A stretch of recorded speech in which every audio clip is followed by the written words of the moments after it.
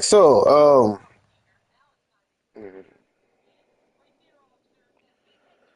I did end up having to restart my game um recently, and mainly because I mean I could have kept playing on my other file, kept going, but I decided not to. The one after that is a level one hard mode. Whatever the case, I'm redoing this shit just because I felt like it. Now, with that said, yeah, I am going to be trying to use less of the rewind button. And I remembered why I was able to get through, why I was able to finish all of these like super hard challenges in this game. And it's mainly not because I had save states, because somehow I found out how to get through um, the whole game. You know, this isn't just being really good at, what's the word? This wasn't just a case of getting really good at dodging certain things. This is also the simple fact that I just like the deep cave or whatever the hell it is at the end of the game. It's one of the hardest dungeons because it's got all those monsters and stuff in there. The death ring. That is one of the reasons why. That thing makes you extra strong at the expense of killing you dying in one hit. So it's like, yeah, you could obliterate and annihilate almost everything with ease, but it comes at the expense of you getting one hit kills. So essentially, you're playing Contra with melee weapons, um, and that's what it is.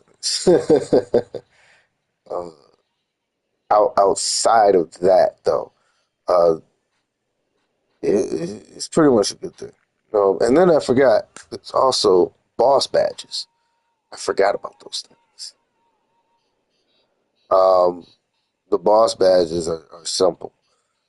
You get them, you use them to basically, mow motherfuckers down. The catch here is, in order to really, let's say if you want to level 255 one, right? In order to play through that, you have to have finished the game on level one mode, which is not as easy. Um, but yeah, without further ado, we're gonna go ahead. Well, I'm gonna go ahead and start playing this game.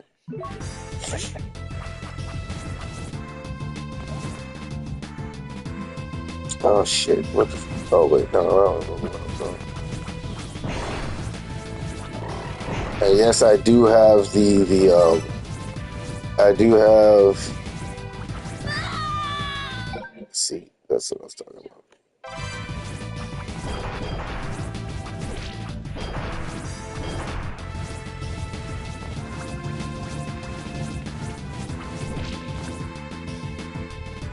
This year,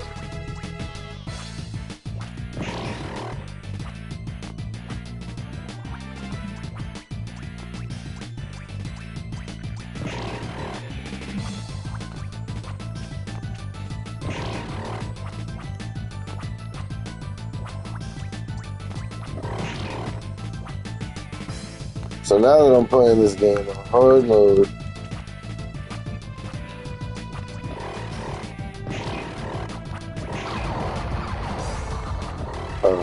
the game is a little more. I wouldn't say more difficult, but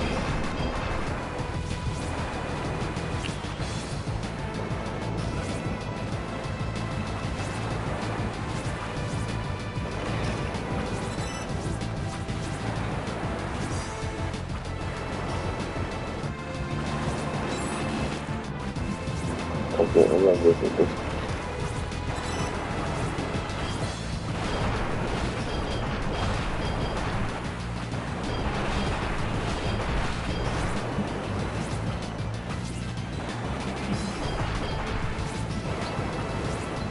All probably drop a salt in there. So nothing special. With hard mode though on, you actually get those rare item drops come a lot. You get more like rare item drops and just in general. Wait, what the? You get more rare item drops.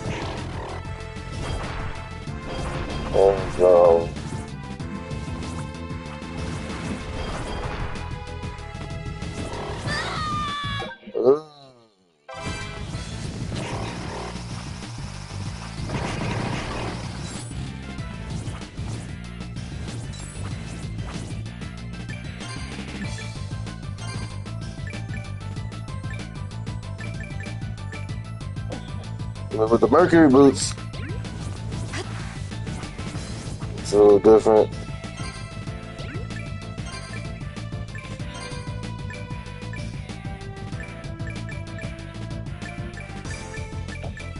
So you can have an invincible backdash, which also is useful.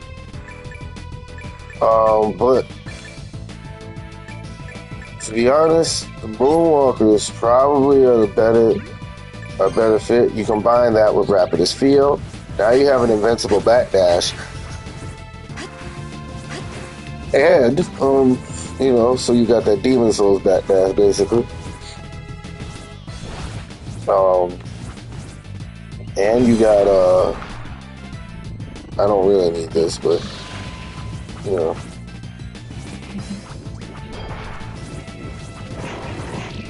Oh, and I got the item drop from this, and I don't need to keep killing this thing. So look, guys, enemies. A lot of stuff that just did not come easy your previous playthrough, now it just comes easy because you're on hard mode. So normally, and this is why I play Tales games usually on the hardest difficulty. The item drops, just any RPG, anything like that.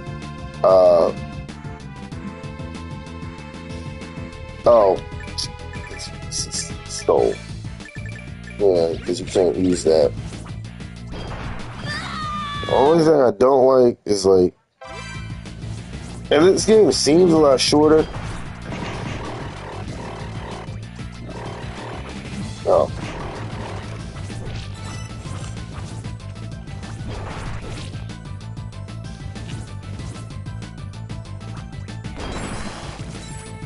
From the last playthrough, I don't remember.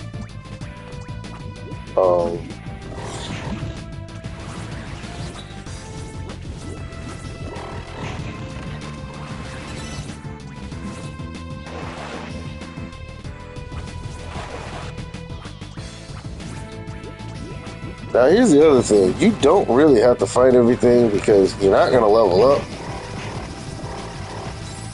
So your best bet, honestly, if you kill anything in this game, it's basically it's so you can. Oh wait, I don't need to be here right now.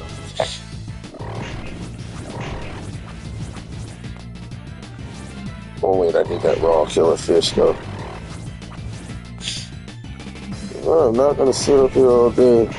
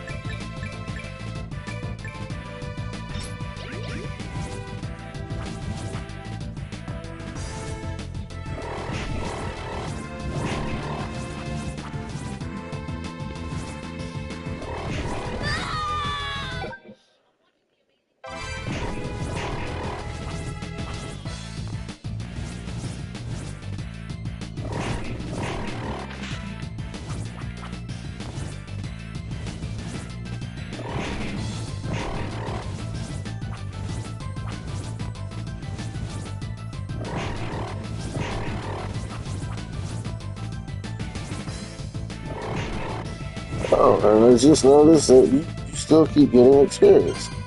So,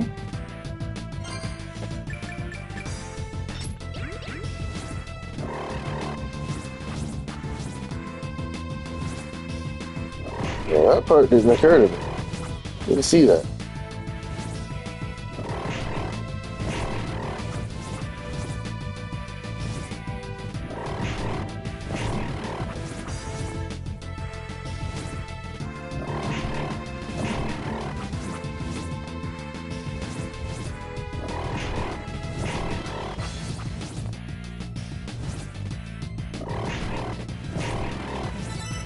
Oh, I don't have to do that. Don't worry about that no more.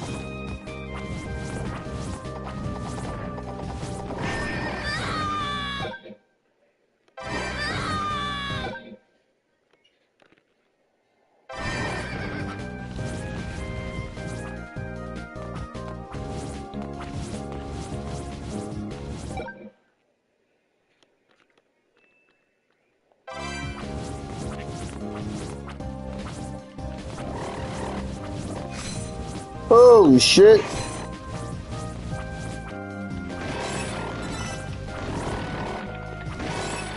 I didn't know it really moved that fast.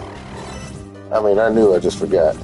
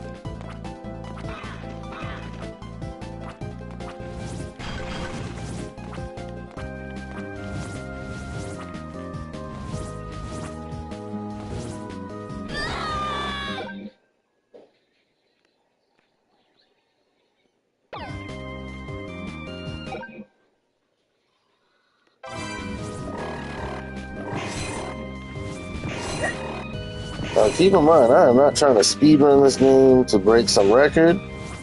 I'm just trying to get through this shit quick, fast, and in a hurry.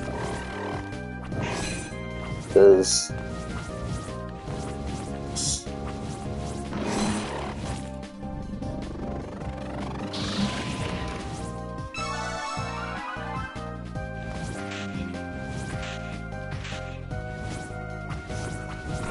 I could have did the level 1 mode, but the reason I didn't is because the game way too difficult. Um, doing the level 1 challenge at the moment. You're better off going through like normal mode. Plus you get more heart max ups and life max ups. So in a way, it's weird because you have to min max playing through level 1 and level 50 hard mode. But you finish level 1 hard mode, you get level 255 hard mode. So the easiest way to get through level 1 hard mode, equip 2 death rings, and just steamroll the game. That's it. And I don't think you have to get the true ending either. I think you just have to finish. Just, finish the game as is. Like, you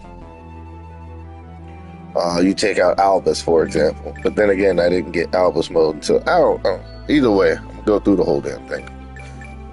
So I can go back here. Well, first, let's save. Another thing I kind of wanted to touch on, it's like, I understand why, streamers and YouTubers don't. Here's the thing. It's important to know about the world around you. Any person has to know about the world around you. You just do. Not doing so is the biggest fucking mistake you will ever make in your life.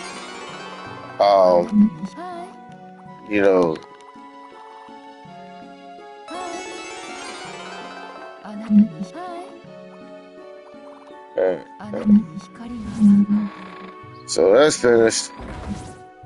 This is also part of the reason why you do the thing, and so now there's characters, for example. Oh, god damn! Another thing about running fast. I think I have enough. Yeah, there we go.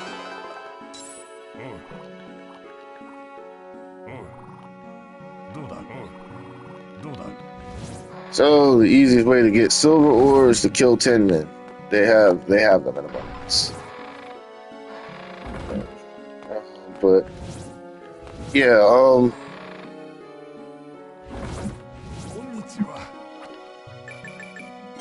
let's see. Yep.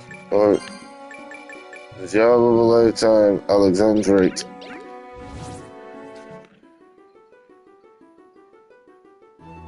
I'm pretty sure I don't have any yet. Watch this. Oh shit, I forgot the fucking.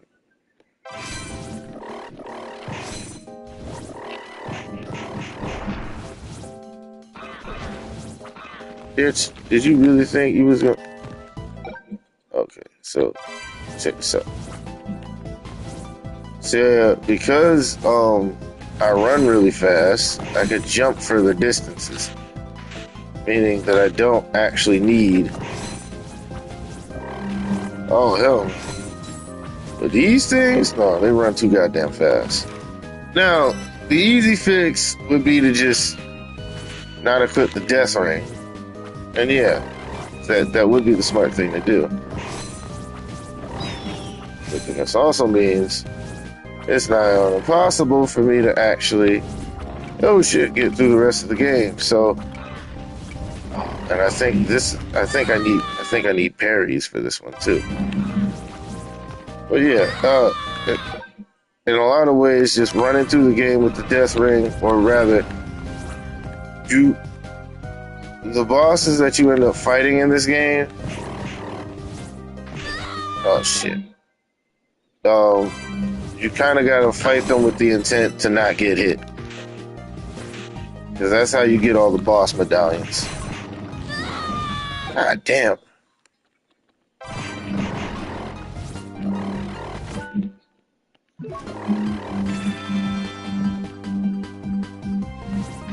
But by taking the alternate exits for these levels, you end up doing.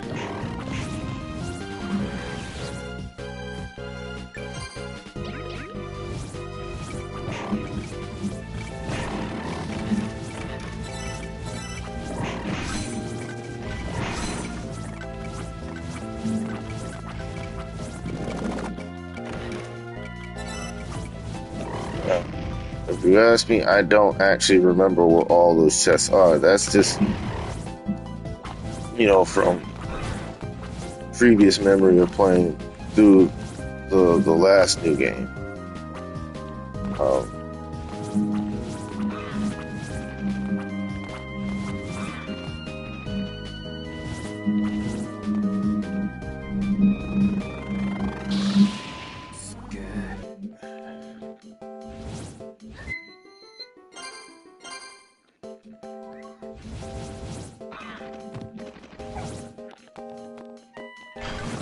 So in this one level, you can take pictures so that journalists, you can, now that on hard mode, right? I think, yeah, because Sasquatch should be around here.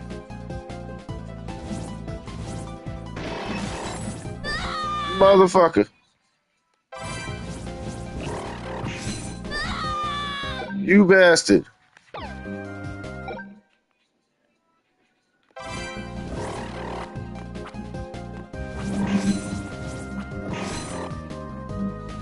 Bitch.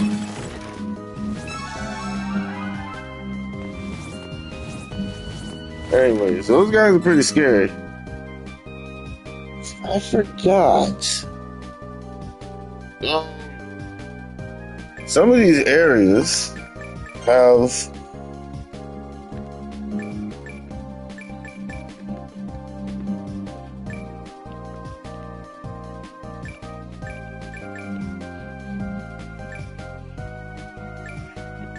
nearly all the damn rings. So some of them I don't even think I bought in the store. Jesus Christ.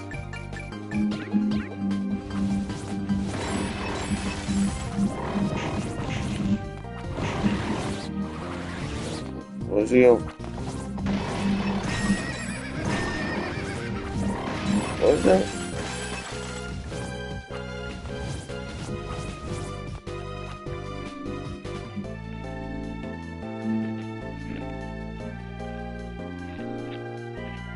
Oh yeah, that's right. Because I don't have the double jump, I might as well just say fuck it.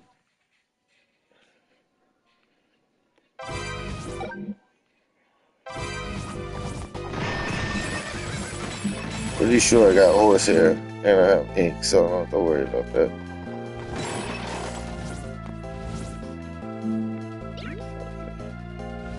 Wait.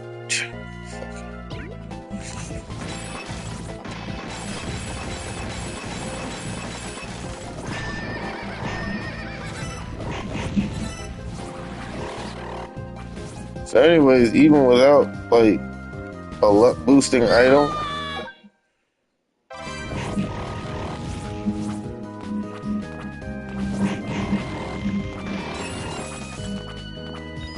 yeah, that's what. So on this level, there's literally two of the three missions that dude will task you with, right? It's gonna be here.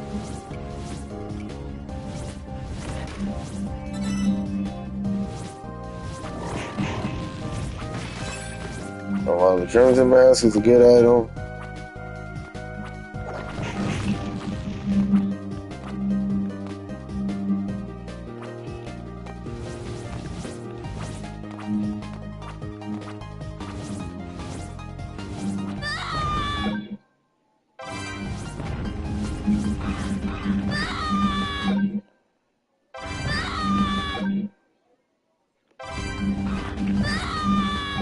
Motherfucker.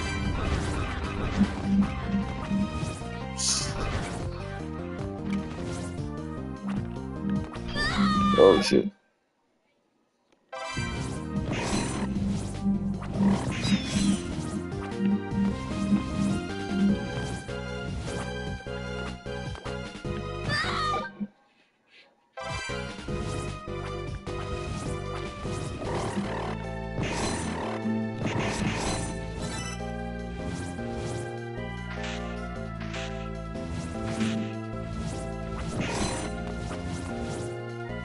So, you want unnecessary.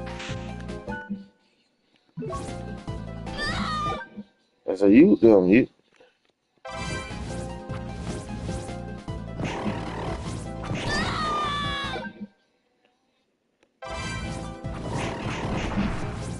Bitch.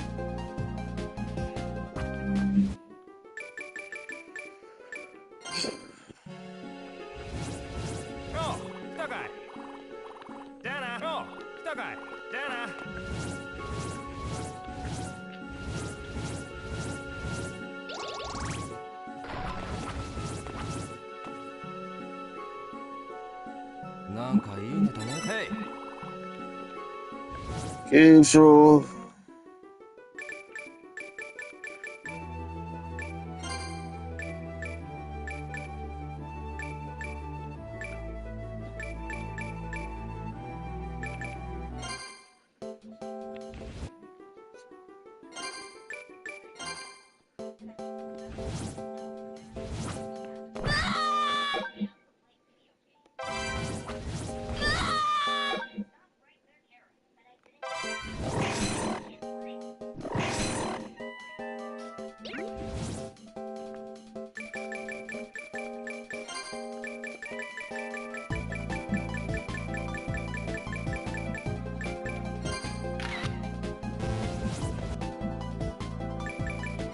I had 2 cameras the whole fucking time.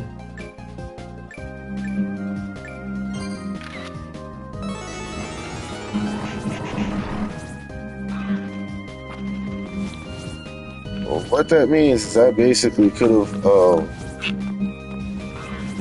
I could have easily just done all this, side mission shit before I even left this area.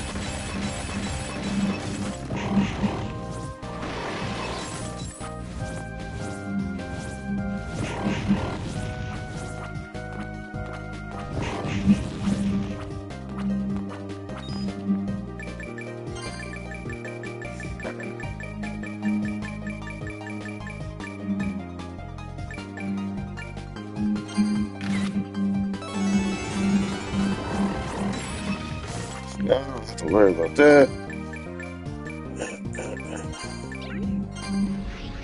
Stop. Yeah.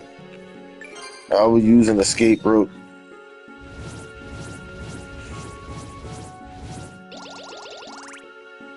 Alright. Hey. なんかいいネタねえかな。イエイ。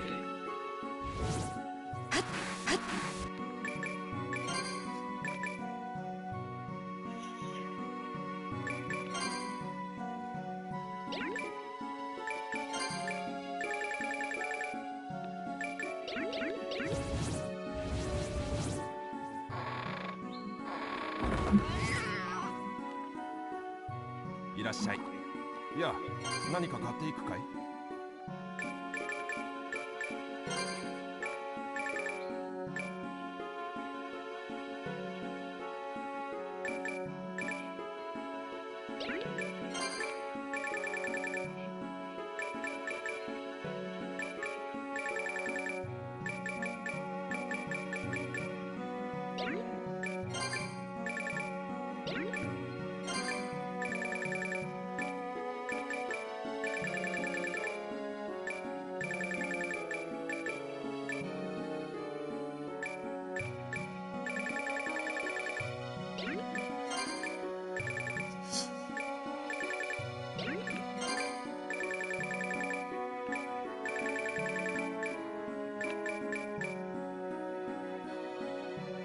ありがとうございました。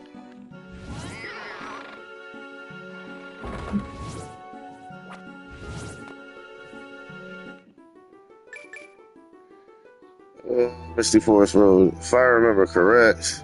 Yeah, because go to the boneyard to get the fucking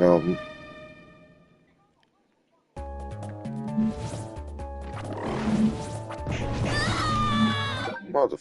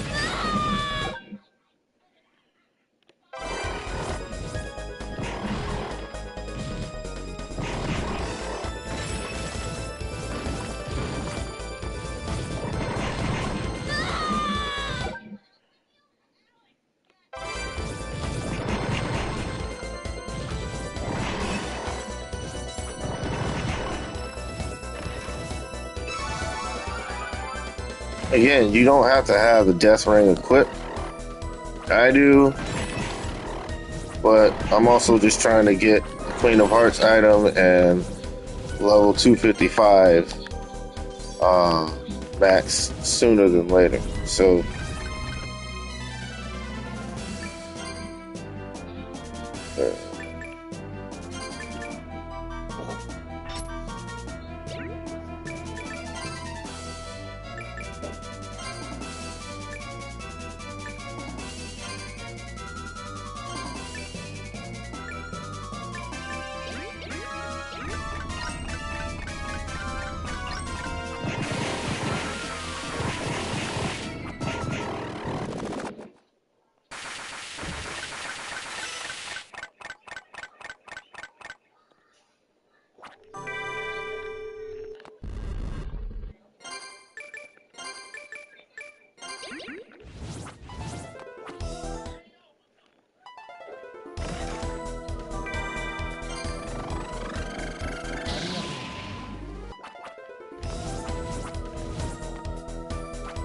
alright, so now that I've rescued Flamboyant Dude,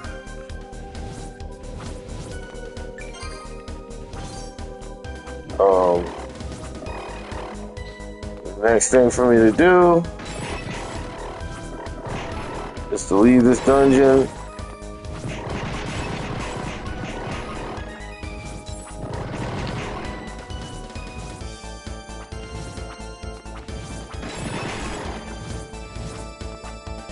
Oh wait.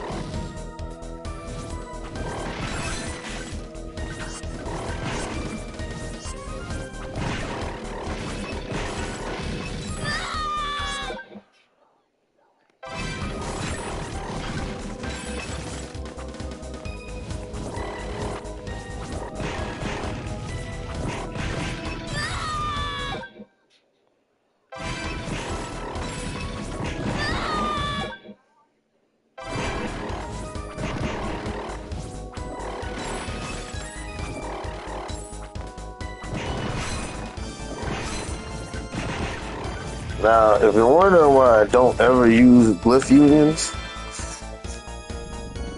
it's because you're less likely to make money that way. Yeah, you can sell your items, but I made the mistake of selling items I thought I didn't need, and I knew I was going to need them right after I sold them. And so that's why, you know,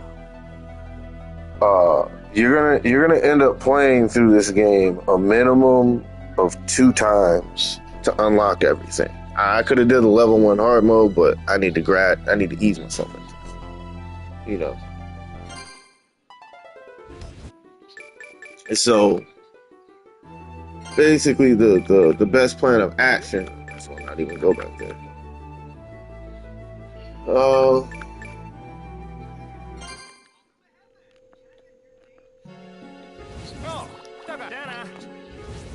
oh man. Hey.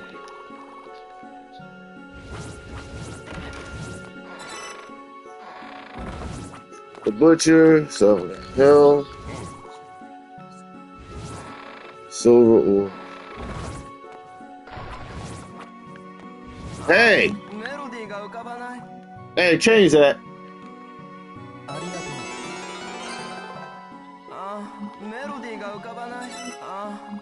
Oh, wait. I gotta go back to it. So this is what I mean by you kind of have a lot of stuff you gotta go back and forth for. Um, if I haven't mentioned it already. But yeah, there's a lot of stuff you're gonna be going back and forth for. Not a lot. You figure this out. So, you know.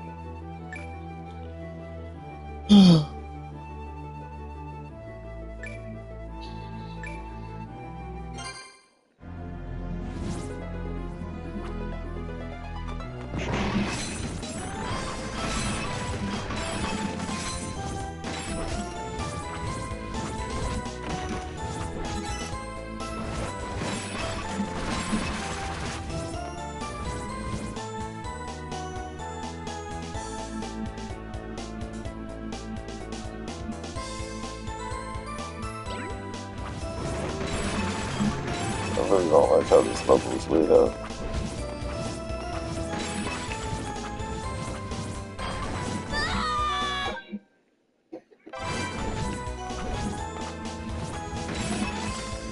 But yeah, you see this principle, just keep it. I didn't need to do that either. See, this is another thing. Could have just recorded it. I could have just recorded it.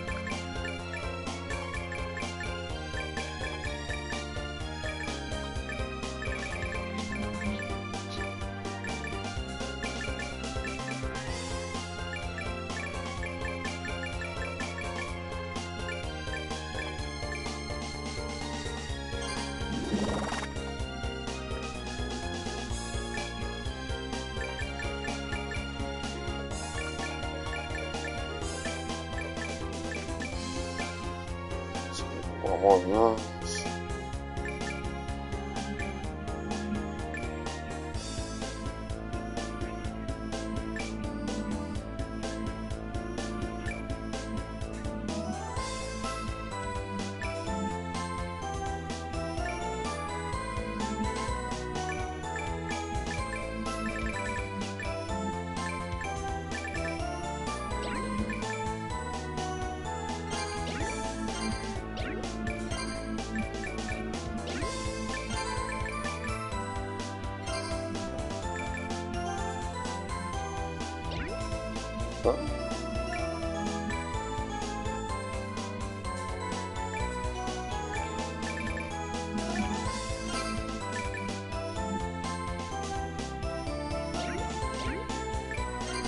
Oh my goodness.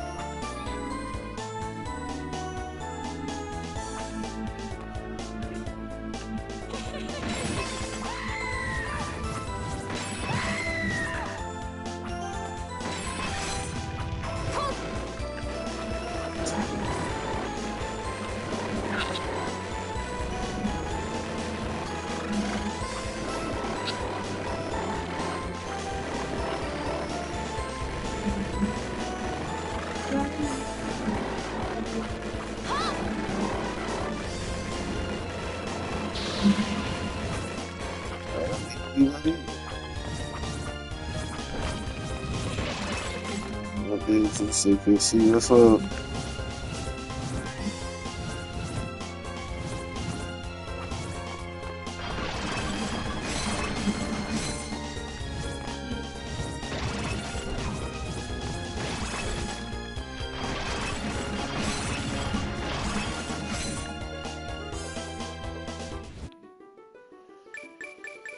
あり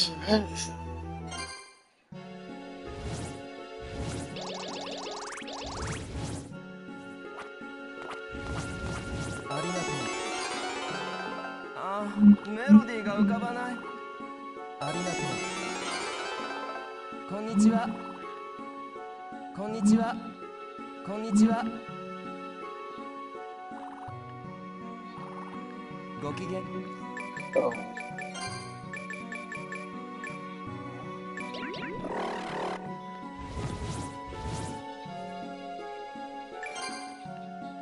Now, you don't necessarily have to do these, side missions like that おい、どうだ。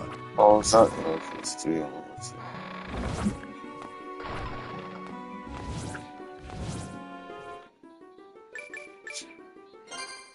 time. So yeah, whatever you do, don't sell your. Oh,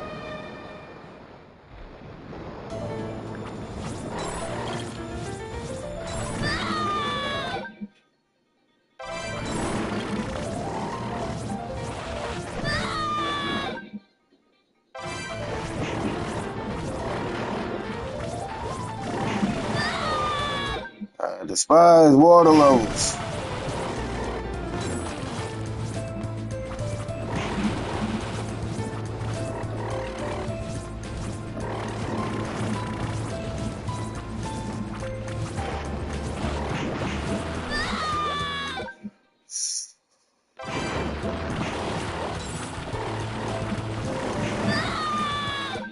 Motherfucker.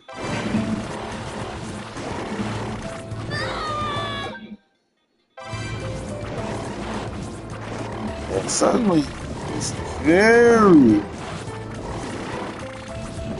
harmless, in fact, very easy enemy type.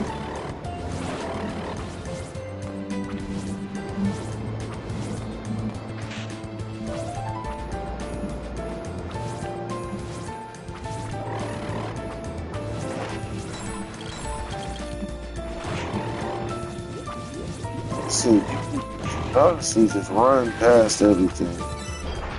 My dumbass chooses not to do that, and I probably should.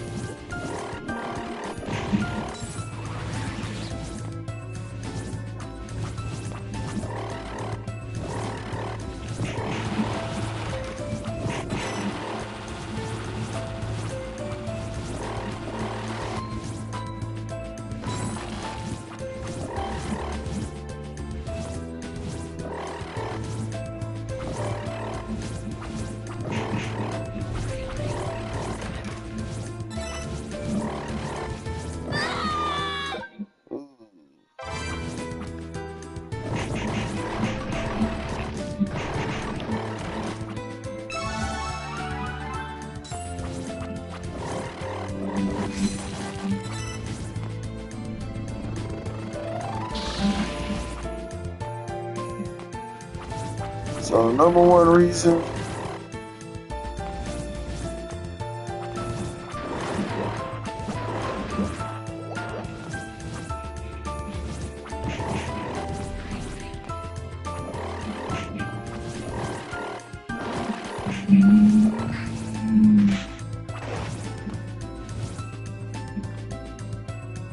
yeah.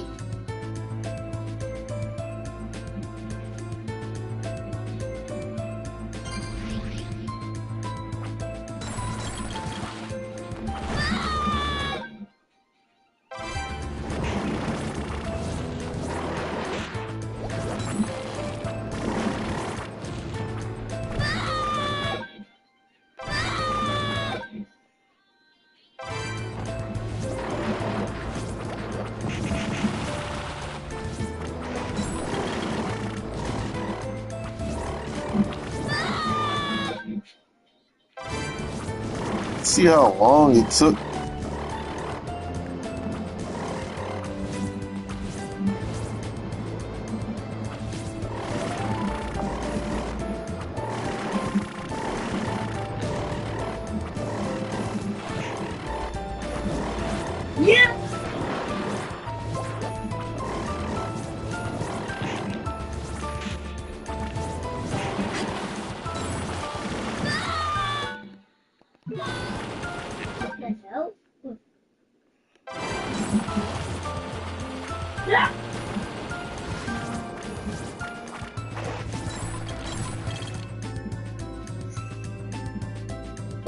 Oh shit.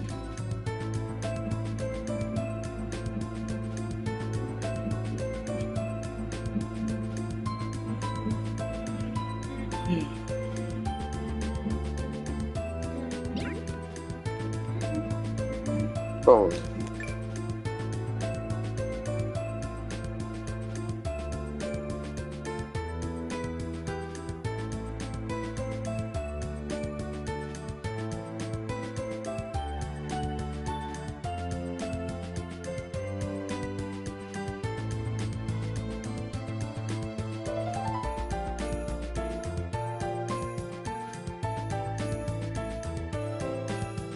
All right, give me a second. I'm about to read this Jujutsu Kaisen chapter.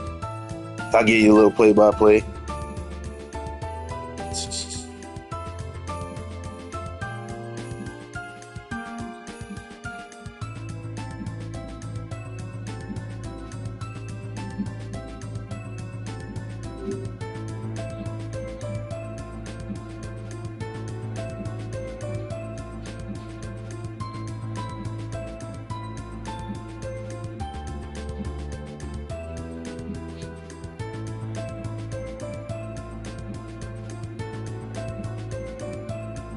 Man, this boy is about to get me demonetized. Or you know how Nintendo feels about playing certain music. Anyways, yeah. So, spoiler warning because Jujutsu Kaisen Chapter 1 hasn't officially been translated. But it's out. So, we know a lot of y'all pirate stuff. Let's not pretend everybody pirates. Everybody pirates. Music, movies, manga, comics, books, you name it. Audiobooks. We pirate everything. People even pirate amiibos. Right?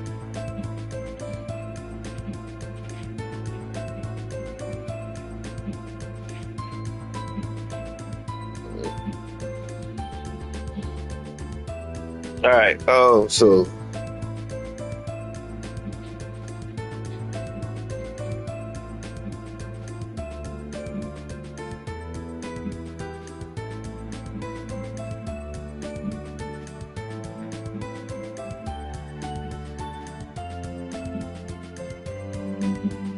Huh?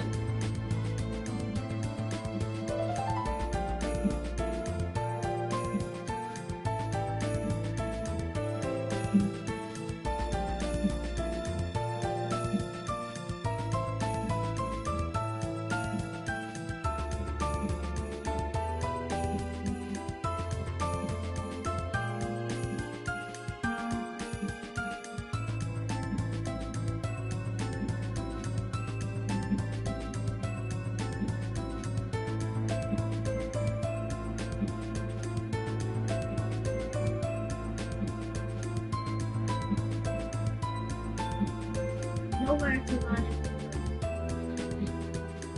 Nowhere. Nowhere to run. Nowhere to run.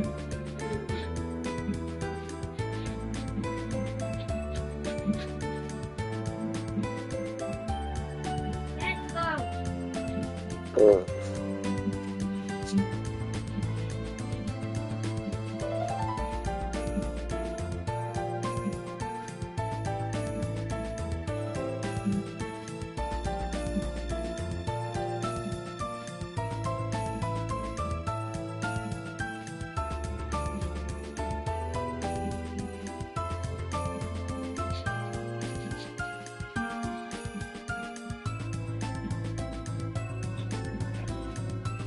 Toto done lost his hand.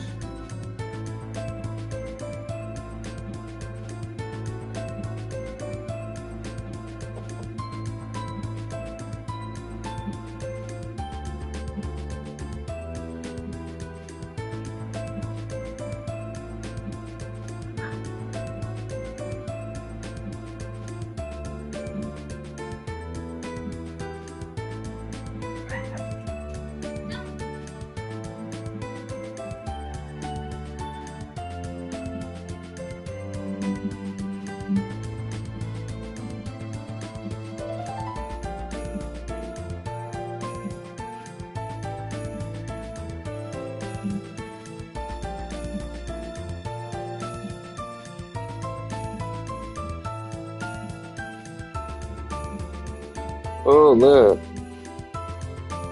Oh man. So now all the kids are arguing. For all you anime onlys, um, Maki doesn't look like how you think she looks. She's got burn scars from, that time when they fought Dagon and Jogo and uh, uh, Toji, you know.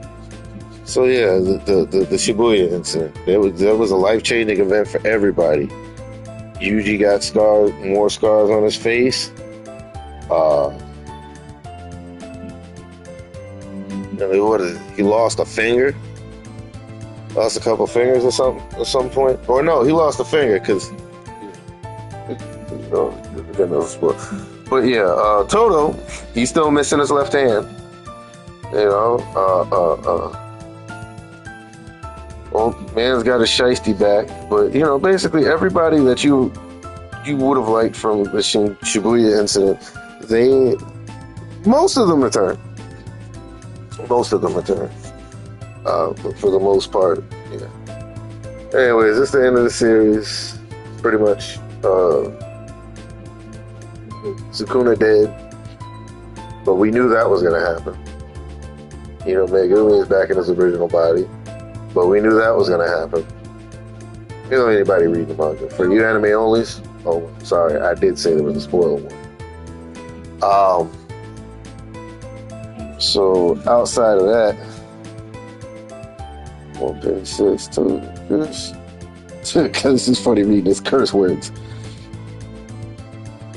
But everybody's arguing about how shit would have worked out better if everybody had used proper strategy. And the crazy part is that characters we thought, like, man, if you thought Eiichiro Oda was batshit insane about killing off characters and then bringing them back in the very next scene or in another chapter or later chapter or whatever.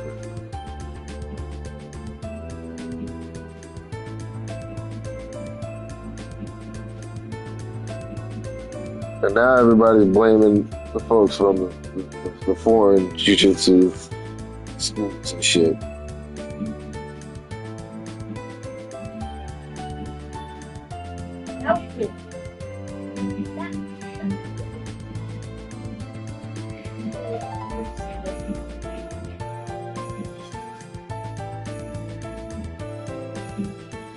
Yeah. He basically left out, two characters from Jujutsu Kaisen 0 because they weren't that important for the Shinjuku Showdown. And literally, I think Akutami's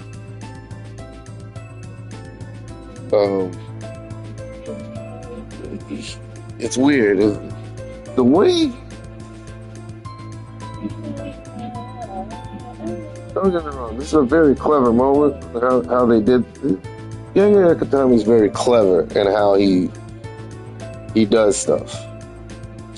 Oh, then the rest of the fucking team, if you watch Rab So Petty's, Jujutsu Hood Jujutsu Kaisen, then you'd be pleasantly surprised. Really funny. Yeah. They didn't get them Mechamaru, didn't invite them dudes because they sorry.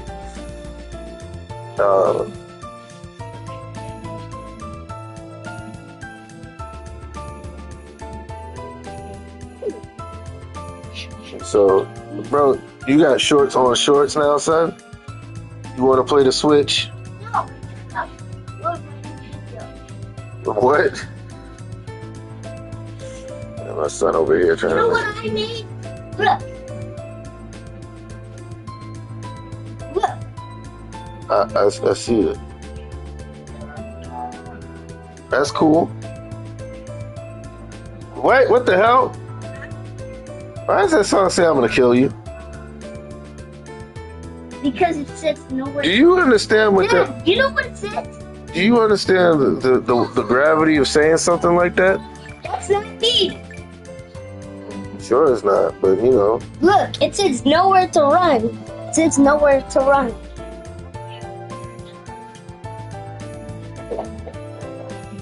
Alright.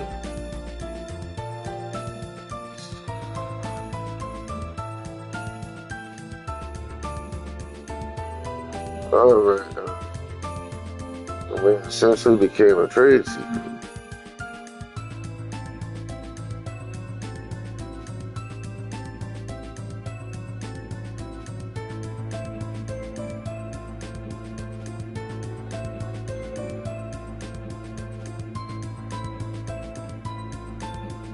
Huh?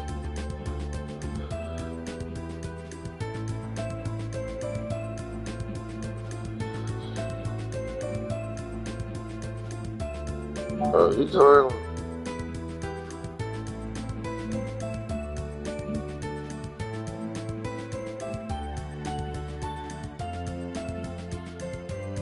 Oh my goodness. Now we're getting to this whole clan war shit again. Now that the King of the Curses is defeated, this is basically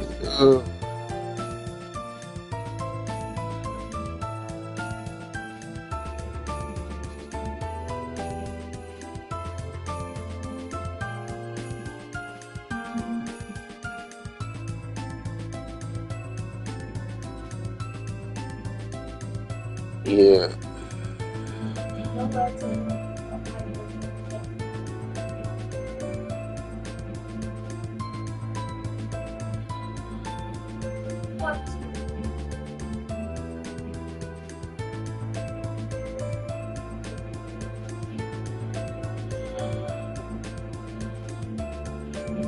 Huh?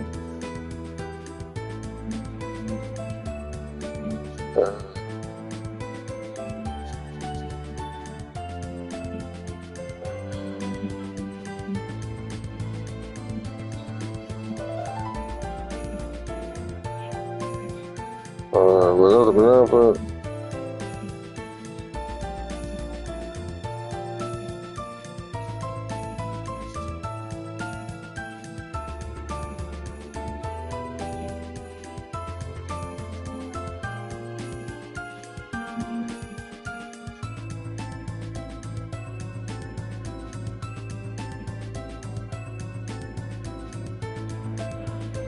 I am so glad that Jujutsu Kaisen is wrapping up in 2 more weeks. Because if I'm being honest,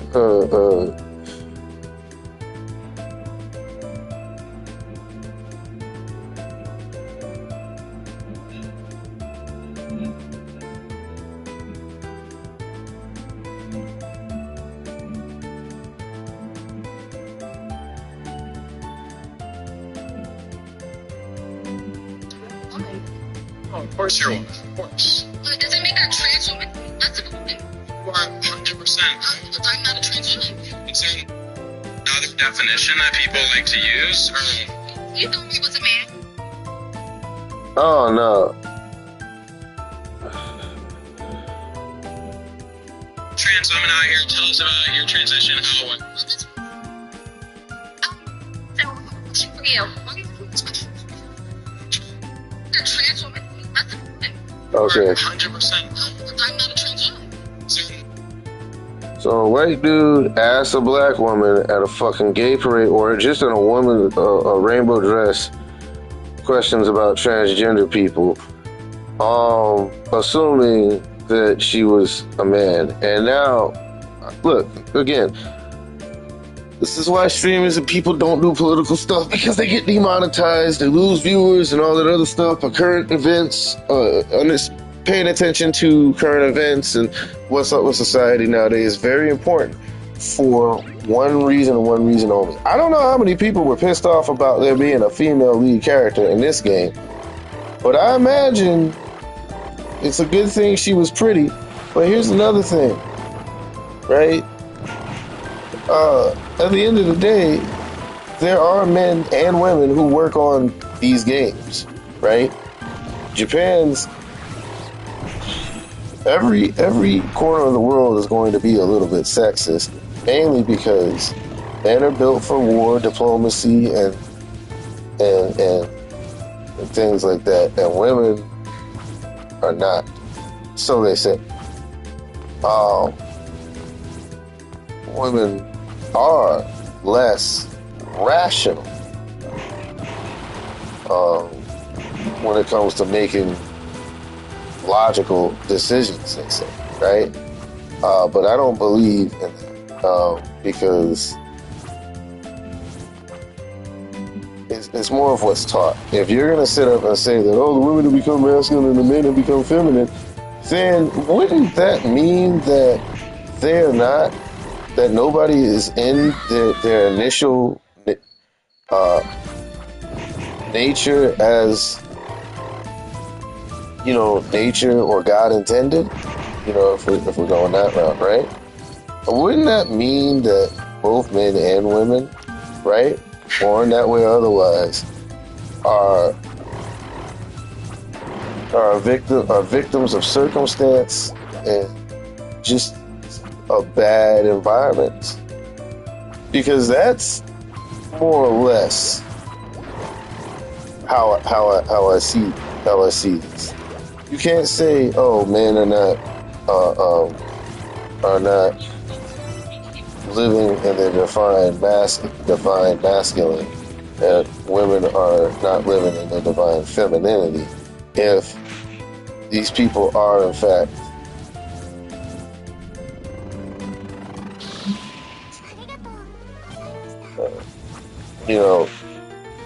if these people are in fact only that way because of how long they've been subjugated to not functioning as nature intended. So your logic behind it is to get a bunch of people who already weren't like that, start beating on their chest, calling themselves alphas, calling themselves go-getters, calling themselves all these sorts of things that they think men are on a chauvinistic level, and then leaving it at that. And thinking that's all you need. A strong body is nothing without a strong mind. And most men these days still have weak minds, which is why there aren't that many good male leaders to begin with. Just like there aren't any good female leaders, because these people are weak-minded. When you are weak of mind, you are weak of principles, integrity, respect for others and yourself, as well as, being weak to the pleasures of the flesh. All right? In or outside of sex and drug use. If you are weak to the pleasures of sex, that is the result of not living, or spending so many decades not living in your defined masculine or feminine.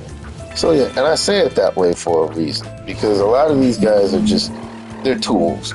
Now, the main thing to take away from this is, again, this is only part of what I was saying. So when I said that white dude asked black woman, why is she trans and all this other stuff, I don't know if she was saying that, but you could tell.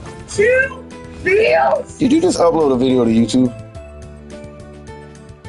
It takes time, kid, and you're not really old enough to be doing that. But that's according to... I don't care. I don't care. I'm a parent who encourages his child to do what's fun. I'm not one of those assholes that's like, you can't do that. Well, I do agree that children should be children. I'm not gonna I'm not gonna allow my kid not to have fun. So he deserves to have a life. He deserves to be able to be on the internet just as much as I was when I was his age. Because at 7 years old, no, I didn't have a computer with high-speed internet at the time. But my parents, being my parents, didn't have very many limits on me. They understood this shit.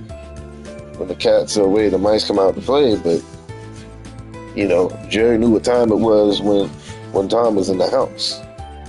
You know, so that's how me and my siblings basically had to look at it.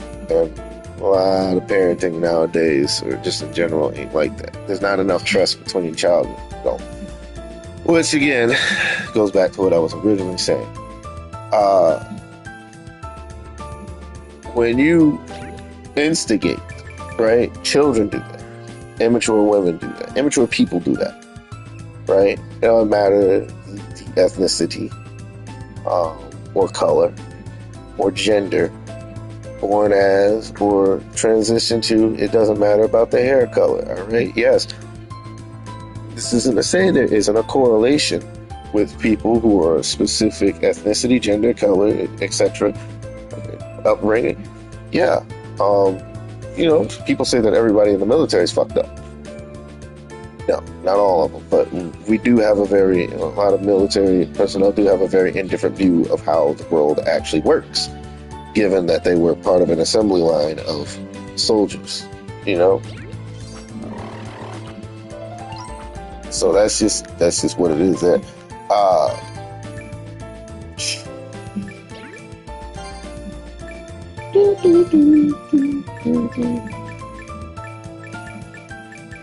I think just because the sun is up.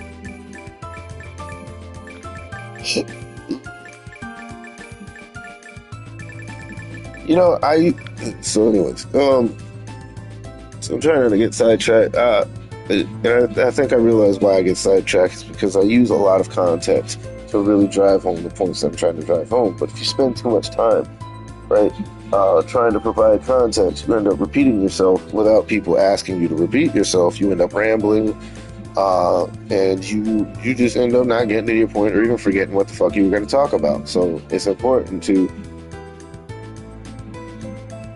make no more than 3 examples, and I would actually limit this to 2, right? And then 1 just to play it super safe, right? Because you can only show people so many times. 3, you're kind of pushing it, but you know, people get it. But at that point, if you have to use 3 different points of context to drive home what it is you're talking about, what you end up doing, what you could potentially end up doing is turning people off. And I think this is what Twitch streamers, YouTubers, it's just everybody that writes us, all that stuff. It's something you just learn over time. You just have, you know, a lot of experience is required, which is funny because it's all the people making YouTubes and podcasts and stuff. This is like,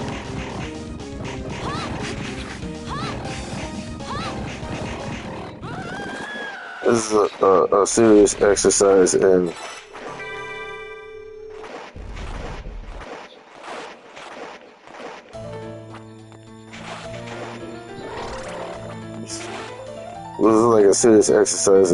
not necessarily frustration, but this shit I'm talking to right here.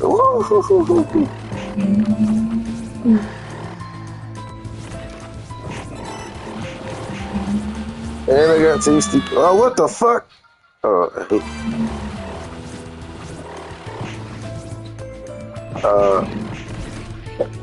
Anyways, what was I saying? See?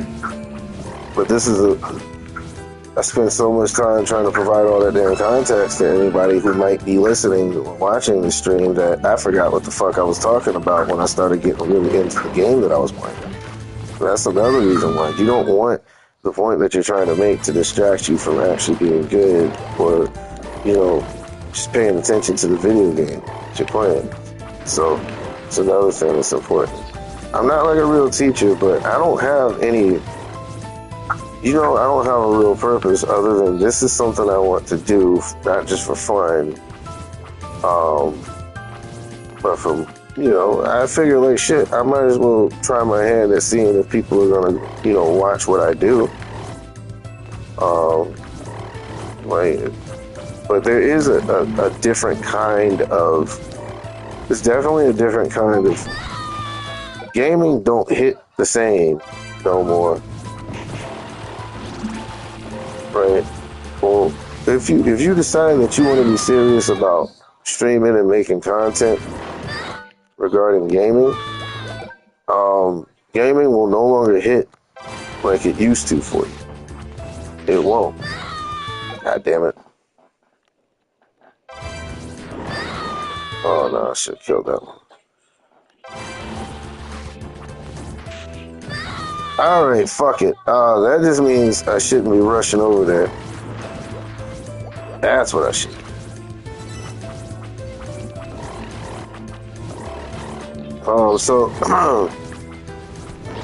But the reason why it's important to, like I said, pay attention to current events, as well as just in general.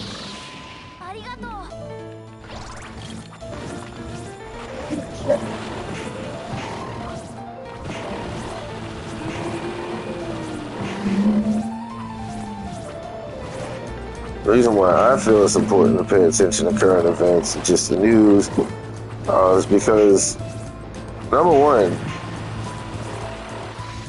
you gotta check to make sure that, you know, some old crusty white folks in some old crusty folks in your political office who are out of touch with reality and current events themselves don't start blaming your hobby for something that don't matter or take away your free. And you know, that's part of the reason, right? The other reason is so you can see if the prices of your goods known as gaming and shit aren't being. Let me take a snapshot of that.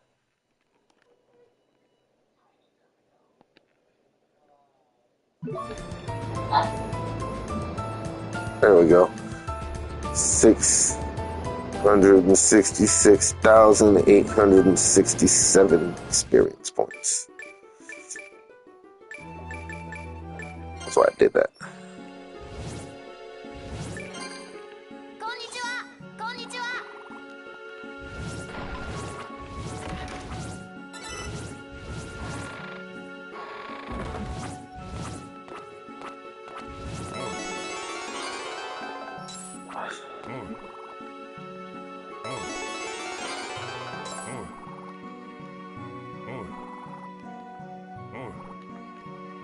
Okay, that's it for that.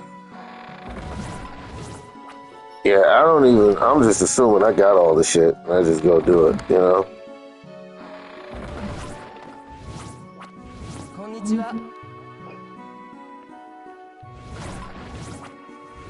Oh, I need to get a drawing of a waterfall. I don't remember what the fuck else I gotta do for this lady.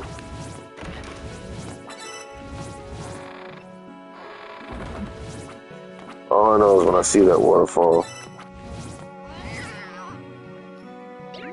Yeah, you can't start doing missions from the kids until you bring their moms back. So until you get their mom, you're pretty much stuck like Chuck.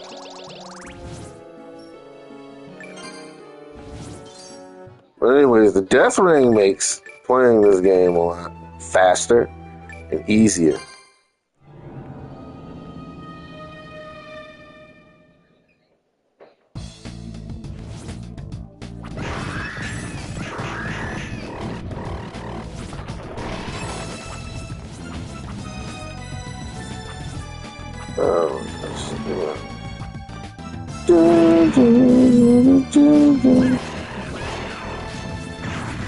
See, now initially I was not one-shot shit in this game.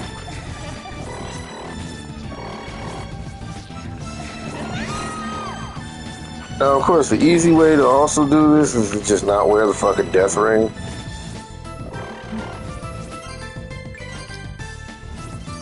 Or when you're playing through the stages and shit, just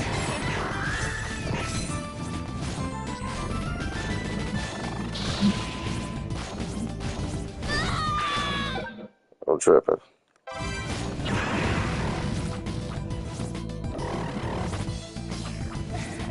Oh shit.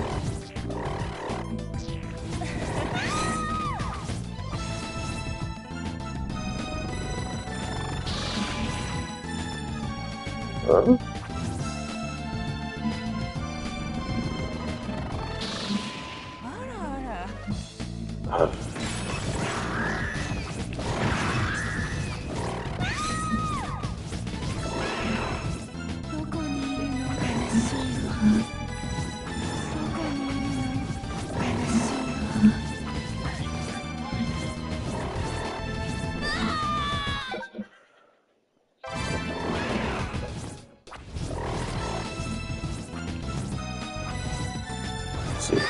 Oh, motherfucker.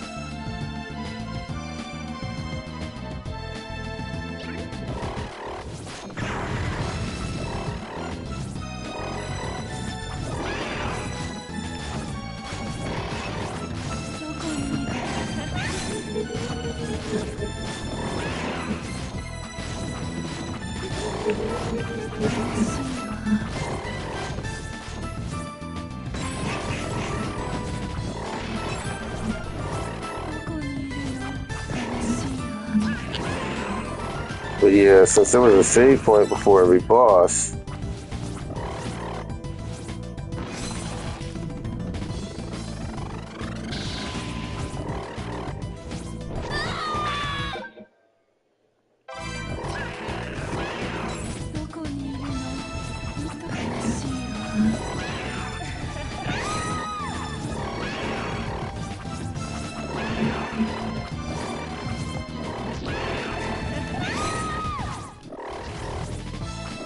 oh shit.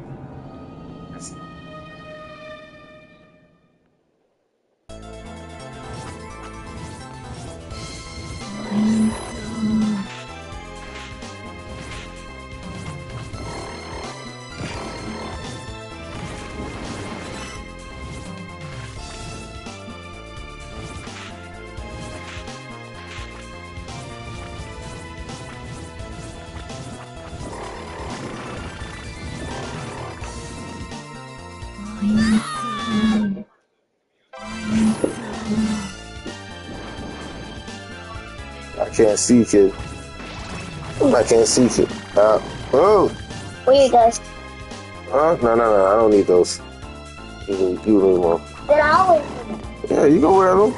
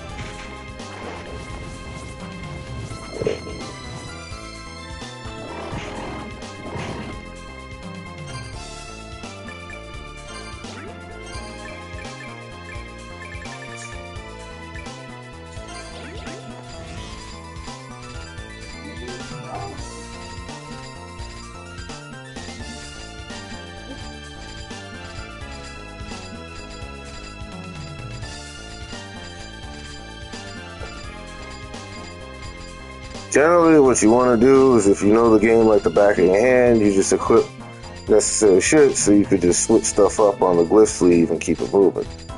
That's what I would really do.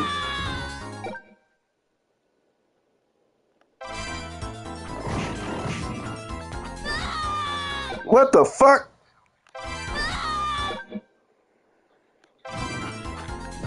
Yeah, bats fly faster. I can.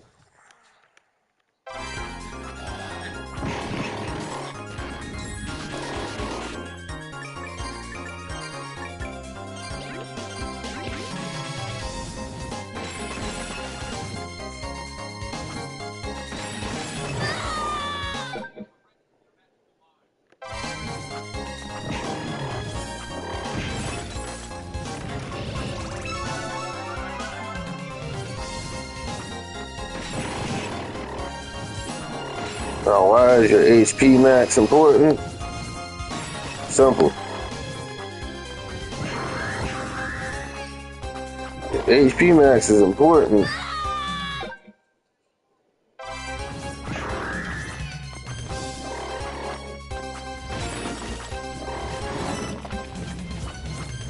Your HP max is important for the same reason. Oh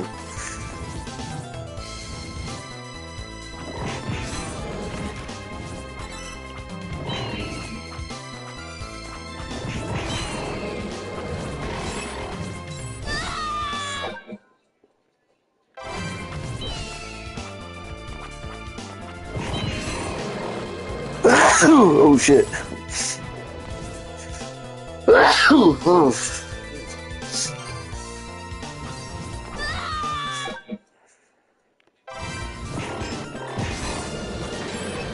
Now, level 255 mode is when you get to do some real broken stuff.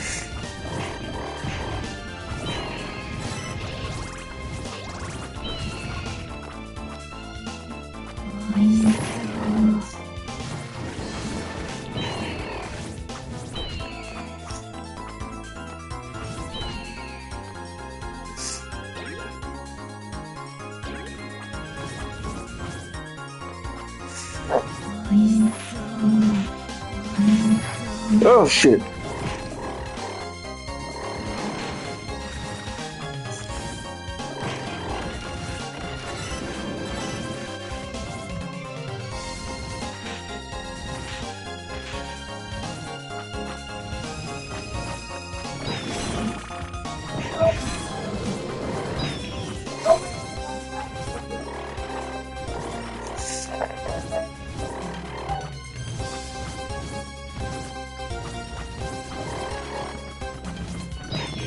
No.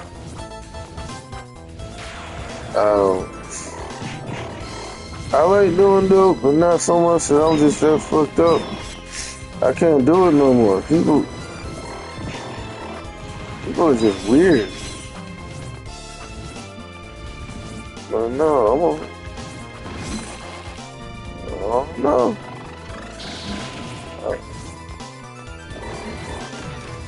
I get.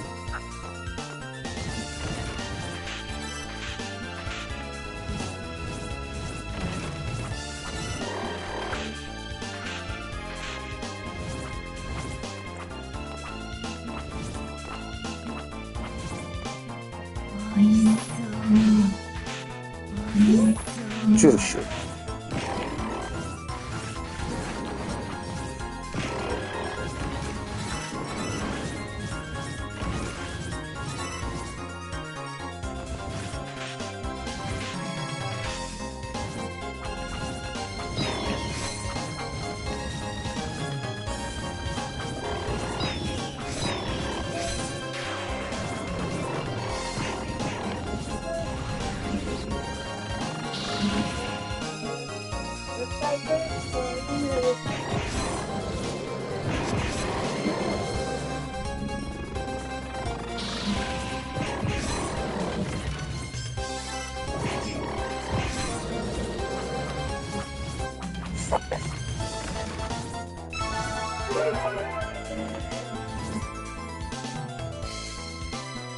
Now, one is important to have a high MP max. Dad, look at I made. I hear. Daddy, look. Oh,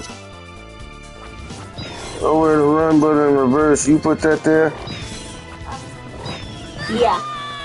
God damn.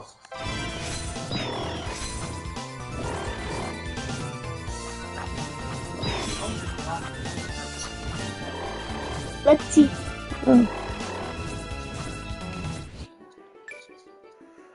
See. Let's see. Done.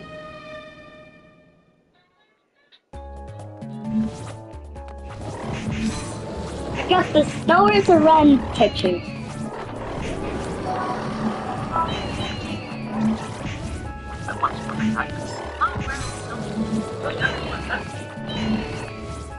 What? Let's see. What?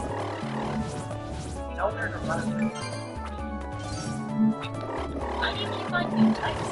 Well, they're tasty. Yeah, I guess they are pretty. Did you say tasty?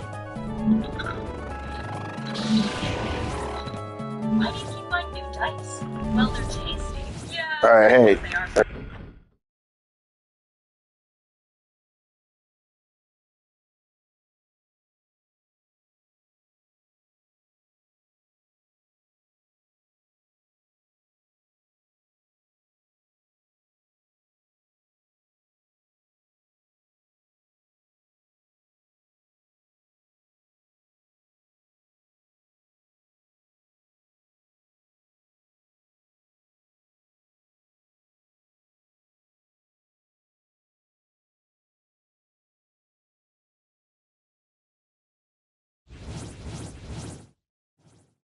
Yeah, you got to turn it down because I'm streaming. I don't think anybody's watching, but nope. But still, I'm playing for like an hour. How did I beat this? Impossible! Impossible! One more. I literally just made a video of my own. I made my own shorts. I don't know.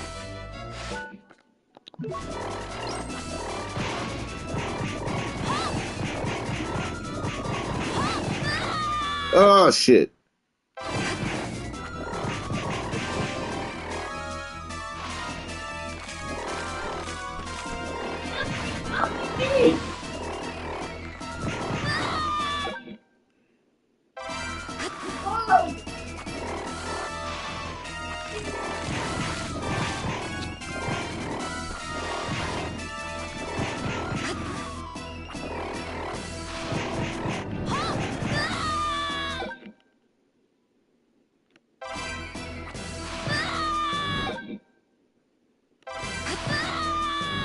Okay, that ain't gonna work.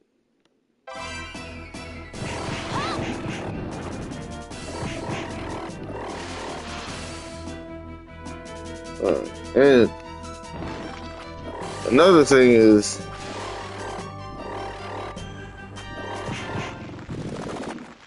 like,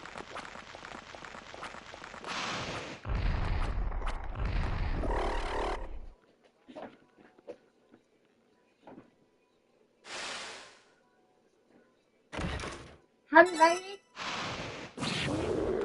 People keep saying this is fake. It's not. It's really not fake. hold on, man. I hate that boss. Come on, bro. Just so you know, I hate that boss. There's like 3 bosses in this game that I just dislike. Like they're just the most unfun boss fights of this game, or just in general. That was one of them. That was one of them. 100% one.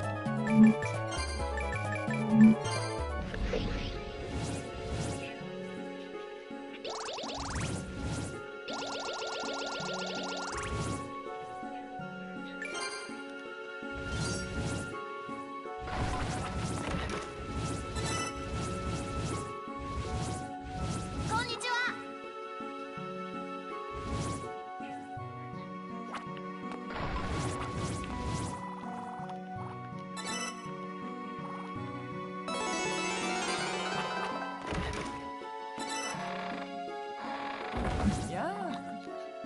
Yeah.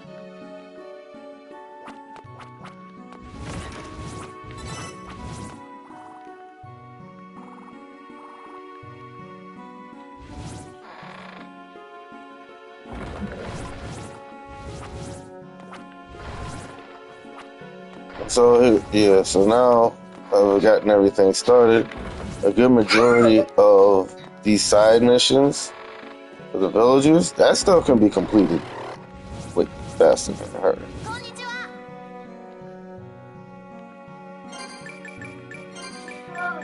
This one. Jimmy, Shh. look at this Oh, upload. watch out, watch out. I see it, I see it. Turn it down. Okay.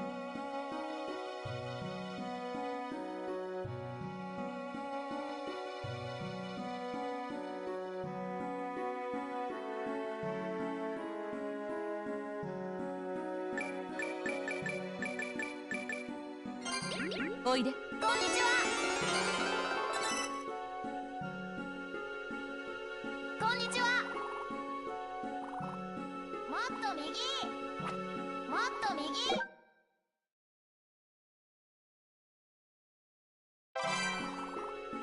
もっと右。もっと右。もっと右。もっと右。もっと右。もっと上。もっと上。もっと右。もっと右。もっと上。もっと上。もっと上。もっと上。もっと左。もっと左。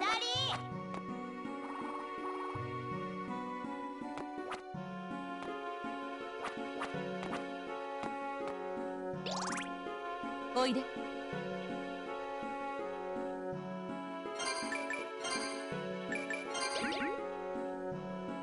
こんにちは。もっと右。もっと右。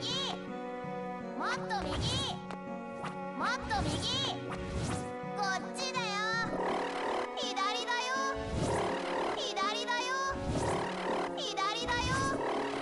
もっと右。もっと右。もっと右。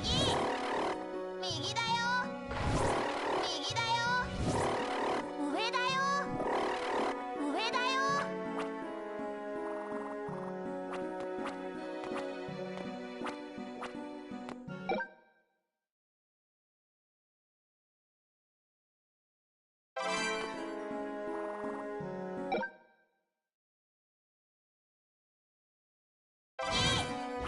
右だよ。もっと左。もっと左。もっと左。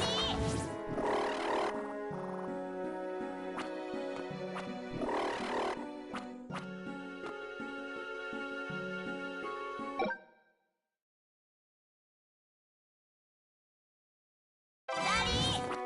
こっちだよ。こっちだよ。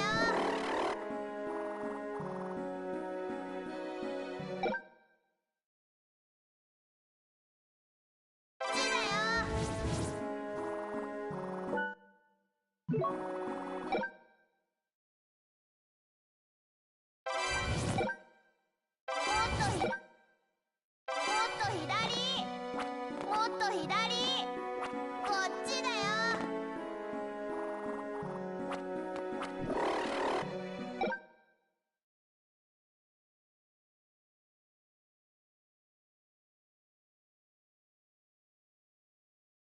もっと左。右だよ。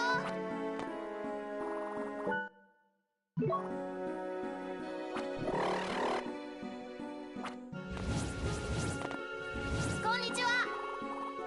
もっと右。もっと右。もっと右。もっと上。もっと上。もっと上。もっと左。もっと左。右だよ。上だよ。右だよ。こっち見つかっちゃったか。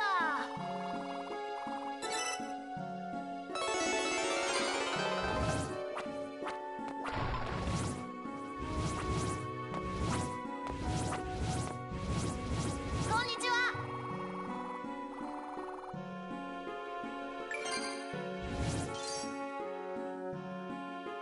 Yes, now I don't have to do that again. Oh, shit. Billy Agers. Find a fucking cat on the cruise.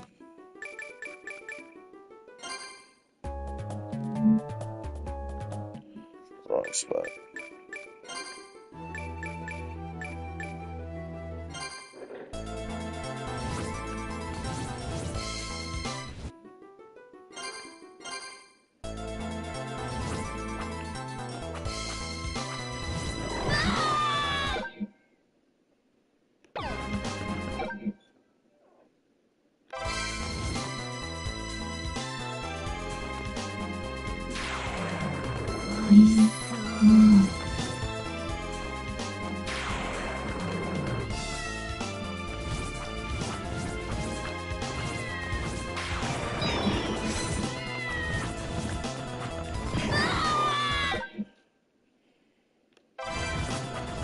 様に。 Fuck all that. I'm trying to get the fuck out of here. Alright.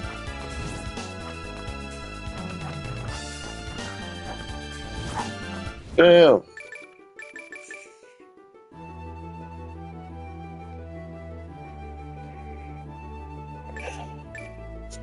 Uh,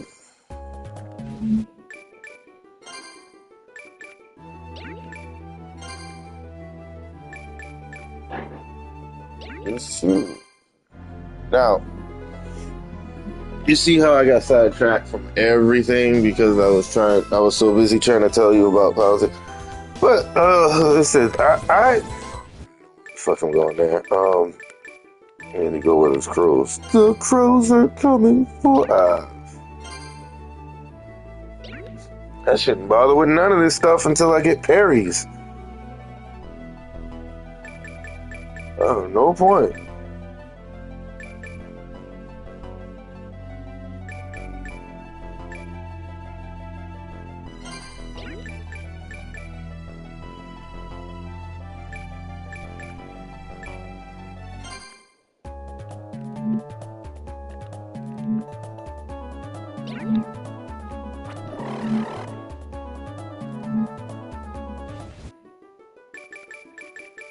What the fuck? Hold on.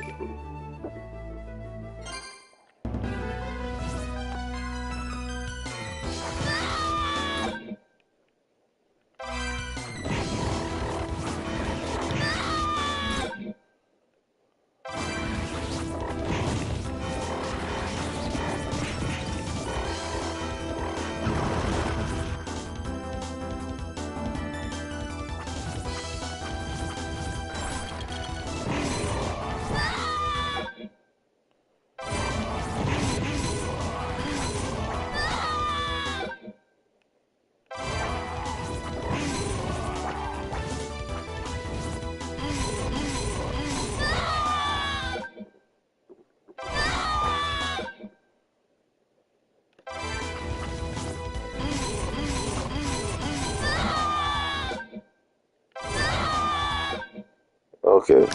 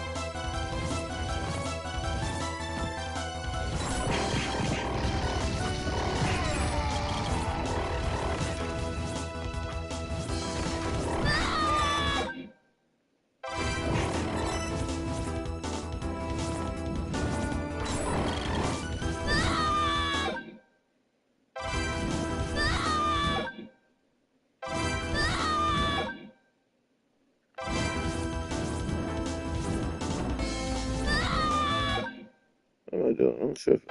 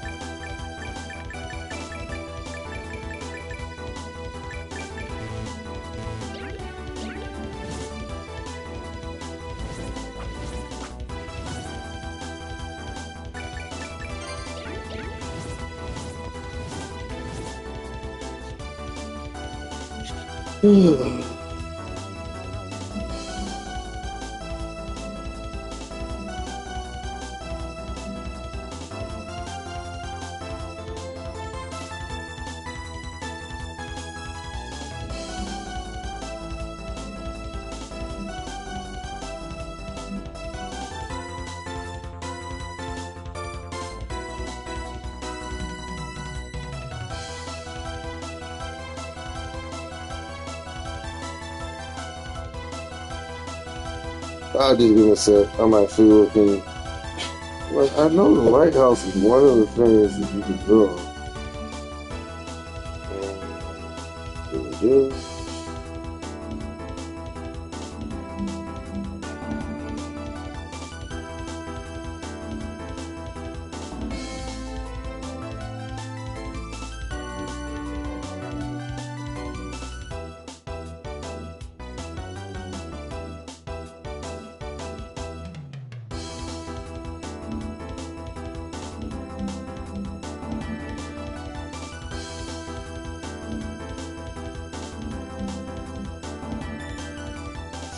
And huh?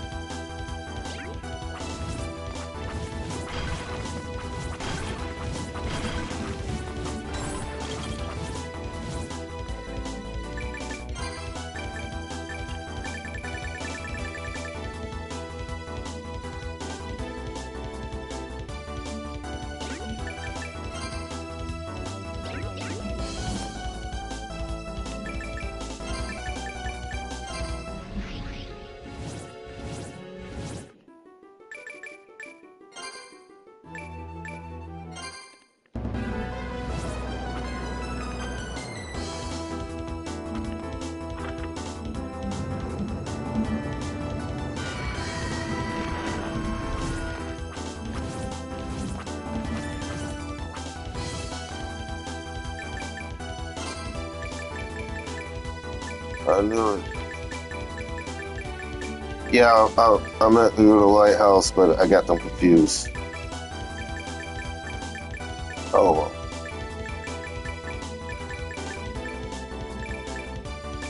Problem fixed.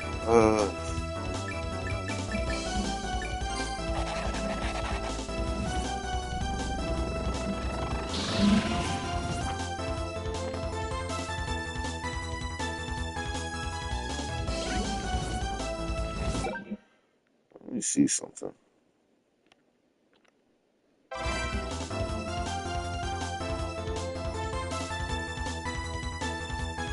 19.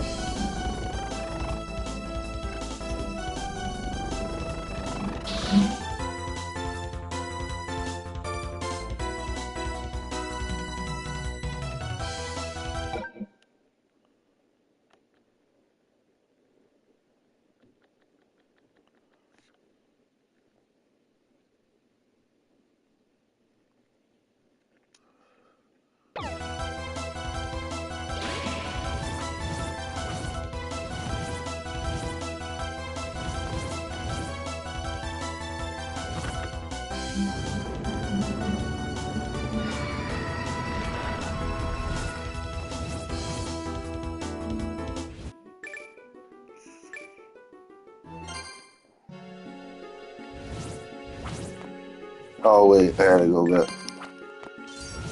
See, Felicia.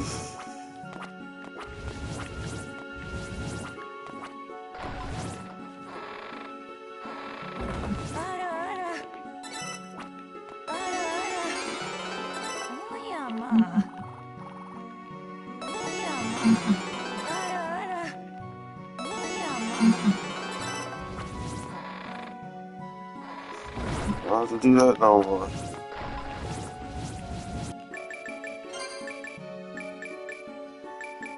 Oh wait, I got the cat.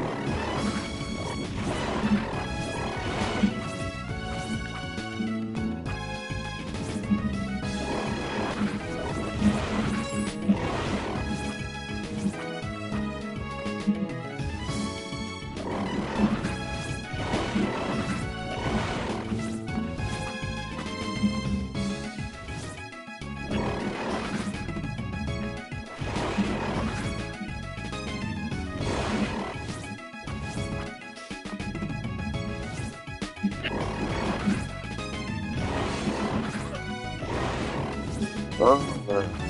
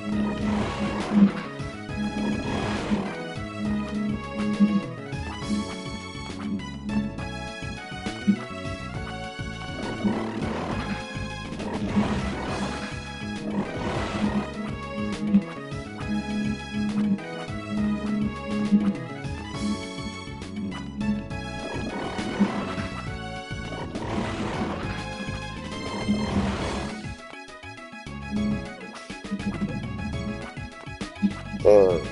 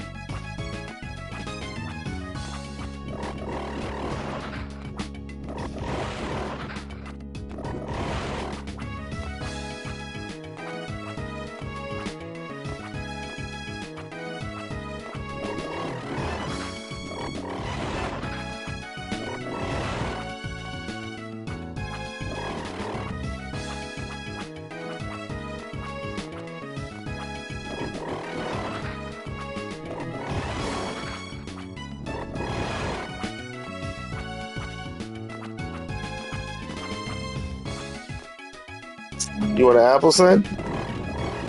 All right. I'll get you an apple. Because I'm kind of getting tired of doing all this damn grinding. Fuck!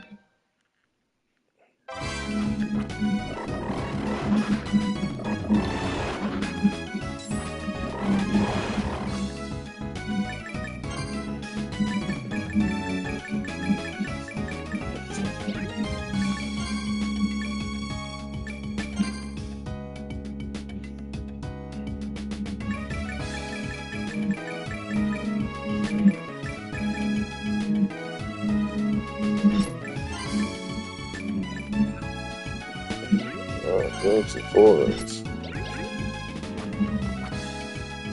Hey, stop attacking your screen. Alright, I'm gonna be right back. I gotta go get my son something to eat.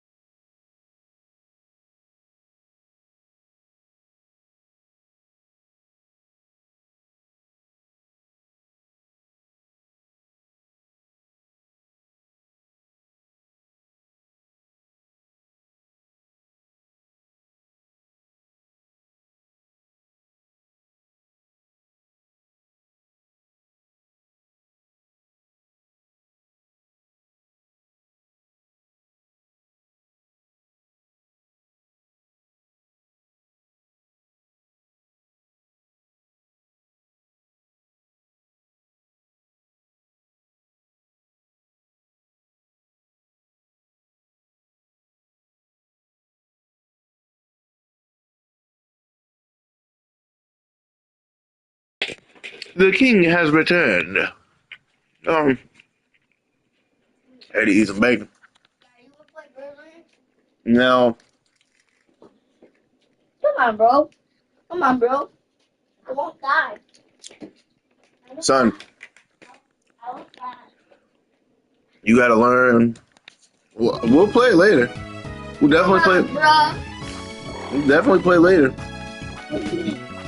We're not playing right now because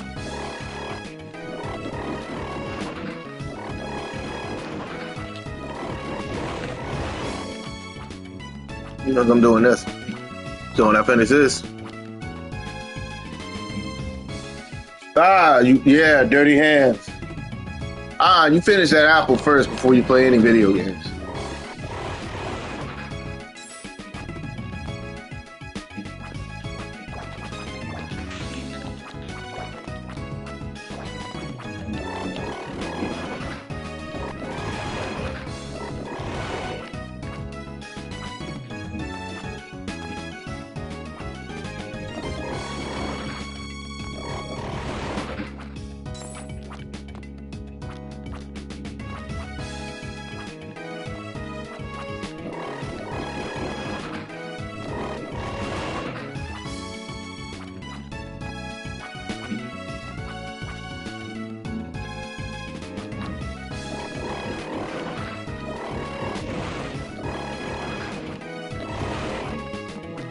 Ah, damn.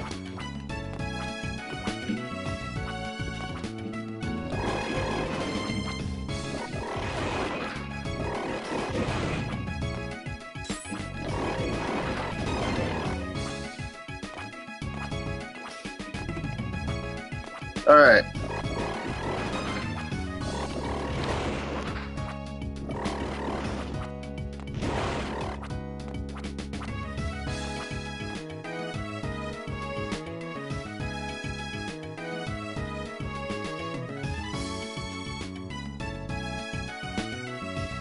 We'll talk about don't worry about it.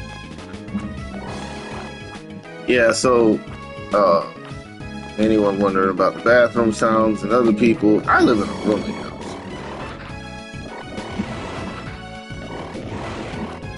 And it is my hope that eventually I get the fuck out of here. Because let's be real. I used to say that we're 100 years from the 1920s to sort of,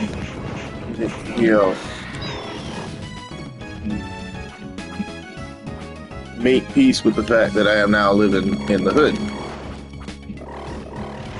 But at the end of the day, this house, as well as this side of town, are a bad environment for my son to be growing up and living. Not to mention,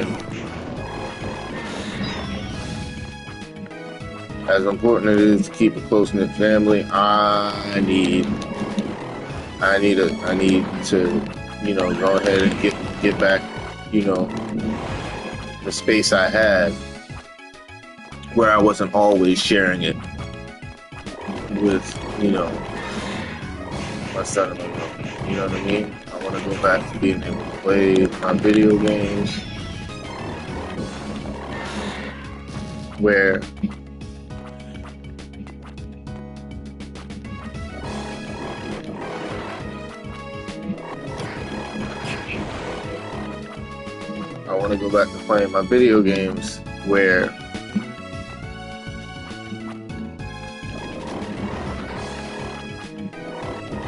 I have always played them, which is in the privacy of my own office. You know what I mean? As much as I enjoy having an audience, here's the thing. My son will be drawing, screaming, yelling, or making all sorts of noise, playing YouTube at max volume, making beats on a tablet or a phone. You probably already hear that kind of interference to begin with. So I already have a bunch of acoustics and, background noise that I don't necessarily want with this particular function. The other thing is, you know, I definitely enjoy the I definitely enjoy the little mic on the PS5 controller, right? Because it's for a lot of reasons it's actually good.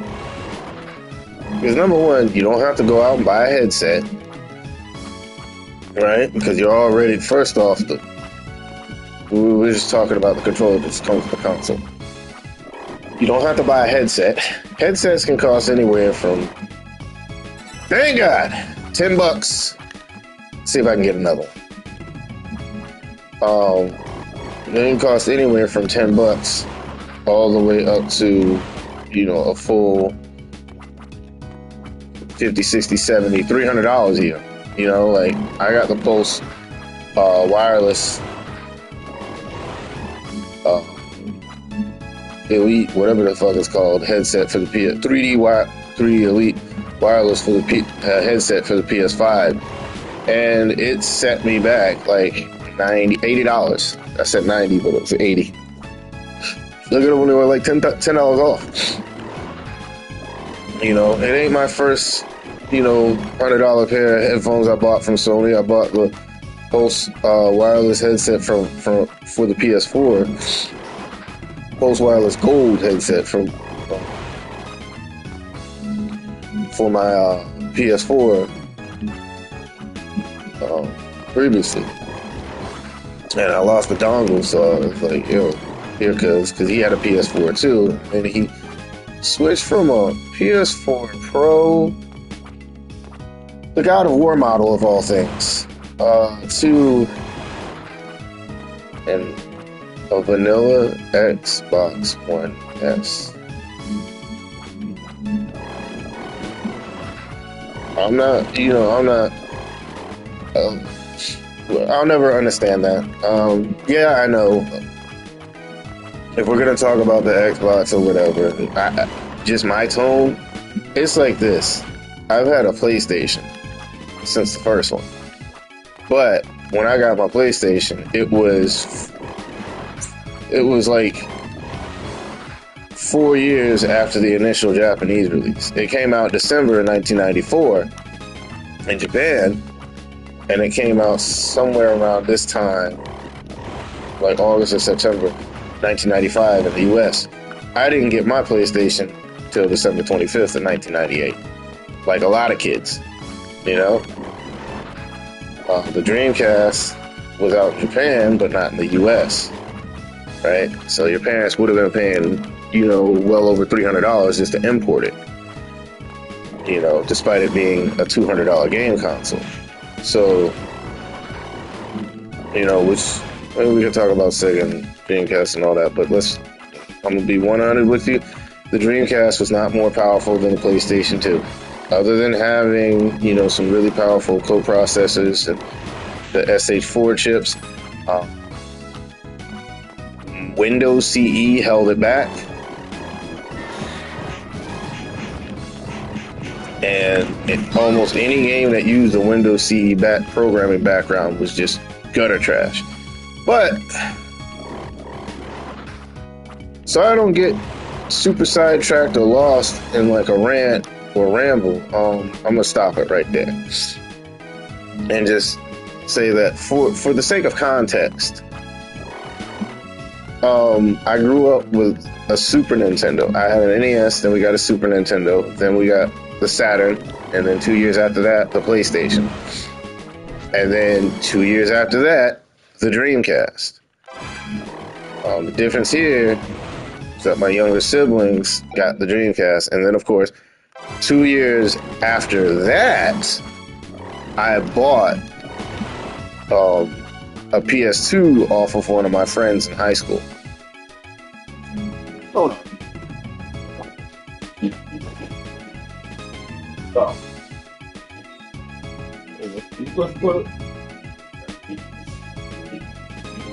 Yeah. So, electric toothbrush should be fucking with people, bro. They had me thinking that my son was playing with a razor or something. But I forgot he has a little Spider-Man brand electric toothbrush. It's one of his favorite. He loves everything Spider-Man. Just like us.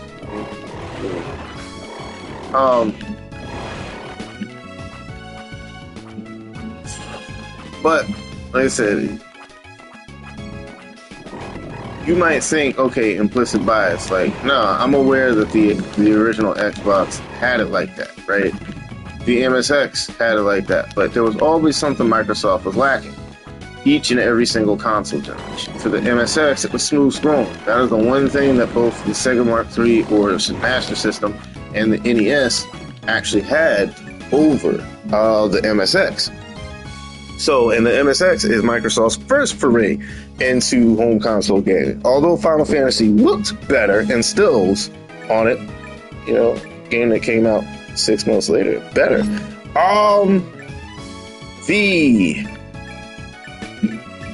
And this is the fucked up part. The game looked better in stills.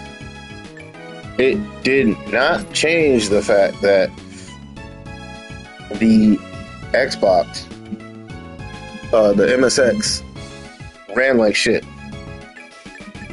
Like, it ran horrible. And there's nothing anybody can say to counteract that.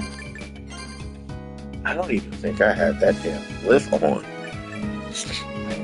Then if I did, I probably really doesn't matter.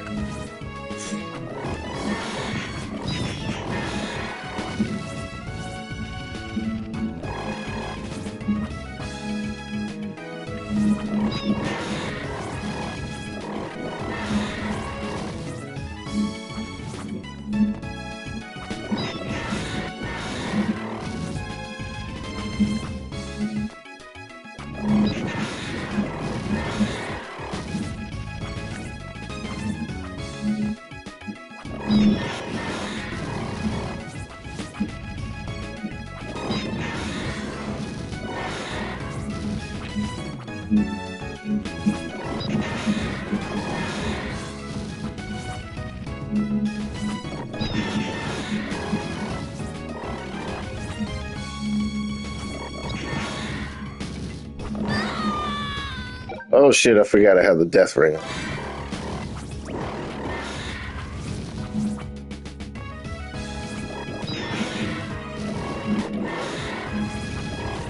I wonder how much easier.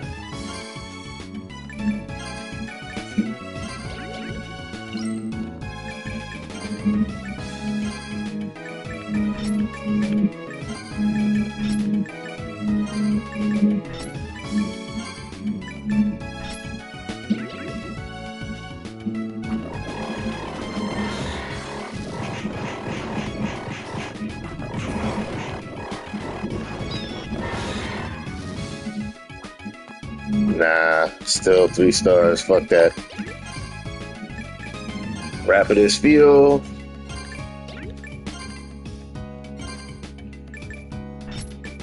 Brown back on. Put the moonwalkers. Put the moonwalkers back on. Put the death ring back on.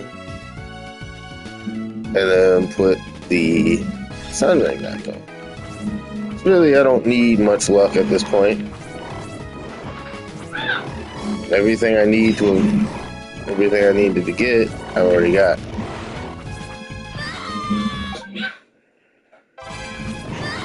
God damn it.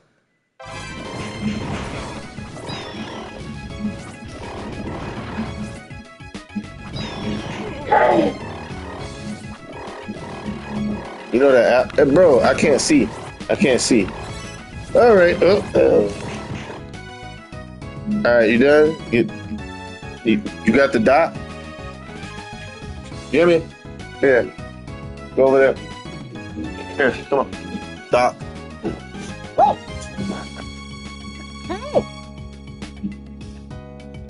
Hi, Roman. Yeah, my son loves playing Hyrule Warriors. One of these days we will do. Oh, go ahead, pick your file. I'm gonna pick. Which one you pick? Alright. Alright, go out. Alright. Hold on. What's up? What are the L and R buttons? What are the L and R buttons? What are the L and R? Okay, never mind.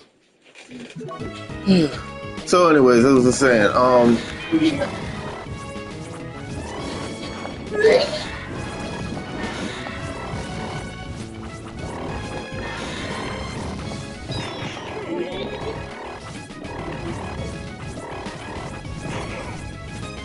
bitch. Alright. I don't ever have to come back to that area ever again.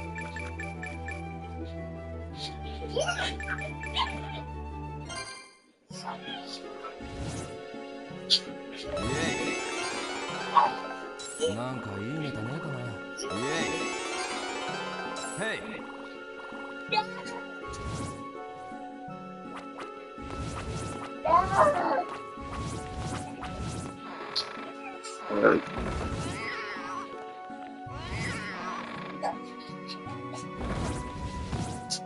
Hey!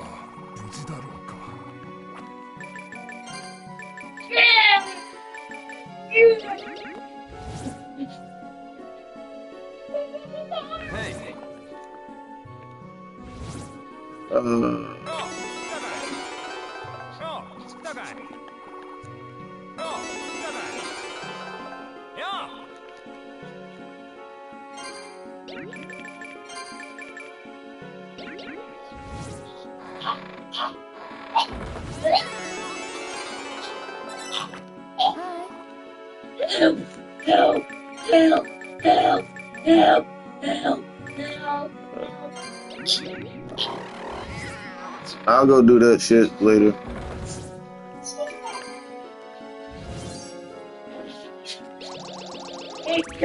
Alright.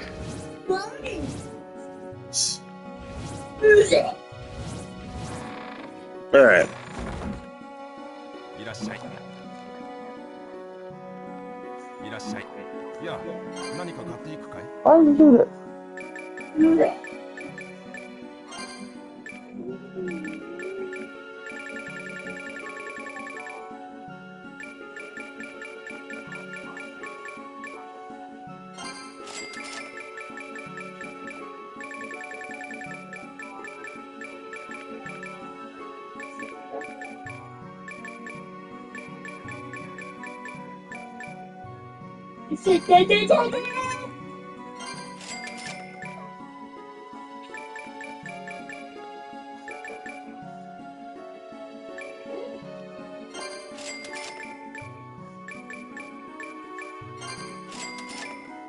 Bitch, you brother!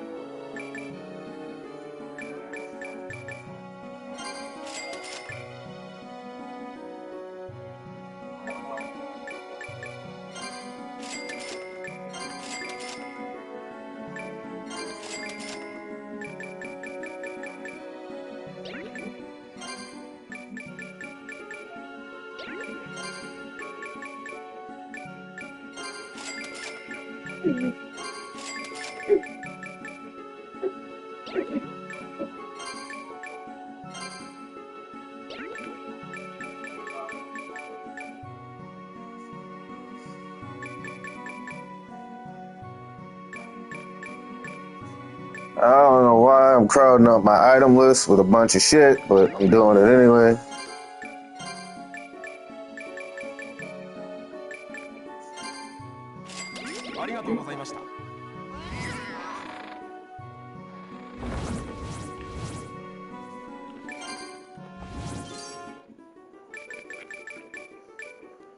Okay. Mystery Manor. Alright, so as I was saying, now that I'm done being distracted,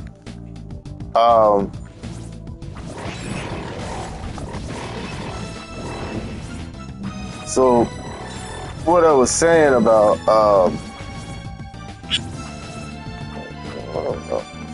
so what I was saying about, I've basically always had the best game consoles. You know, my mom always bought me the games. Oh, what the fuck?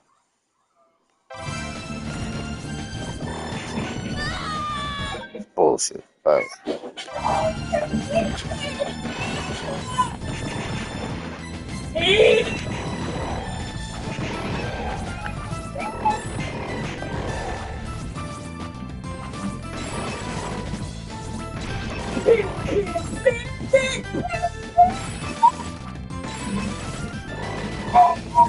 Keep it down, son.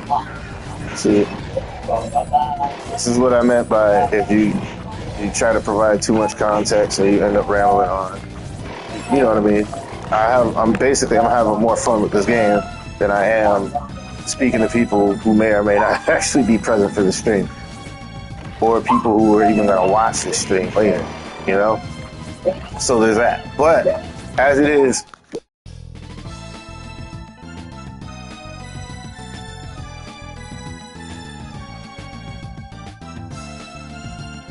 so as I was saying,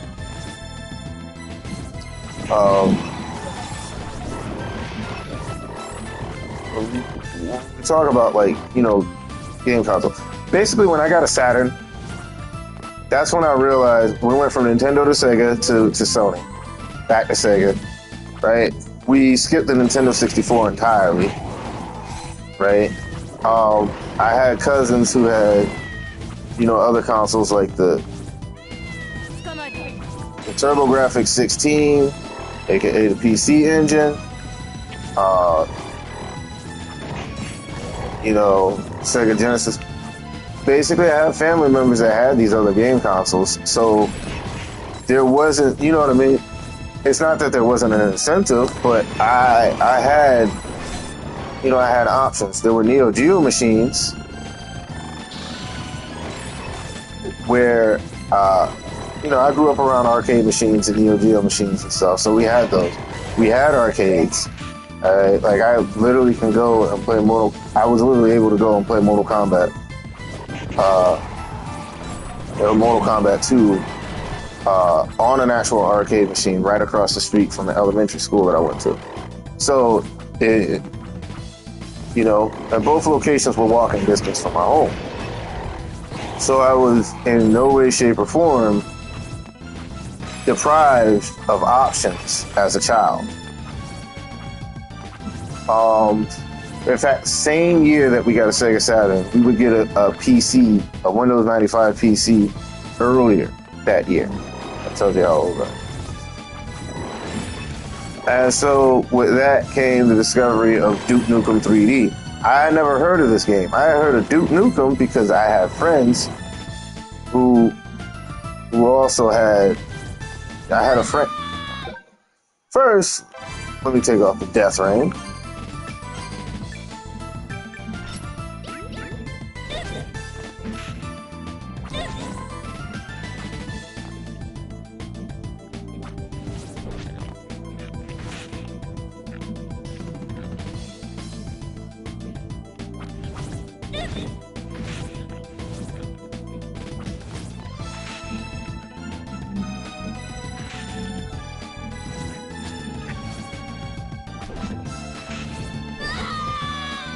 Oh shit.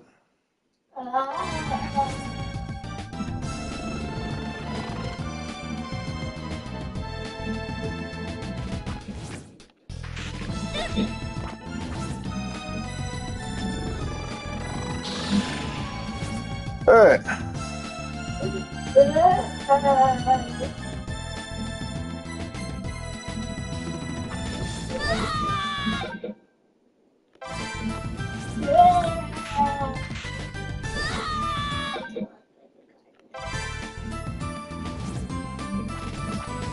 I'm only playing this damn reckless because Guardian. I'm dependent on that rewind function.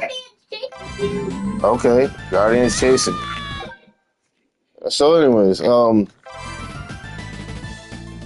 it's Daddy Daycare Chronicles all day, every day. Me and my son just chilling. But I'm gonna tell you right now, you got a child who just wants to be a child, they do get annoying. But you know, if he had a sibling to pick on, it wouldn't be so bad. But he ain't got that. Daddy had a Hold on.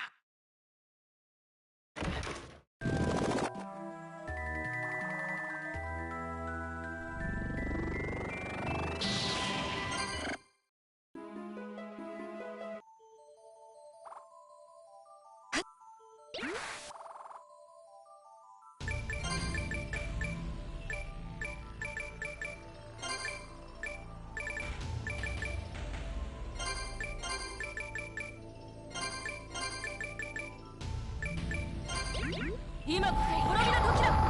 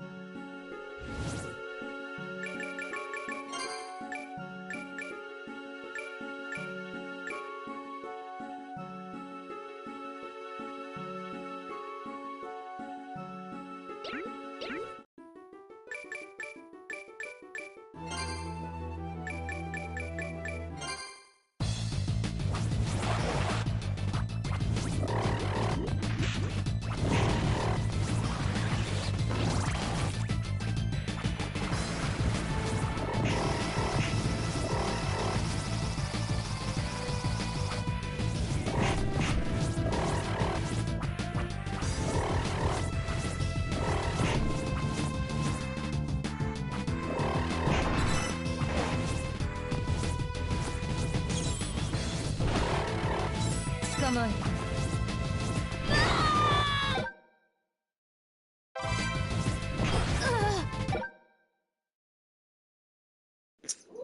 You gotta be fucking kidding me.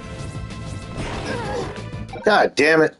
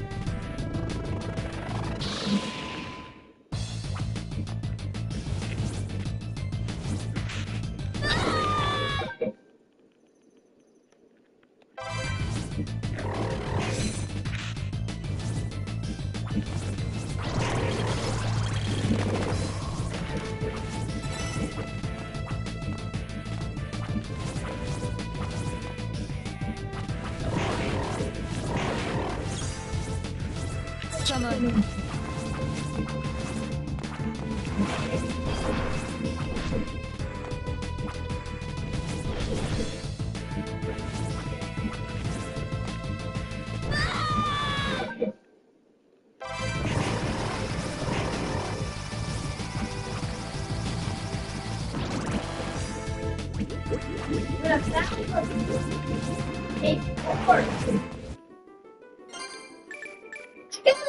Rescue board door. Okay.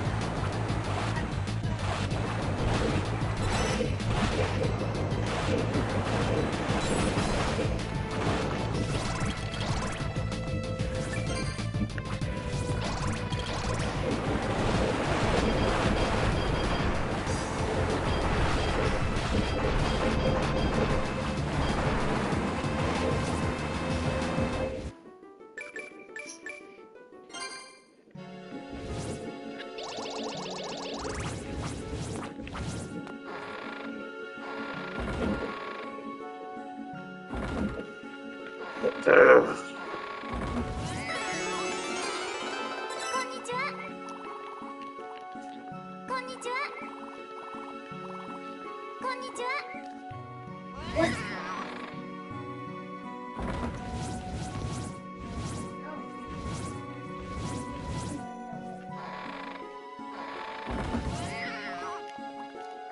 はい。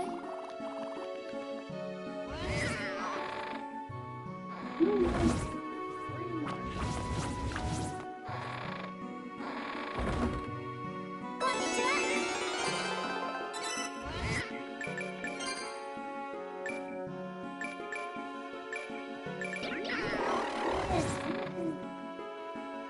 は。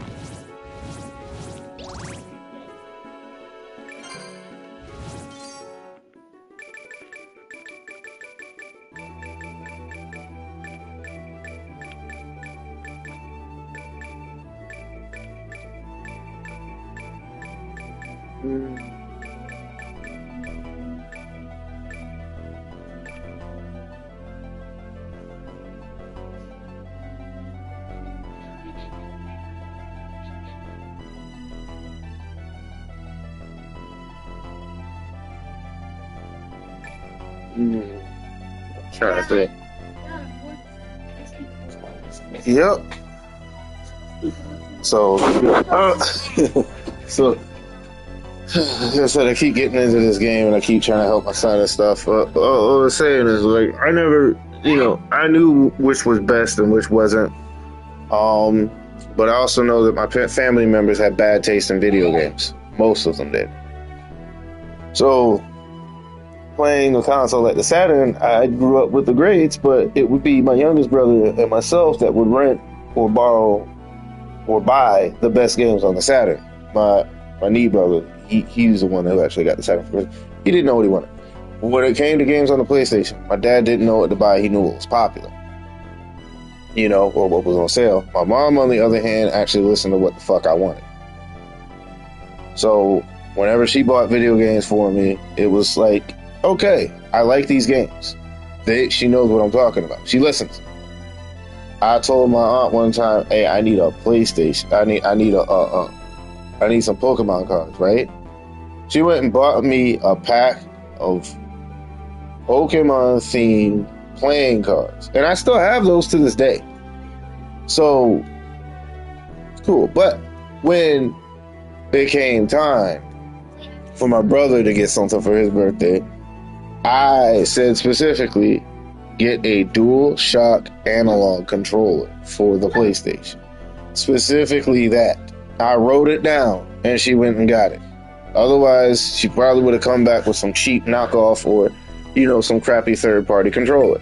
This is the type of stuff that kids had to do back in the day because their parents were basically numb from the brain down to this kind of shit.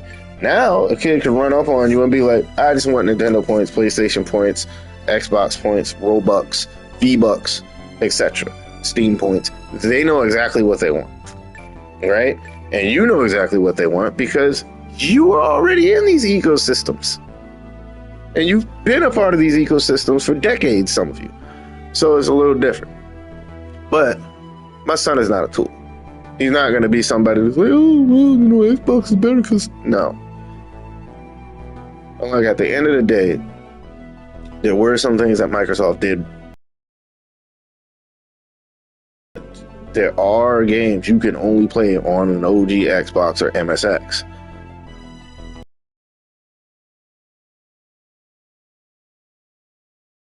You cannot play Space Mamba.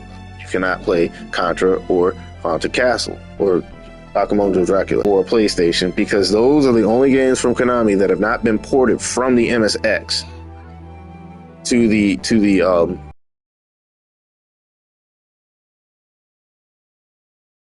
anything else. The MSX had 2 cartridge slots. The MSX had multiple different sound systems. The MSX had different versions by different manufacturers, as well as like Sony made and manufactured MSXs for Microsoft Japan. That should tell you something. Panasonic, Sharp, Philips. What do all these have in common? Nintendo.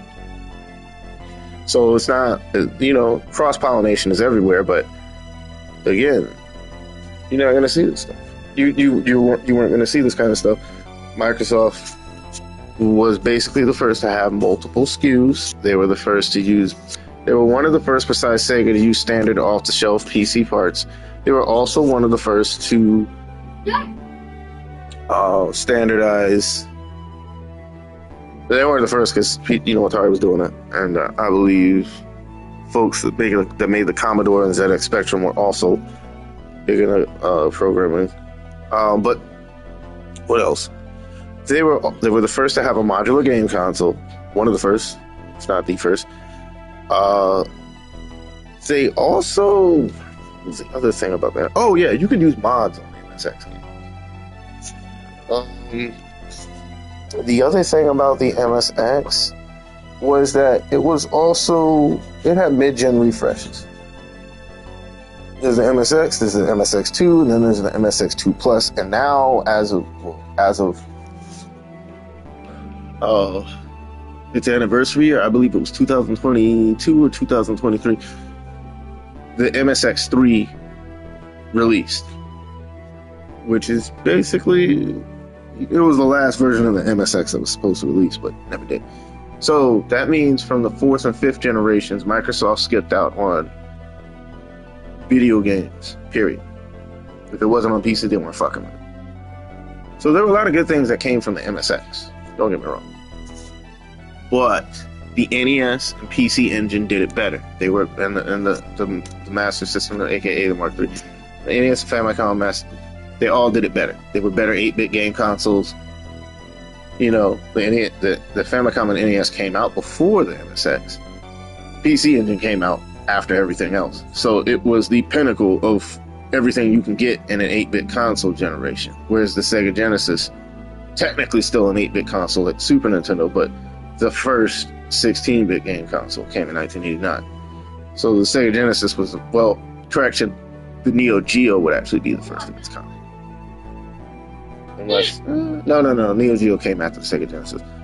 Whatever the case, you get, if you understand what I'm saying, the Sega Genesis was doing all the stuff that Microsoft and Nintendo were doing, except, I don't want to say better, but they were, in a way, right? The Sega CD, it brought what the PC Engine also brought to game consoles with the CD add-on. Sega also used card games for the Mark III slash Master System. There's a lot, that I could really say about those consoles. But again, I'm getting sidetracked because I'm trying to put too much goddamn context into all this. So what I was saying about my cousin going from a PS4 Pro to an Xbox One S, right? Because now he has a game console with a smaller hard drive, and it was lesser graphical. It was just in general a lesser graphically capable console, and you know, Microsoft would regularly told that they you know made the most powerful game consoles. Well, let's put it this way: if you come out in 2001, right, the same year.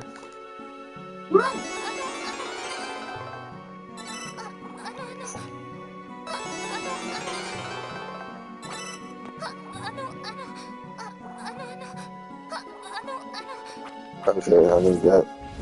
So I'll do the rest of her quest when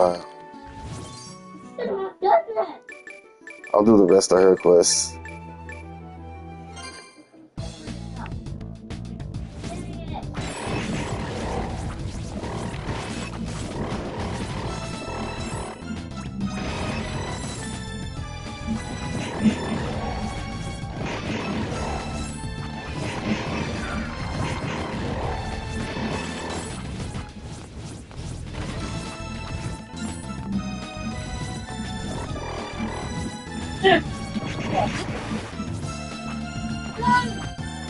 What was I gonna say?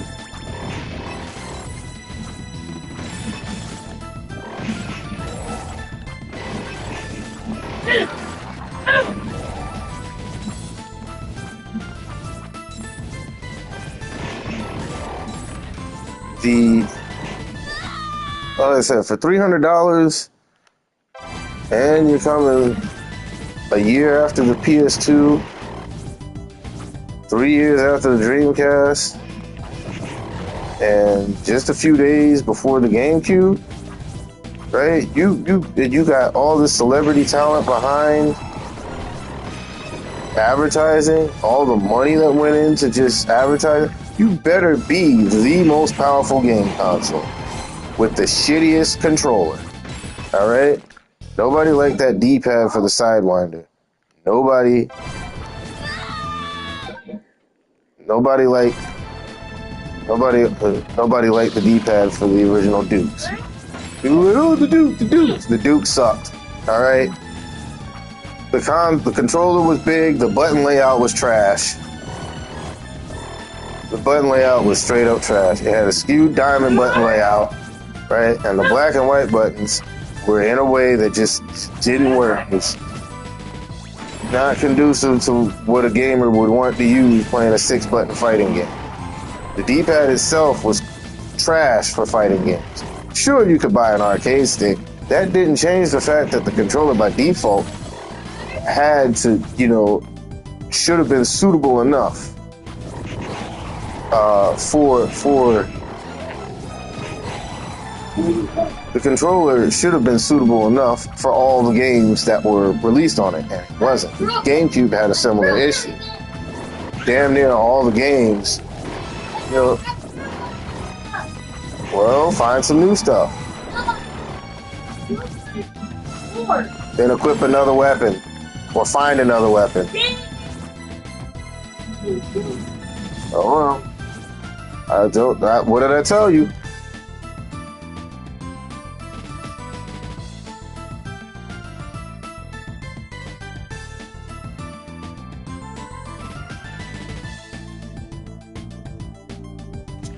All right, so I had to just tell my son, like, hey, you got to get it out the mud like me.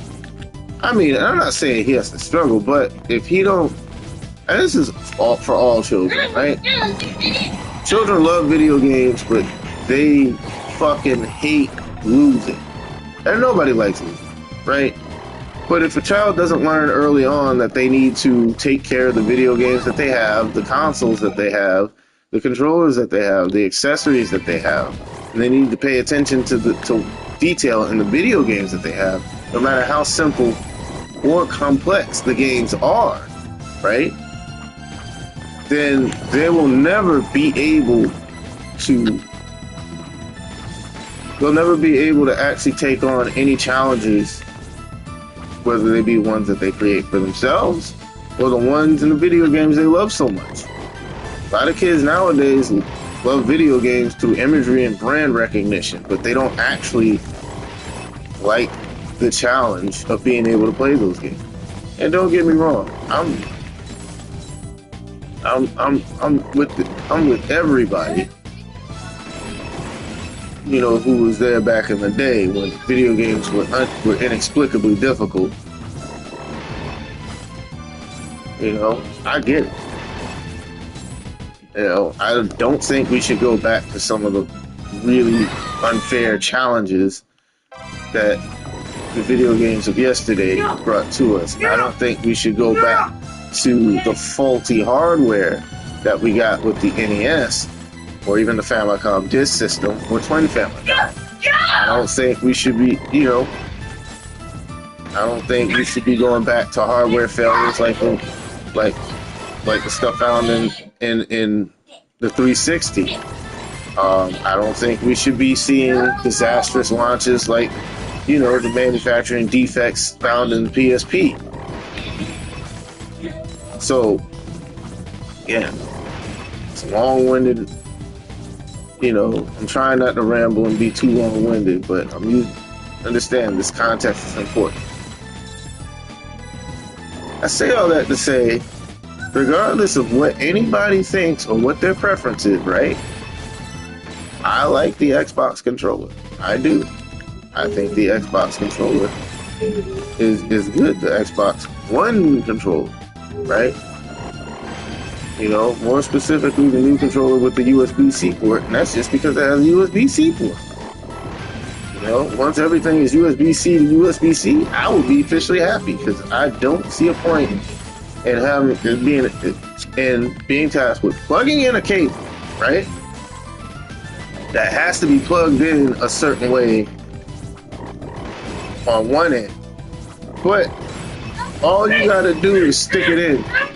There's no, you know, you ain't gotta look. You ain't even gotta look. You just feel around. Click, it goes in. You know, a USB-A to C is the most frustrating and ass backwards thing you could ask for. If the product already comes with a USB-C cable, you might as well go ahead and make that port, right? But Apple tried that.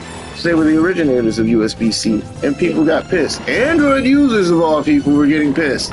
People who didn't even have iPhones were pissed off that the iPhone doesn't support USB-C. Now, I do question this because, again, they created USB-C. It took until the ruling in European courts and the iPhone 15, right, for them to standardize USB-C for everything. And what's crazy is the MacBooks and the iPad Pro and even the iPad and iPad Mini were already, and Air were already doing the USB-C thing. They had already made the jump to that fitting for data transfers, speed, and charging. Somehow, it took Apple forever and a day, and somehow it took consumers. Somehow it took consumers. Sorry, my son wants to yell and scream as if that matters. I never did that. I mean, I got mad when I lost, but not that mad. Not that. I don't put that much excitement into it. But anyways, somehow people didn't think that, you know, USB-C was good for everything until the first fucking iPhone adapted USB-C. That says more about people than the company that creates the product. You got to think all those Android devices that have been using USB-C, a form factor and transfer speed as well. You know, an offshoot of Thunderbolt, right? Which is a thing Apple created. Talking all this shit about Apple, and here we are. The one company that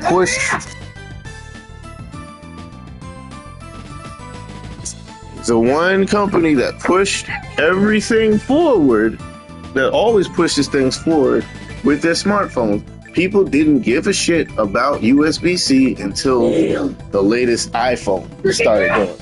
This is kind of the deal with Microsoft. Nobody cared about high-speed internet on game consoles, right? They just cared that gaming was online on a home console. That's where the PS2 came in, first and foremost. But the Xbox made it easier and standardized having a broadband connection. So, only people who played Xboxes knew this. Here's the thing though. Microsoft didn't pioneer that. They didn't even pioneer digital distribution. Sega and Nintendo did that before them. Okay? Disk drive add-on. Again, this was something Nintendo did with the Famicom disk system, and what Microsoft did with the MSX. But it only mattered, right? The one time it mattered. It didn't matter when Valve did it on PC with Steam. Digital distribution didn't mean a damn thing, right? It meant something to PC owners. Not having a disk drive wasn't a big deal to PC owners, right? But digital distribution was a thing that nobody cared about, right? Even though Valve had already done it, even though Sega did it with the Sega channel, right? Sega had a pseudo Sega channel in Japan like a few years, like 4 or 5 years before the US too. So it was already piloted in Japan. So they had already been doing the thing, right? Nobody cared about online gameplay on game consoles when, the X-Band was out on the the Super Nintendo and Sega Genesis. Nobody cared. Right? They only cared about online gaming when the PS2 did it. And as far as broadband connections, they didn't care about not at all. The other thing is like, okay, so you have that walled garden with, Xbox Live. You gotta charge people to play games online, right?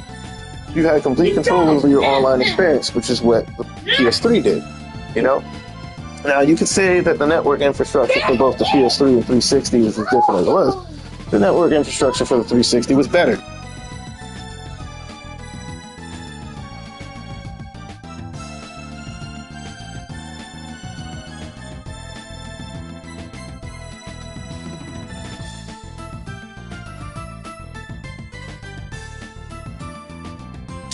So, again, I'm going into this long-winded.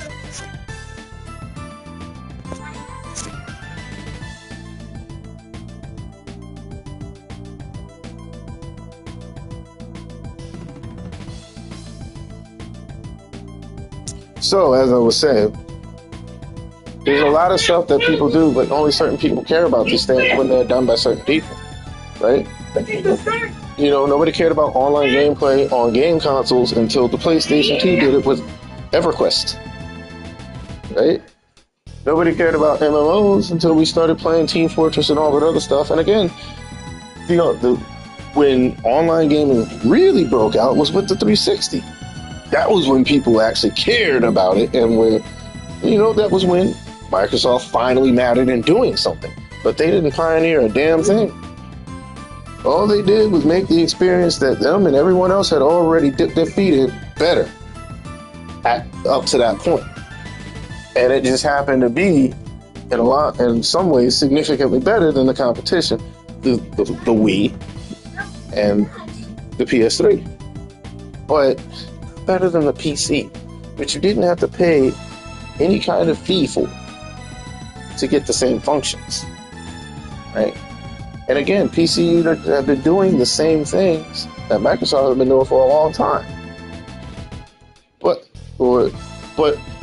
nobody cared that it was happening on a Windows PC or Mac until Microsoft showed up with Xbox Live on the 360.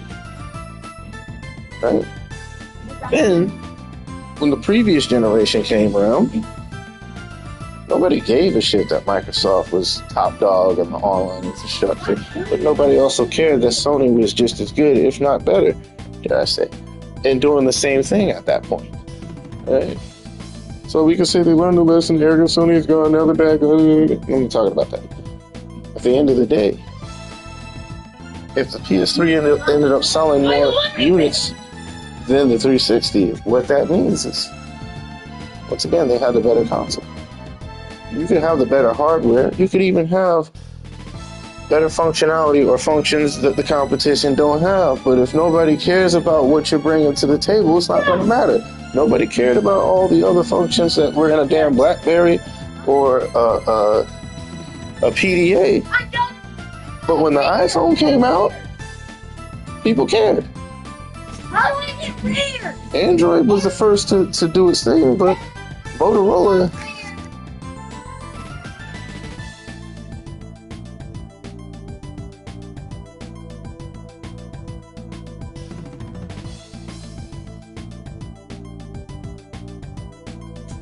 So, I say all that. I use all that context to say people don't give a shit unless a certain brand or a certain person is talking. Which is how we come full circle to the thing I was initially talking about, which was politics and stuff. It is important to be entrenched with current events. It is important to know. It is important to understand what's going on in the world around you as well as your community, your country. Because you don't want to step outside and get the shit slapped out of you with a fucking Category 5 hurricane, do you? No. You don't want to get, impaled by a sharp piece of hail, You don't want a meteorite to blow a hole through your chest, because you didn't read that there was a meteor shower. And you certainly don't want to walk outside and get beat up by a bunch of crazy Trump supporters or far left, leftist, rightist, liberal, whoever, because you didn't watch the news talking about how these people are stupid, and they want blood, and then at the same time, you got to have some kind of awareness because it's important. You got to have some kind of social and political awareness because it allows you not to be ignorant, It allows you to understand the people in the world around you.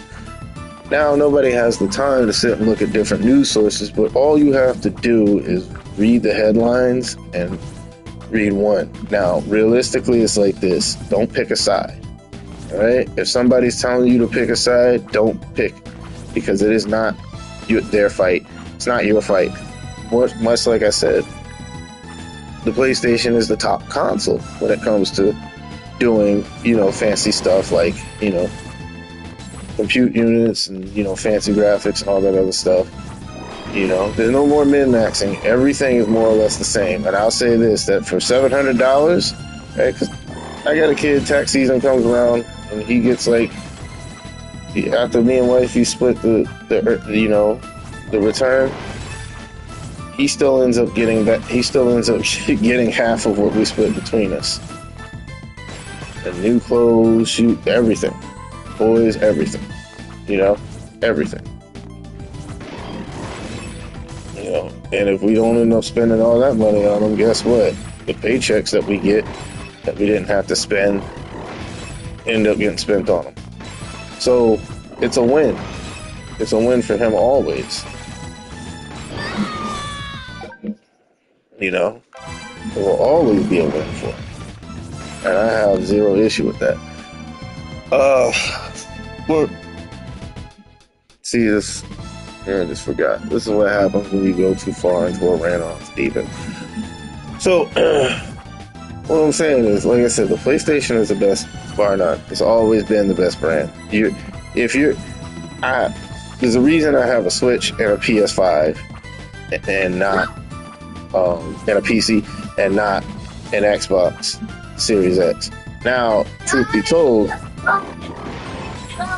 I didn't know that Microsoft was gonna blunder, was just gonna fuck up so bad, right? I had no idea that was gonna happen. All right, the Xbox Series console has not been selling all that well. It's not flying off the shelves. When people talk about playing gaming on a game console, it is always a PS5. The PS3 was the only console generation where Microsoft actually had the upper hand. And in true Microsoft fashion, everything they do that would have set them up as a market leader or got them ahead, they decided to not use any of that goodwill to catapult themselves ahead. Like, And that's the big issue. Bill Gates is no longer at the helm, and Microsoft, despite contrary to popular belief, are just as complacent in running that company. Microsoft is just as complacent in running the company as Sony is. The only difference is Sony knows you are going to buy the overly expensive shit that they have that they're selling for you. Meanwhile, I think people forget Sony has always been this area, right? They've had good quality products, far enough, but their Vio series leaves a lot to be desired. Their Ericsson series, though, again, who the fuck is gonna buy these, right? They've always marketed themselves as sort of an enthusiast and high class. You know, they're the bougie side of electronics and technology, and they always have been. Apple is, you know, the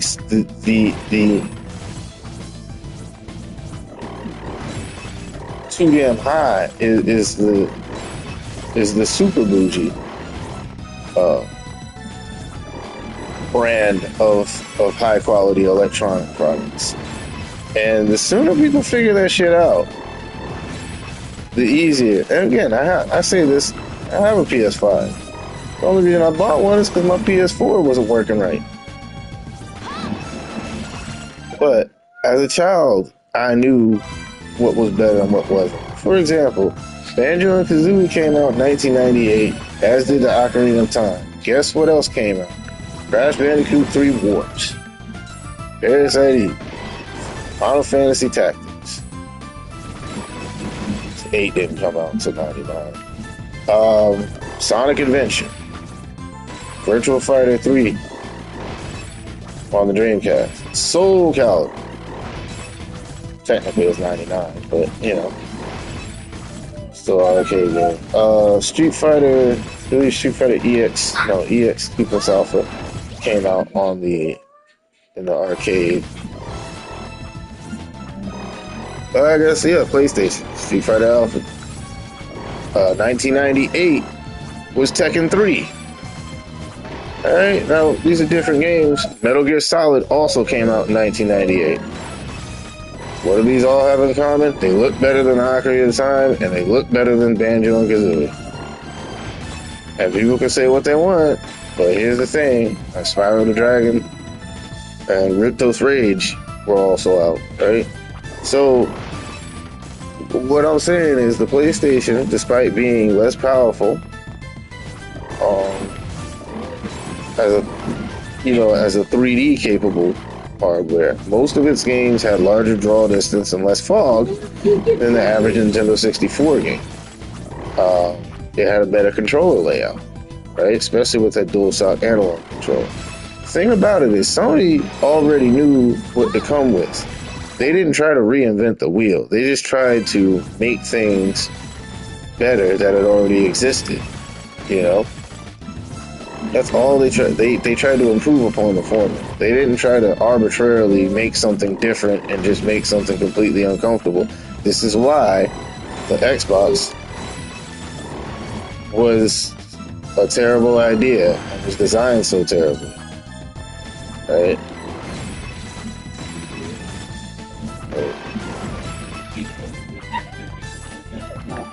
Yeah.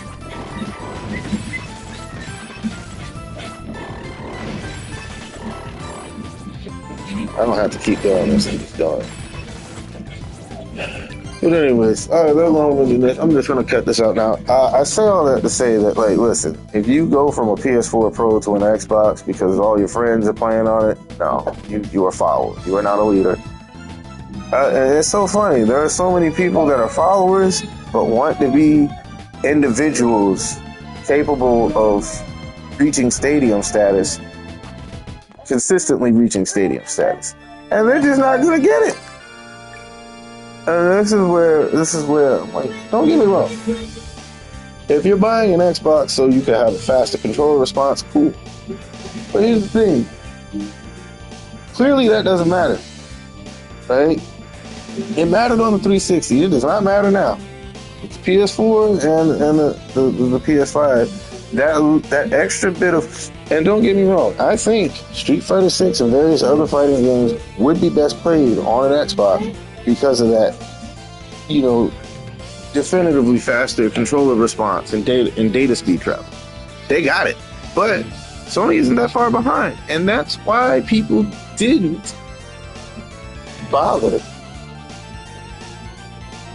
with what Apple was doing with Thunderbolt and Firewire and USB-C. Number one, it was their proprietary format for a time. Number two, it was new.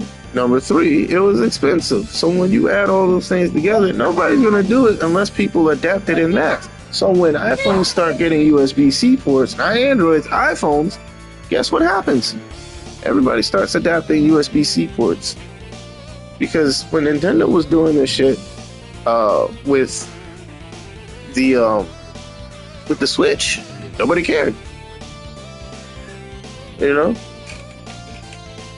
It was just a convenient, form factor for again, data speed. For data and energy speed. So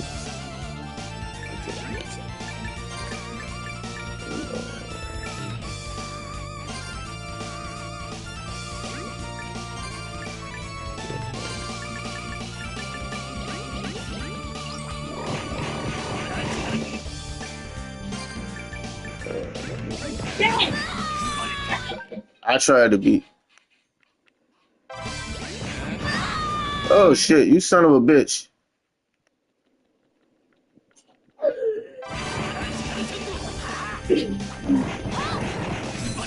Help me!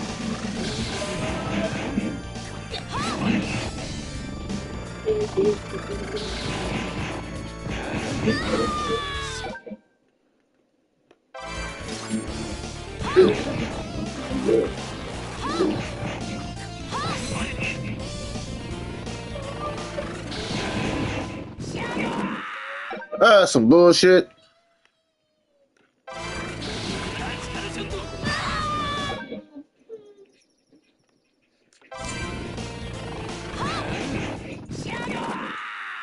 That bitch.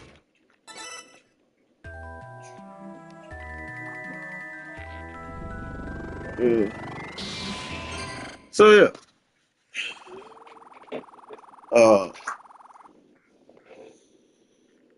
Again, I am trying to be less long-winded, but I guess practice makes perfect, right? So just bear with me. Rapid as field.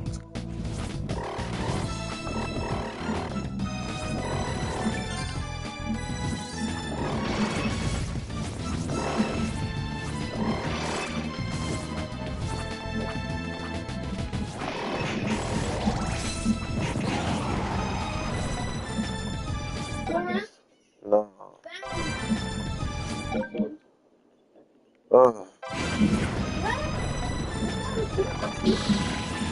Yeah, you gotta find like 150 of those damn things. Good luck. I ain't even found them all.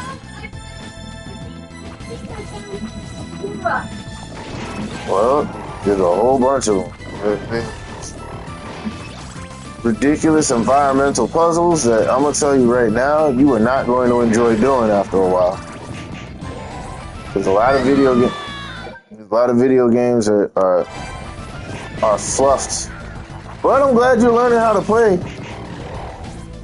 It makes me proud, son. It really do. It makes me proud. It just may help you get good at the damn game too, because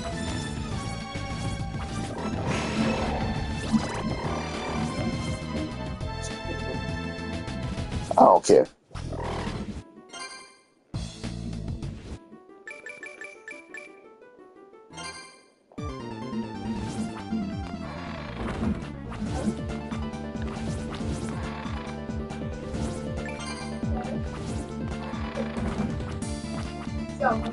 Make me drunk.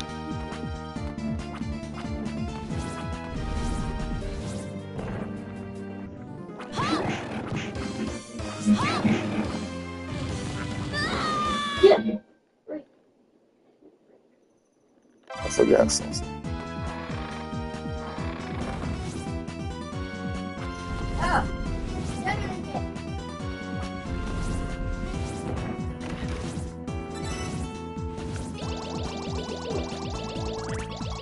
God damn. God damn.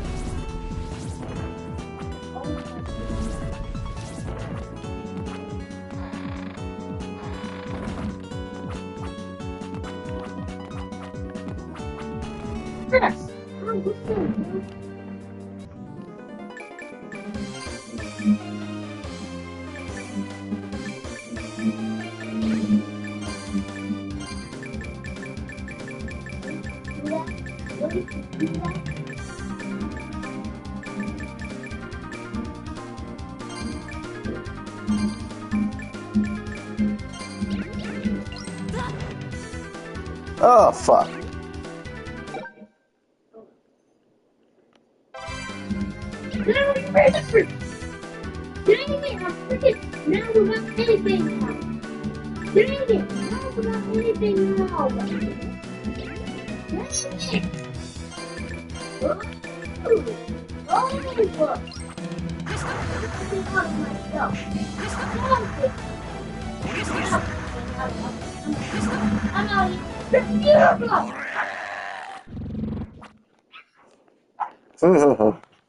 Well, then.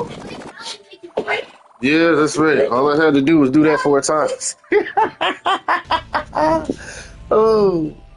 All I gotta do is do this Glyph Union, man. I'm gonna be fucking these bosses up. I found an even easier way to do this.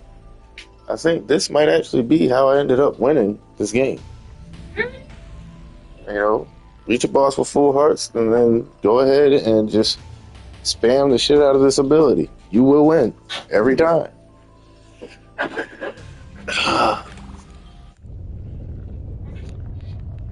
Castlevania. Demon Castle Dragon.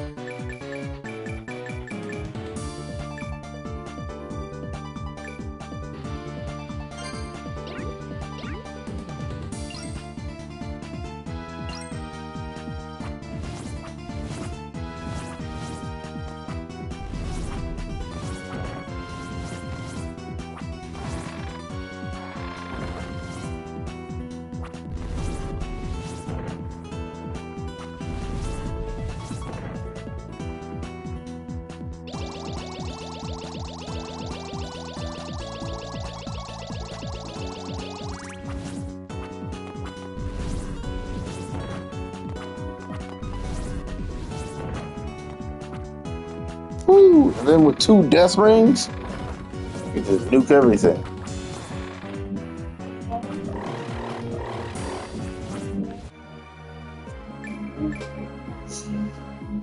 Ooh, ugh.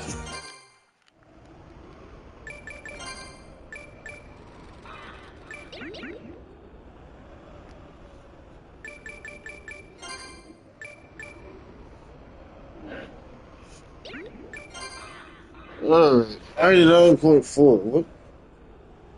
Excuse me, I gotta use the bathroom. In fact, I've been playing this for like. I'll come back. No, I'll be right back.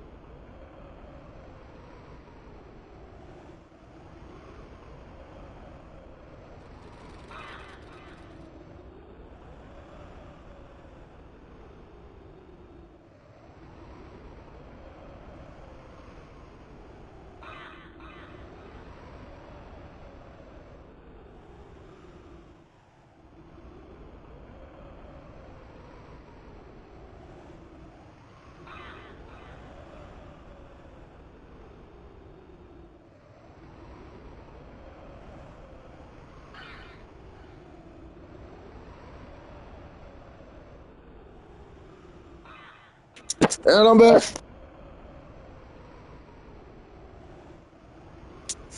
I'm actually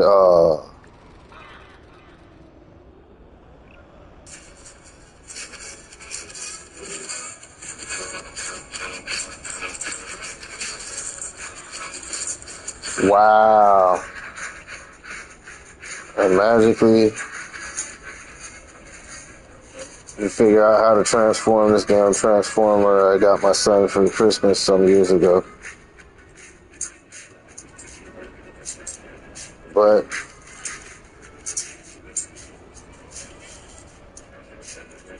I was trying to build Commodus. Defensor was such a bitch to find. I don't think I found any of the parts to him except Jazz? No, he couldn't have been. It was like Quickslinger.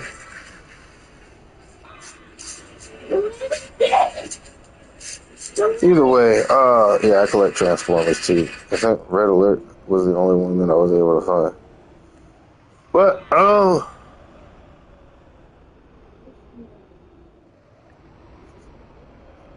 What? giant robots. What? What's Tuesday?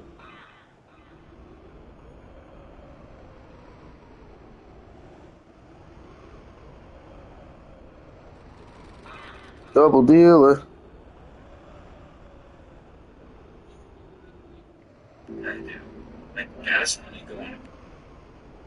Oh my goodness.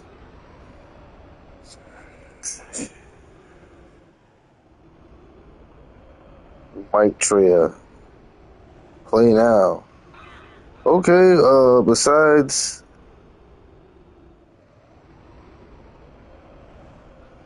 I hate watching a video and not seeing any gameplay. That is probably the most annoying thing to have to deal with.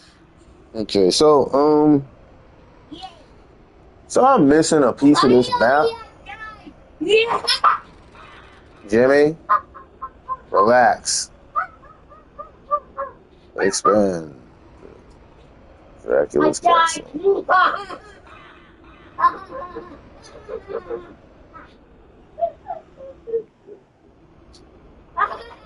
Really, nigga? Alright, so I take this.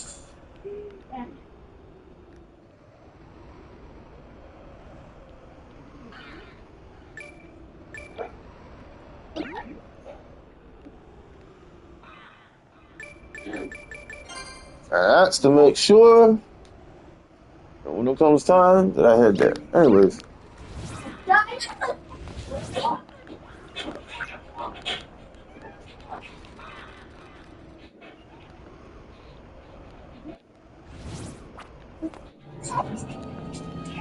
The Nightmare Gate. So anyways, said all that long-winded shit just to say that I don't have any brand loyalty to Microsoft or Sony, but at the same time, I know exactly what to expect when I buy a PlayStation, and I have yet. And I've been buying the PlayStation for myself. Basically, every single console generation they've been in the race, so to say. So, or they've been in competition.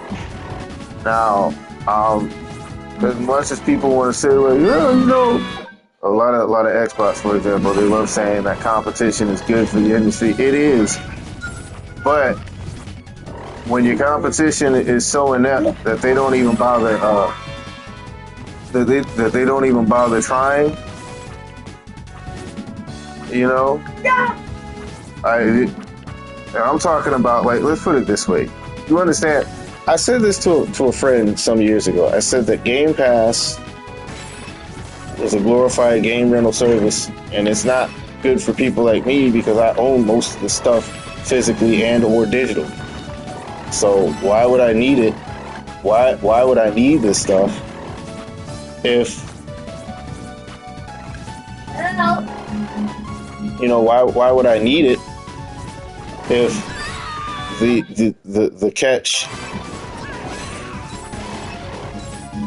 why would I need any of this shit if majority of the games that I'm renting I already own?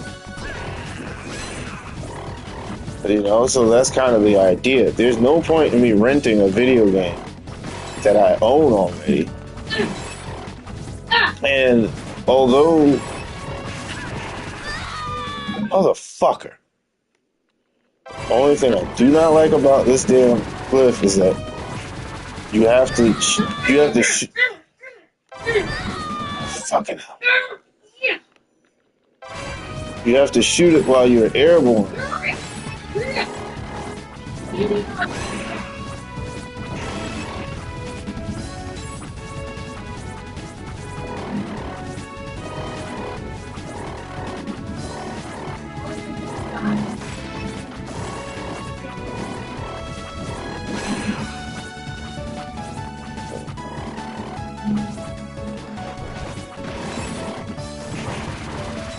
Oh, listen.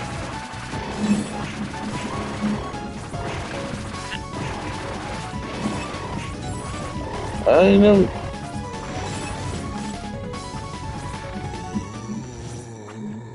Yeah.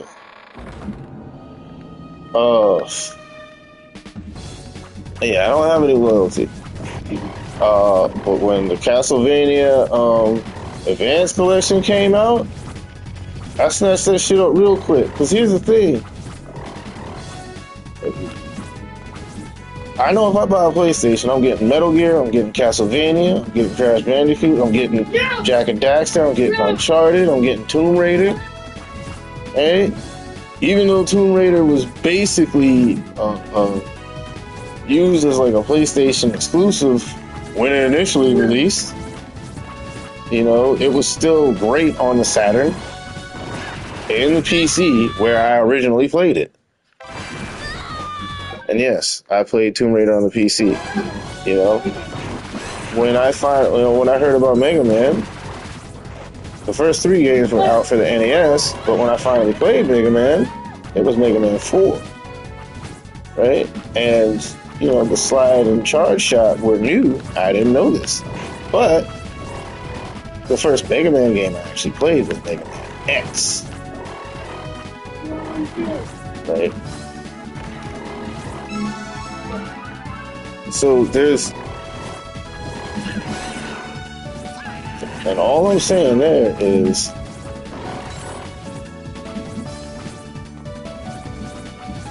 when it comes to exposure, yes, I was exposed to very specific things. You know, this kind of helped me get privy to, wow, I mean, you know, that exposure got me a little privy to some of the stuff that had pre-existed, you know, or that was eventually going to exist. For example, I never played a single Ghouls and Ghosts game in the arcade, but I played Ghosts and Goblins on the NES. I didn't remember it running at 30 frames per second until I played it recently, right? But it's because of that experience playing that game that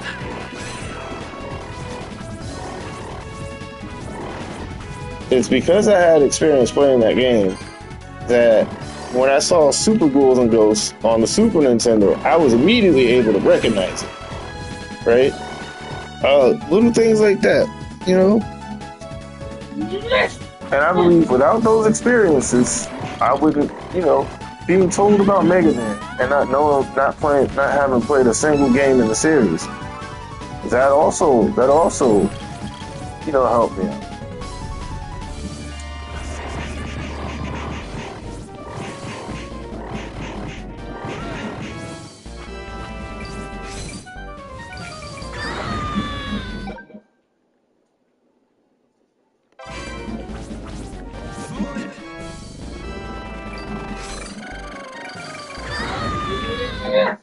There's no possible way though.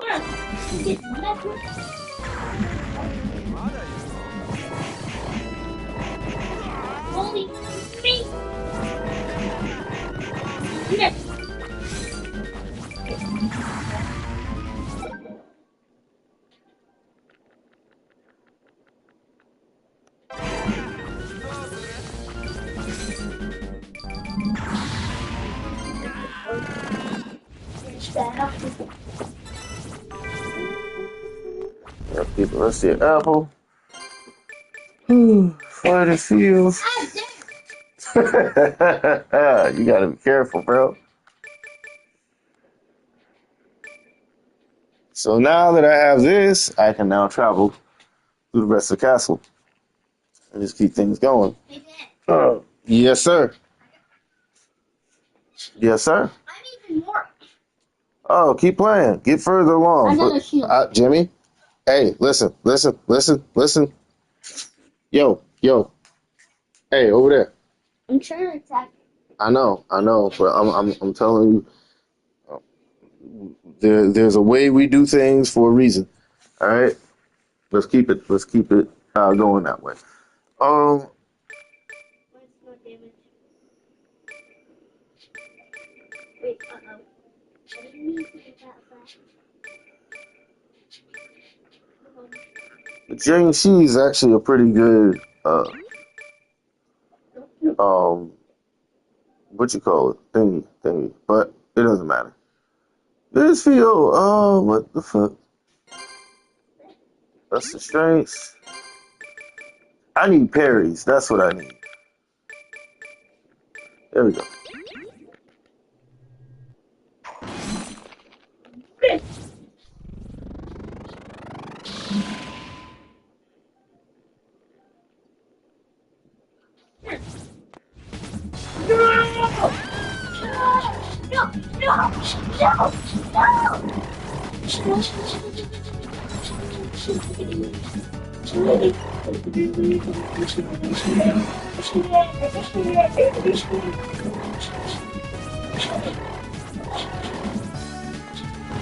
Calm down, my boy.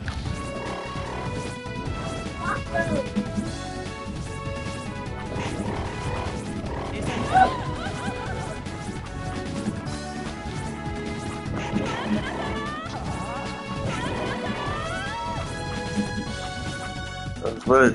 All for your dad. Wasn't going with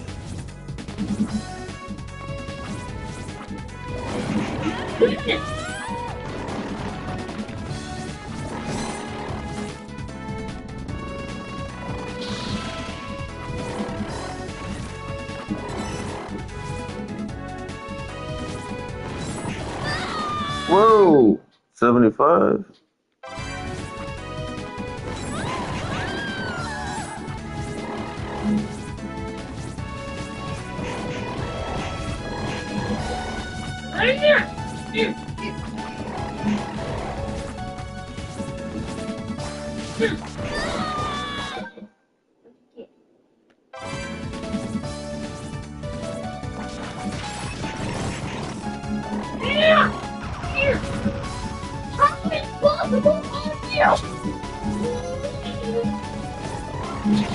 What did I tell you? You lose, you just lose.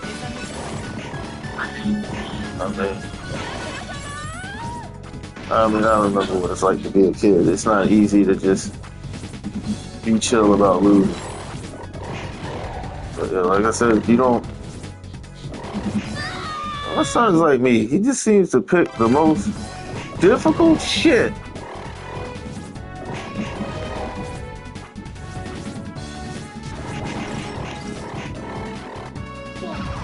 But he does it with so much pragmatism and just. Can I use that? Let me see.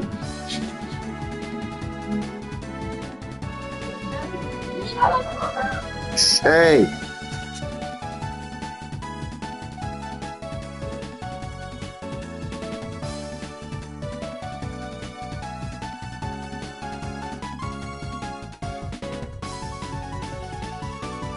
Check this something out.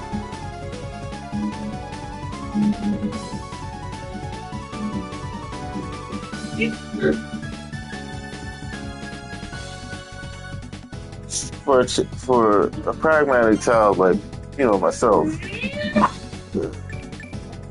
it's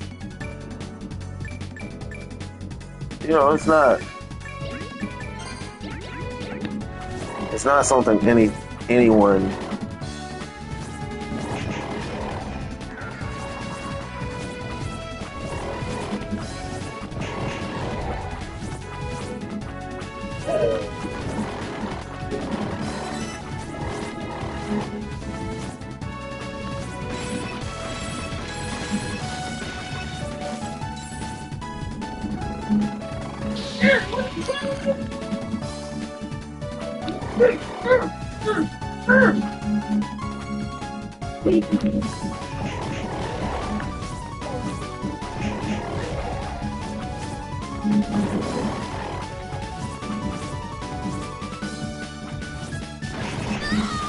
Oh, what the fuck?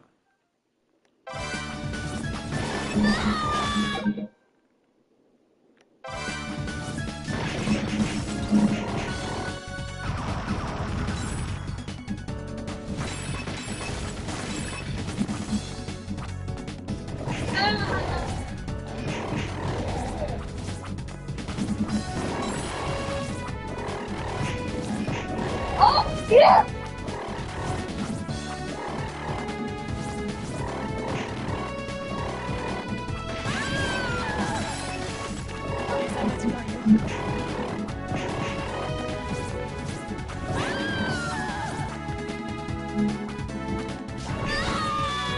Fucker.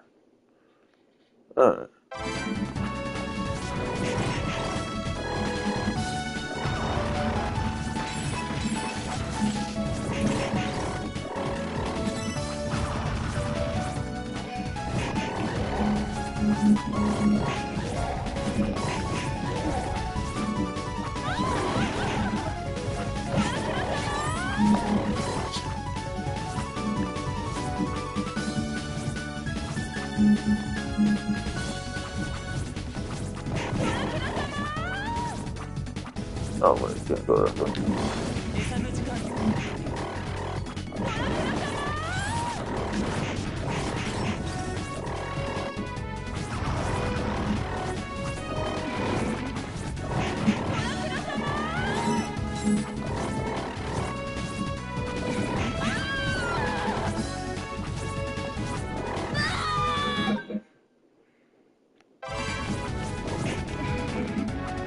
I just imagine.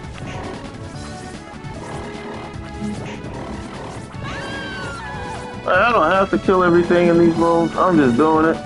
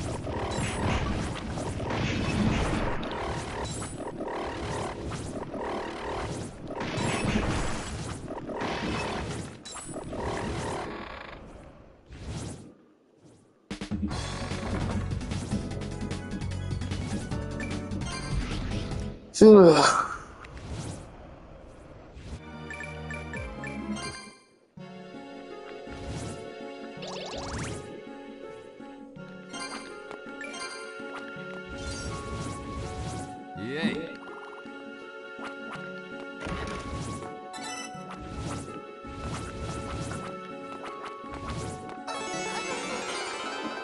こんにちは。こんにちは。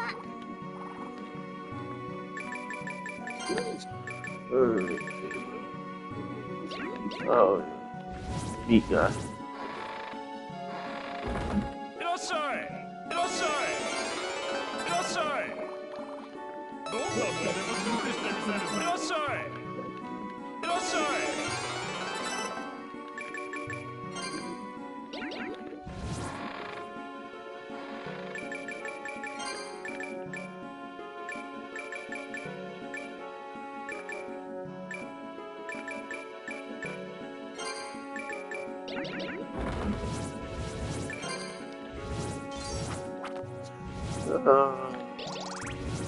What else I got?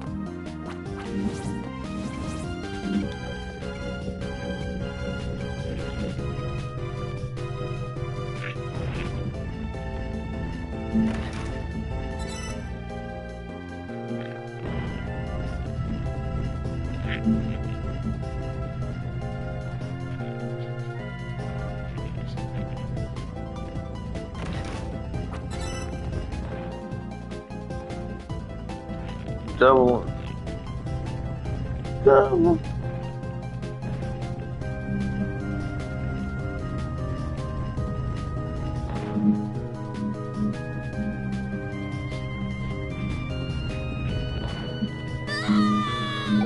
I just did that just for the hell of it. No. This is also why I do a rewind. Yep, I get killed from that too. That's a bitch. Ain't that a bitch? You are not impervious. You are not. Just because you're in the wall does not mean you're invincible. So why the fuck, when that dude goes in the goddamn wall, I can't hit him? So I'm talking video games, you design with that bullshit.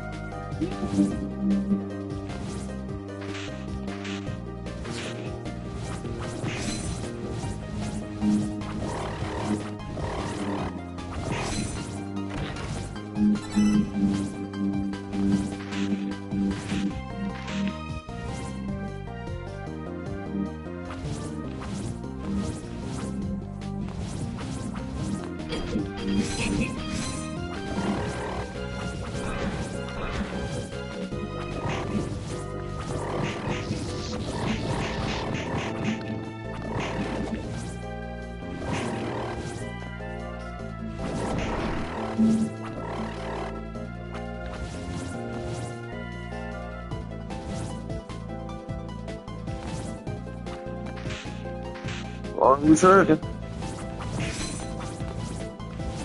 As long as we tracking.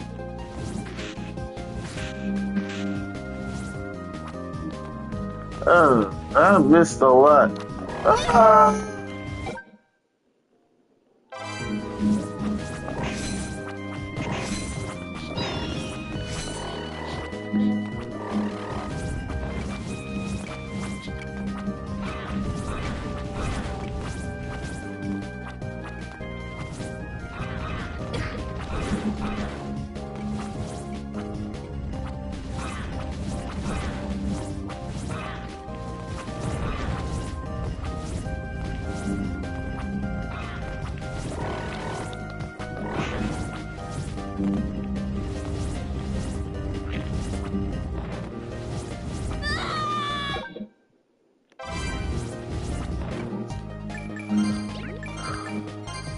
Put the damn death ring back on.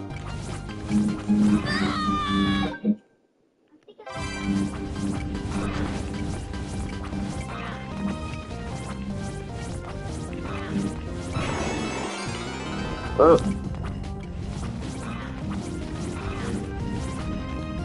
No, that's finished.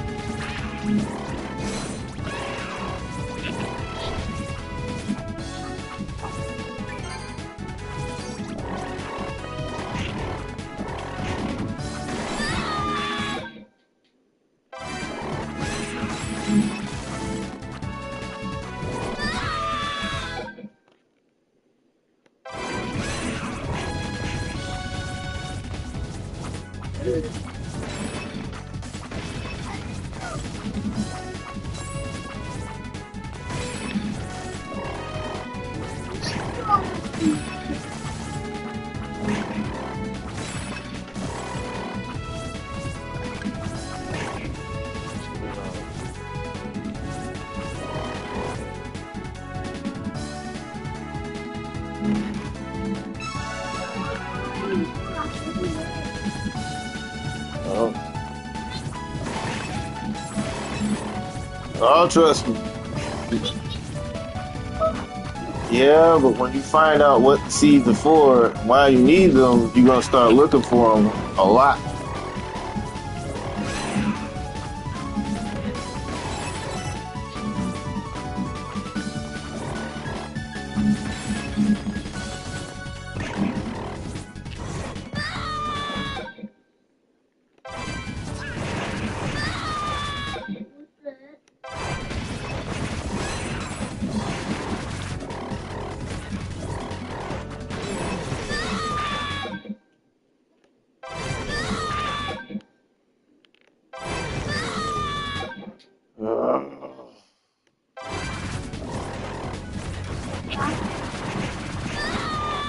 Motherfucker.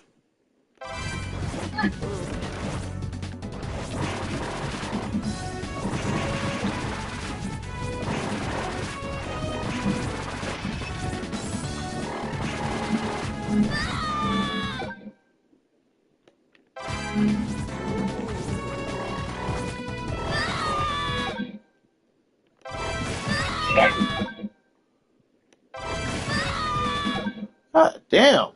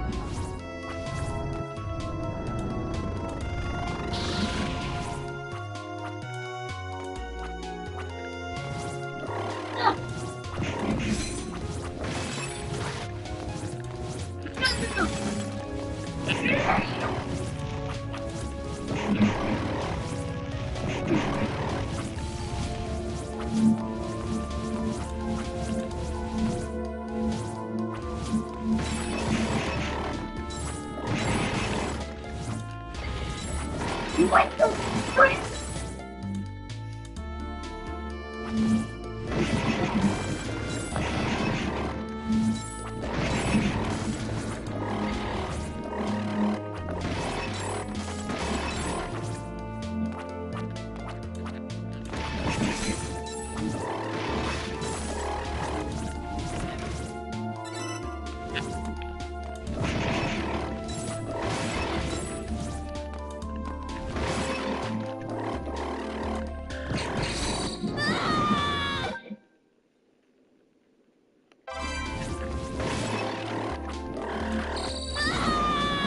Oh.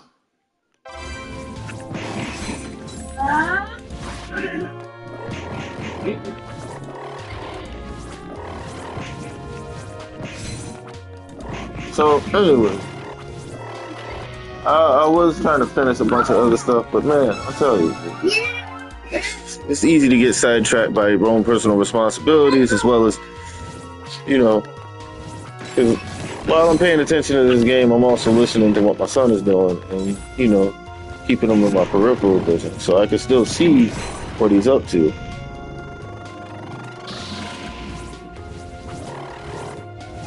You know?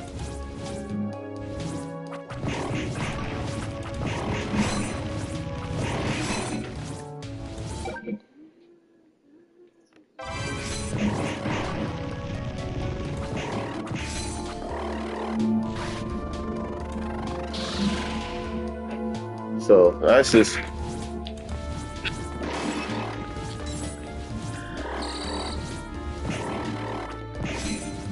bitch.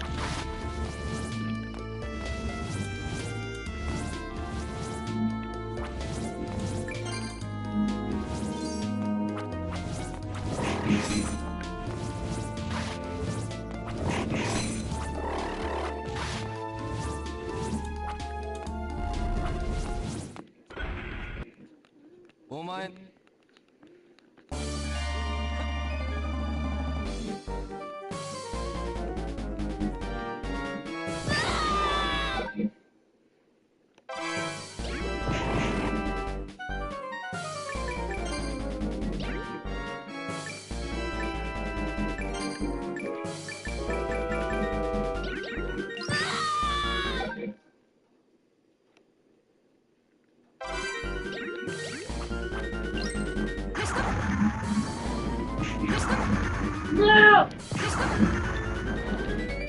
No! Damn it!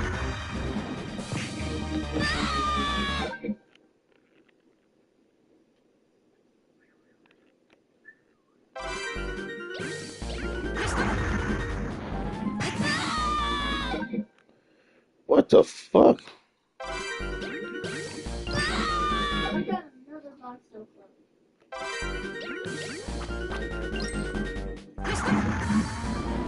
One, two, three, four, five. Should kill you.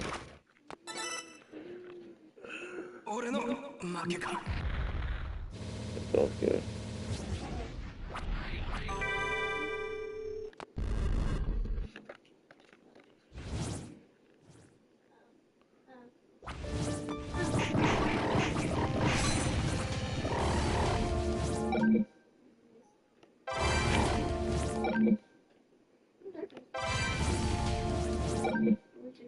Dude, right?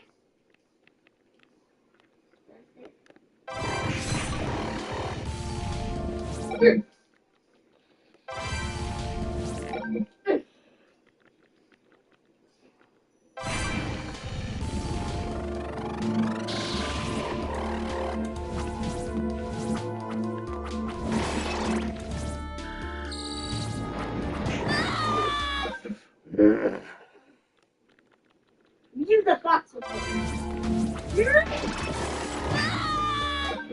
Seriously.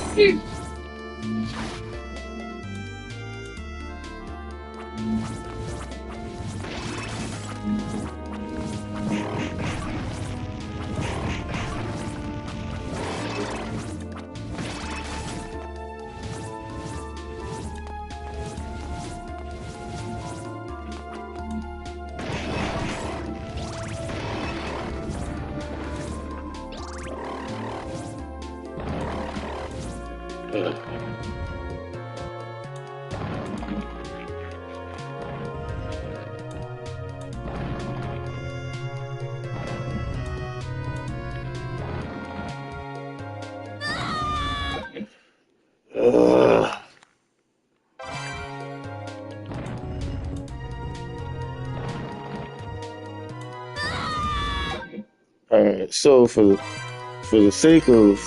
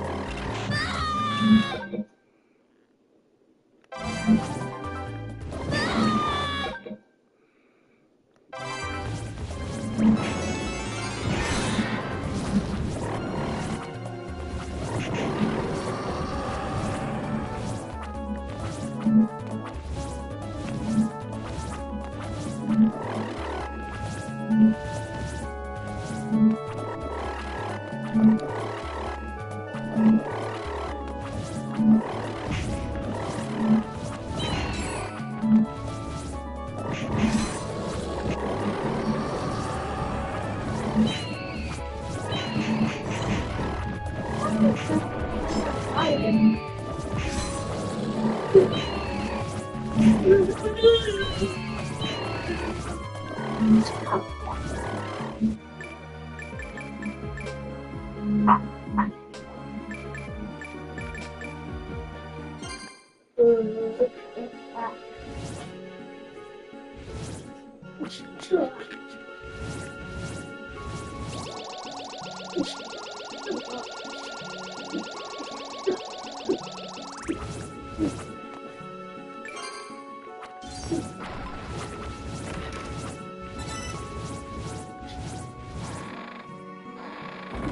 んなもんでも調理してみせるぜ。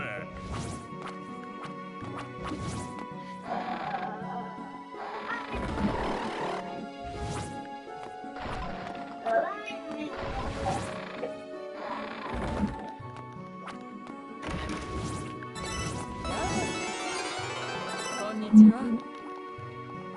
こんにちは。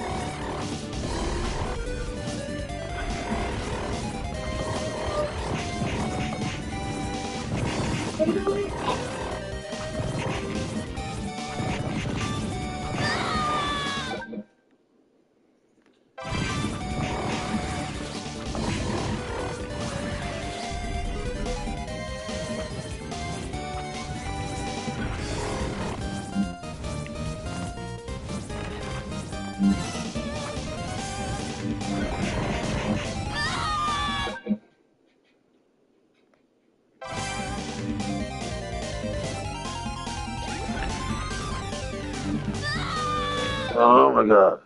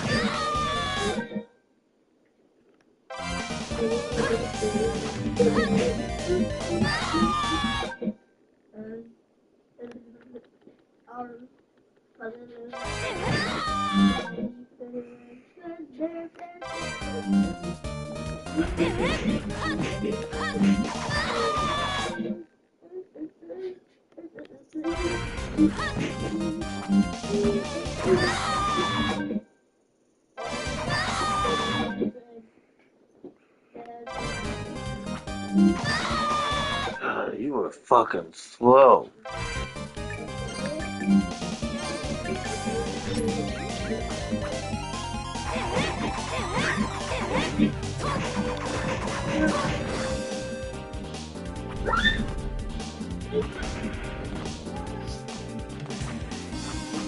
Come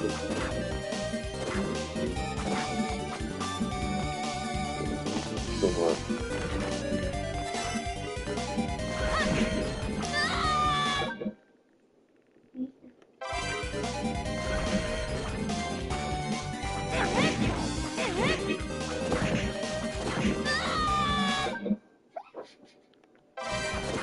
No. Get out! Get out!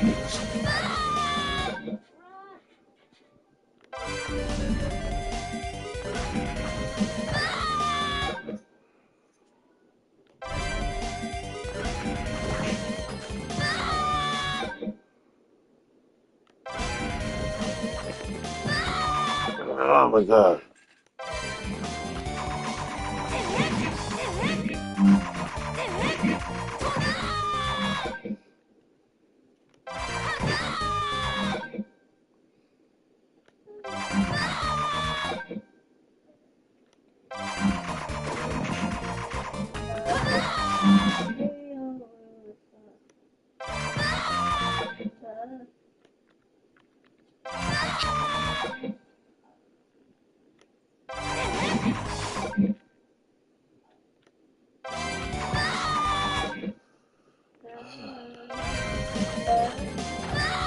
God damn.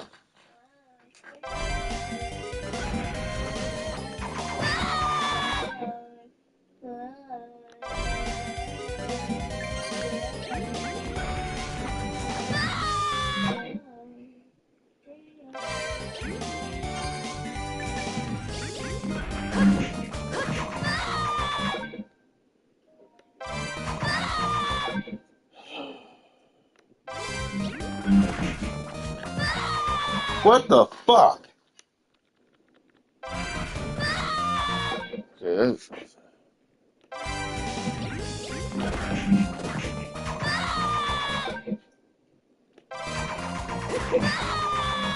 What the fuck?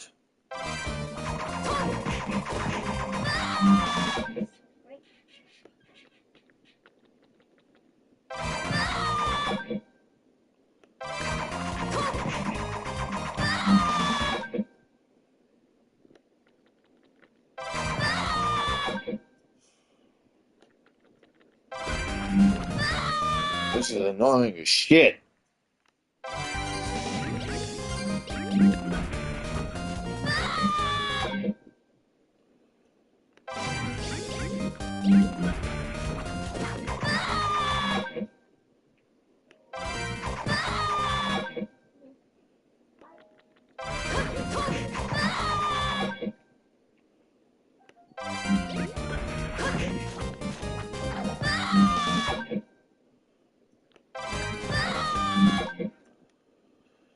Uh,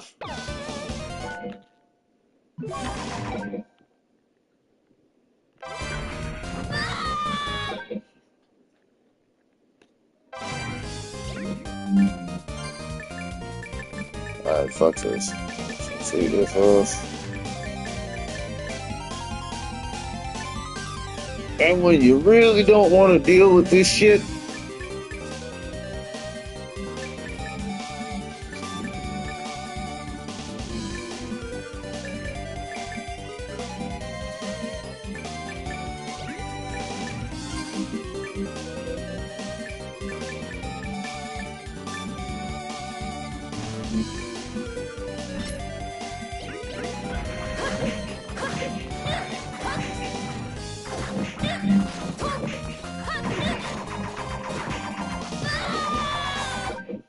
that is still trash.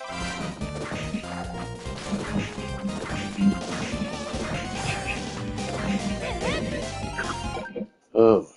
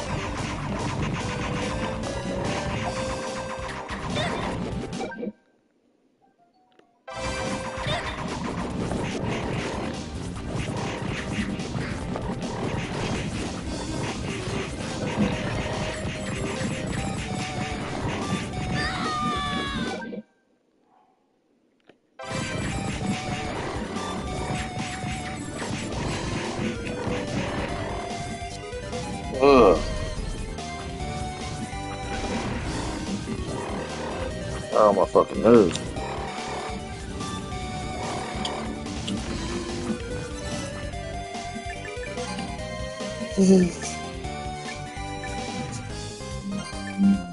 But yeah, you're too slow if you have this. Don't, not good. Moonwalkers are great, but winged boots are better. Winged boots are better. Mm. Having an invincible dodge should kind of be an attribute of like the item that makes you move faster, but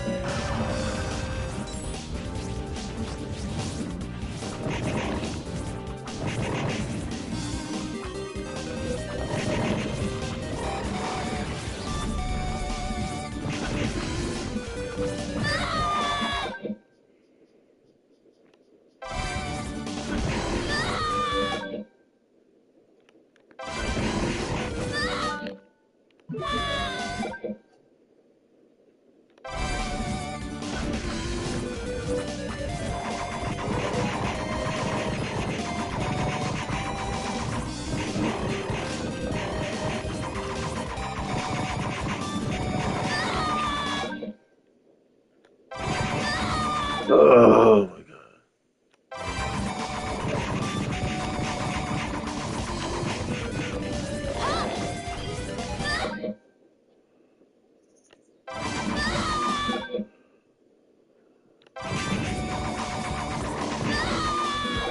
Man, what the fuck?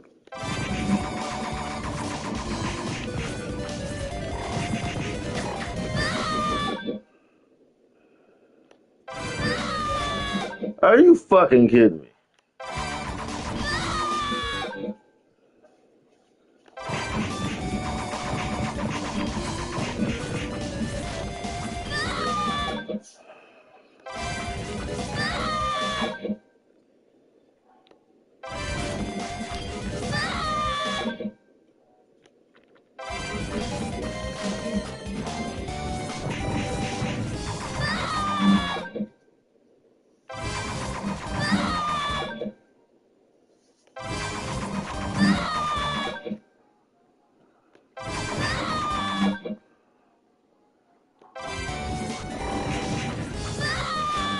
No, I hate.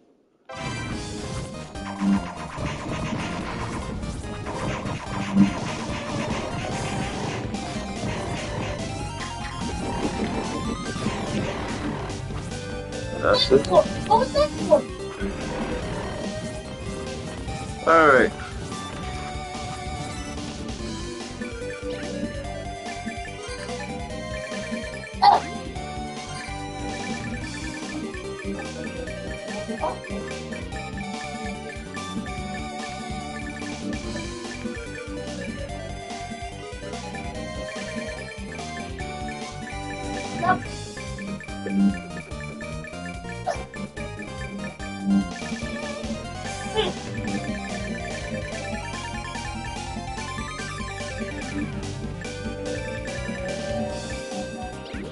All right. 闇よ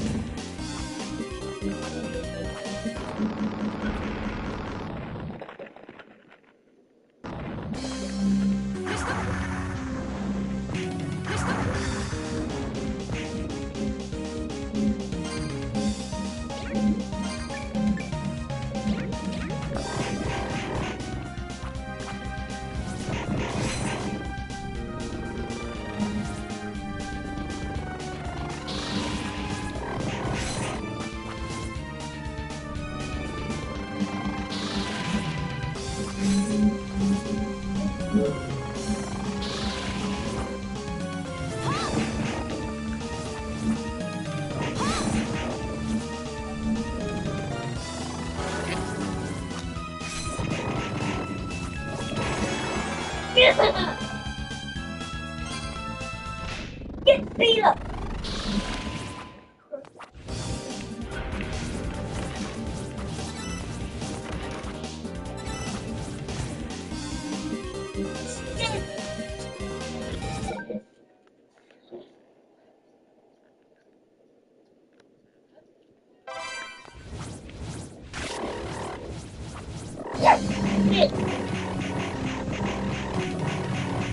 Yeah! Yeah!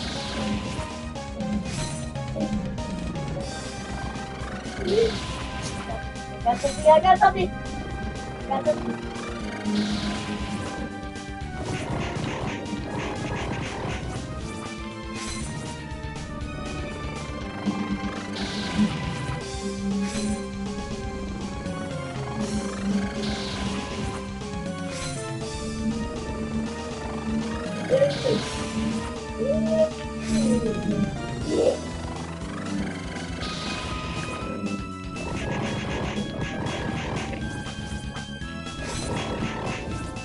Another one.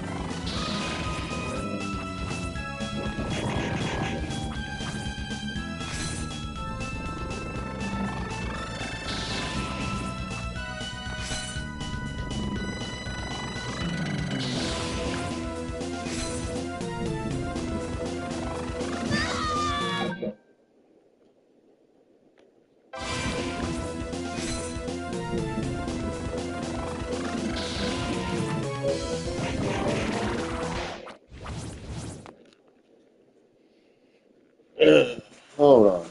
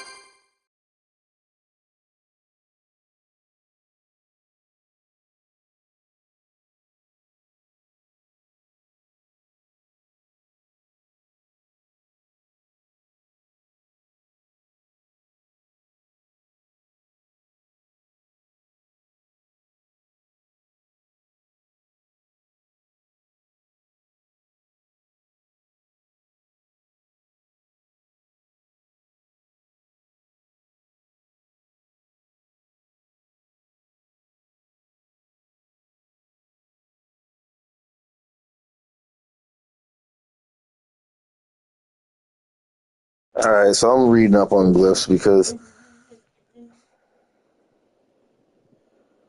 for example, Bye.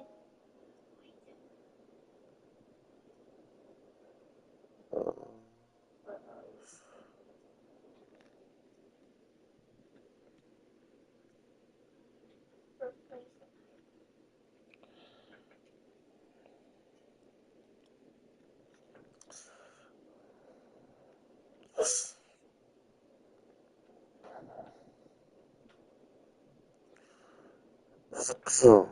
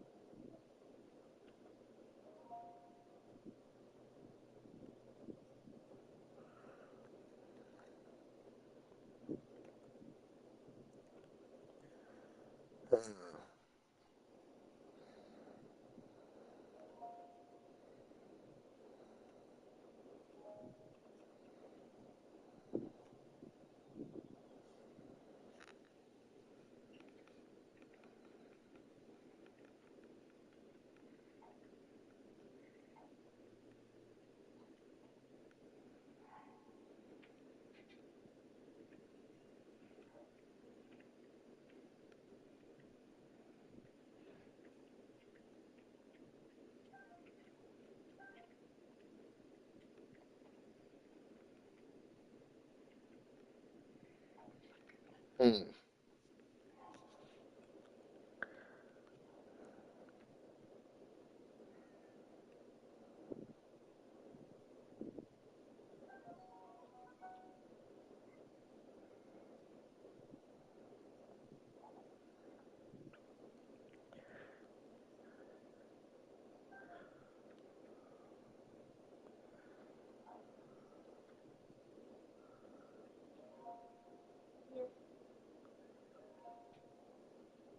okay.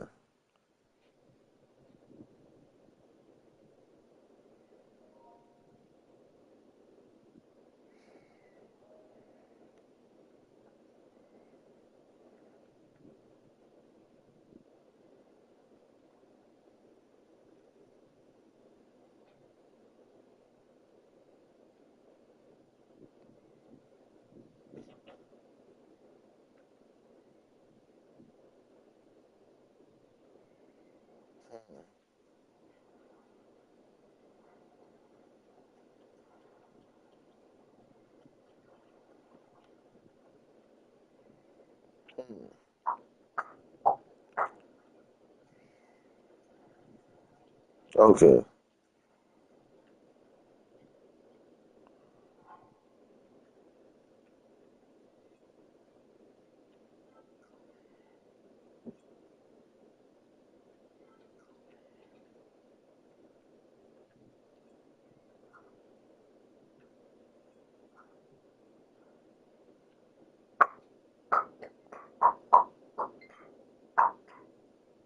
Battery is low.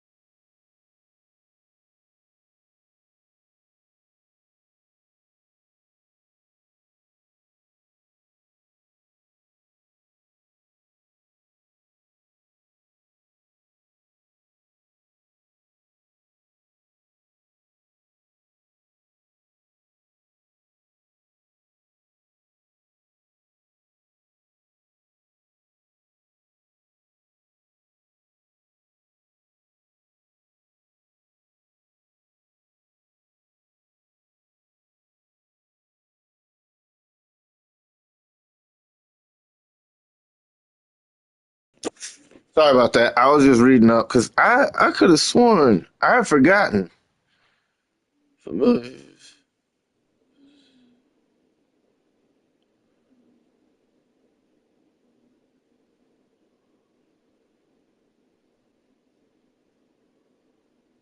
30 glyphs total will release. Well,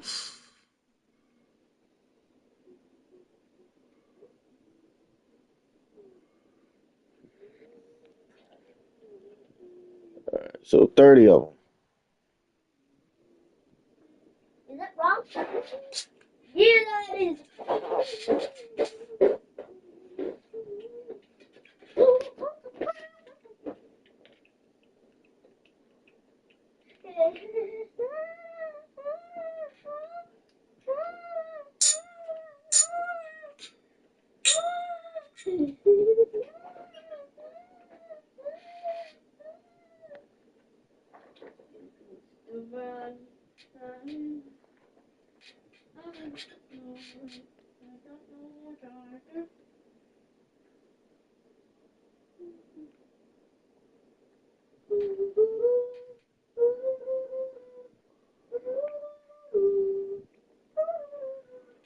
Oh.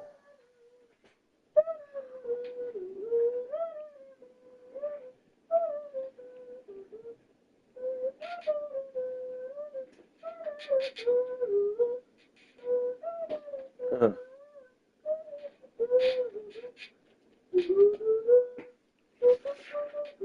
That's why. That makes sense. Flaming light.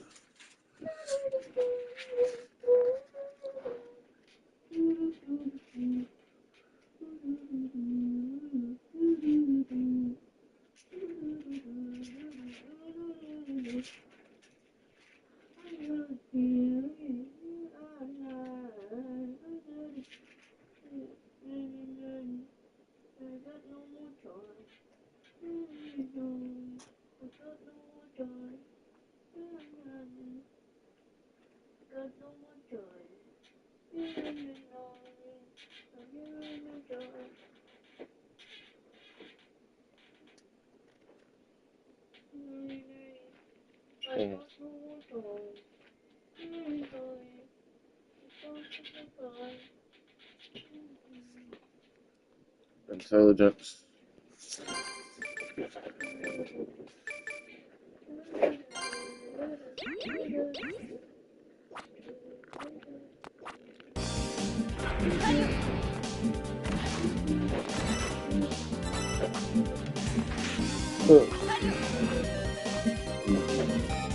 Not doing this shit again until.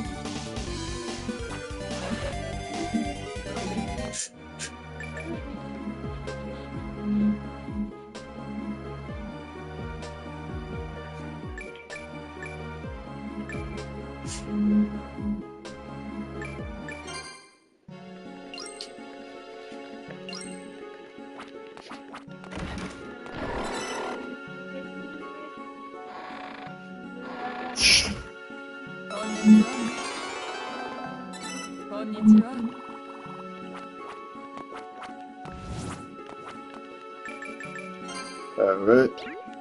So once again, all that is done.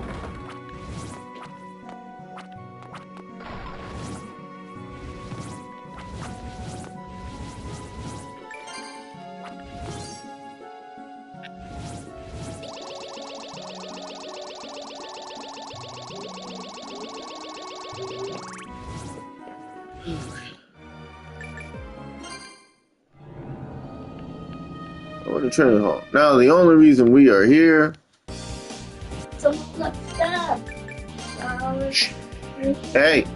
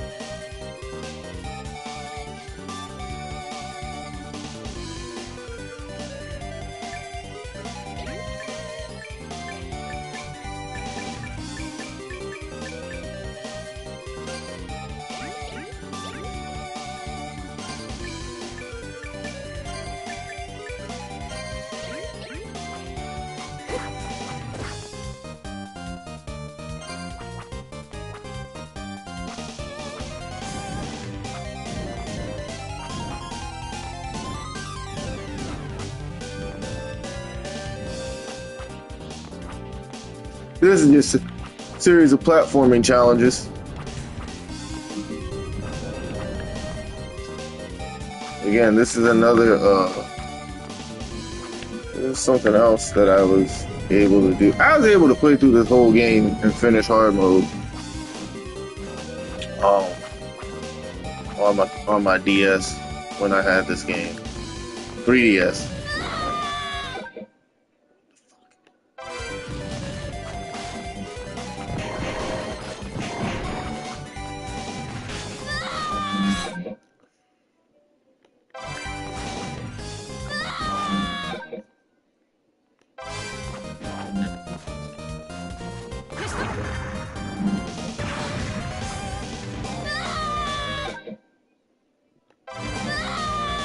What the fuck?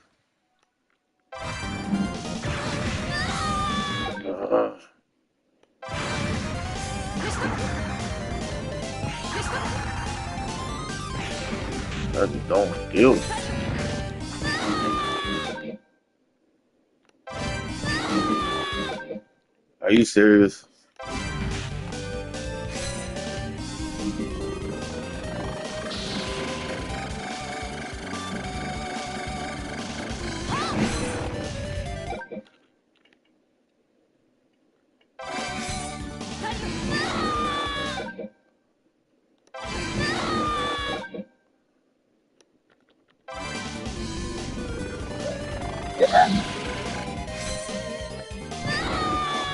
Come on.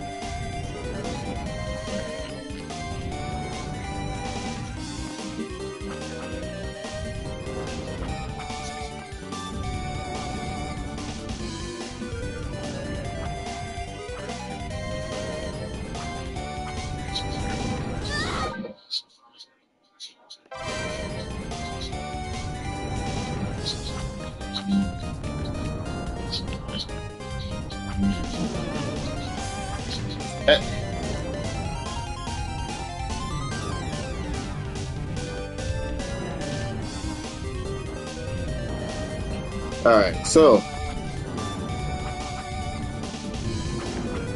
enjoy parenting.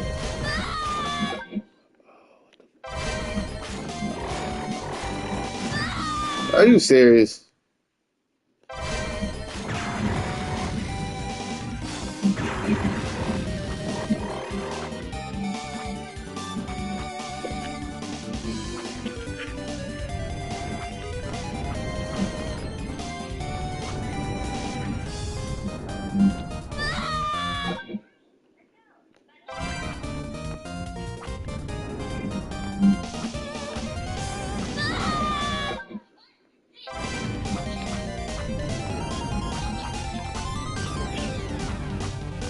Dude.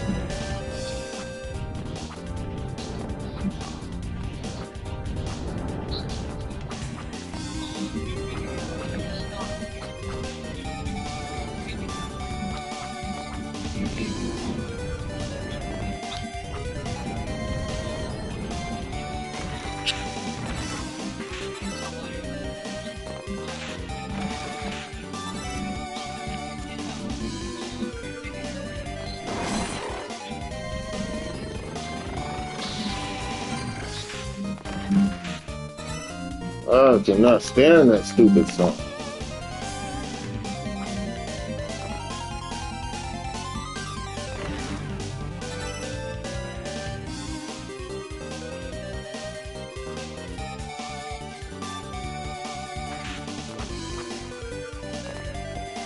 that is annoying.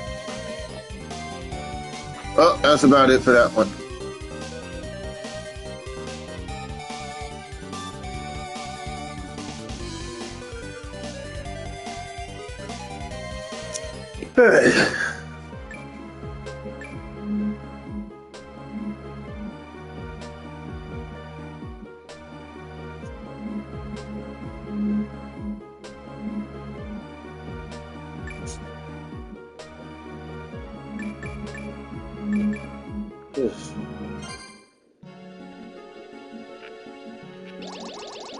Well, I was trying to go for the best piece of armor in the game.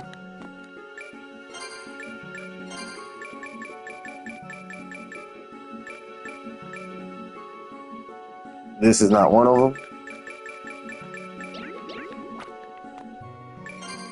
It's a road decollete, and it appears どんなものでも調理してみせるぜ at random. So it's not an easy thing to just get.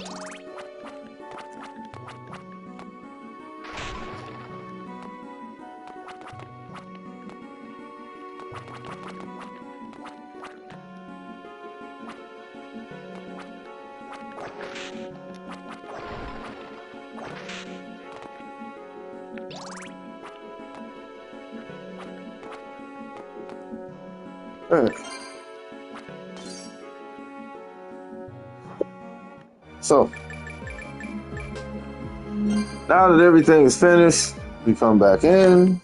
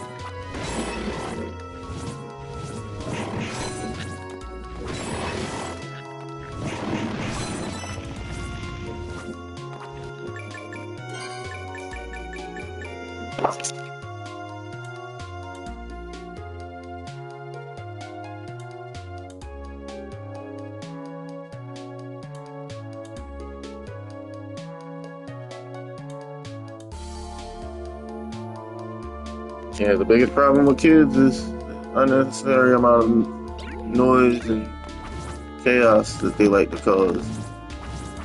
They are the most wonderful.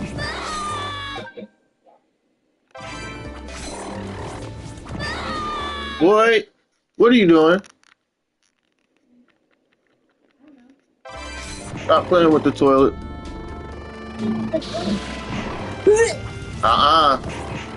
Don't you start.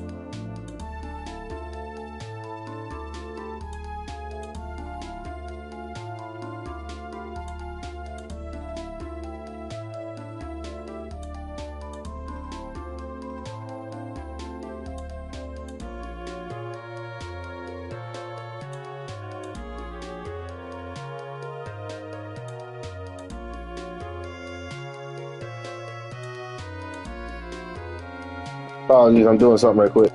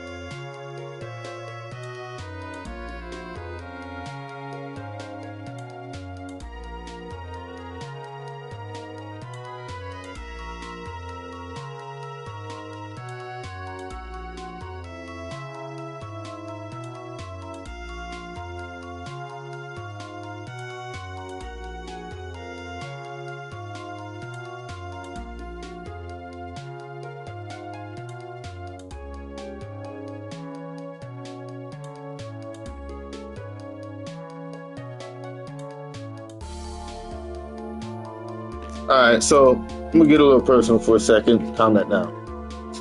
So, when it comes to making sure the people around you aren't bogging you down, by bogging you down, I mean slowing you down, destroying your peace of mind,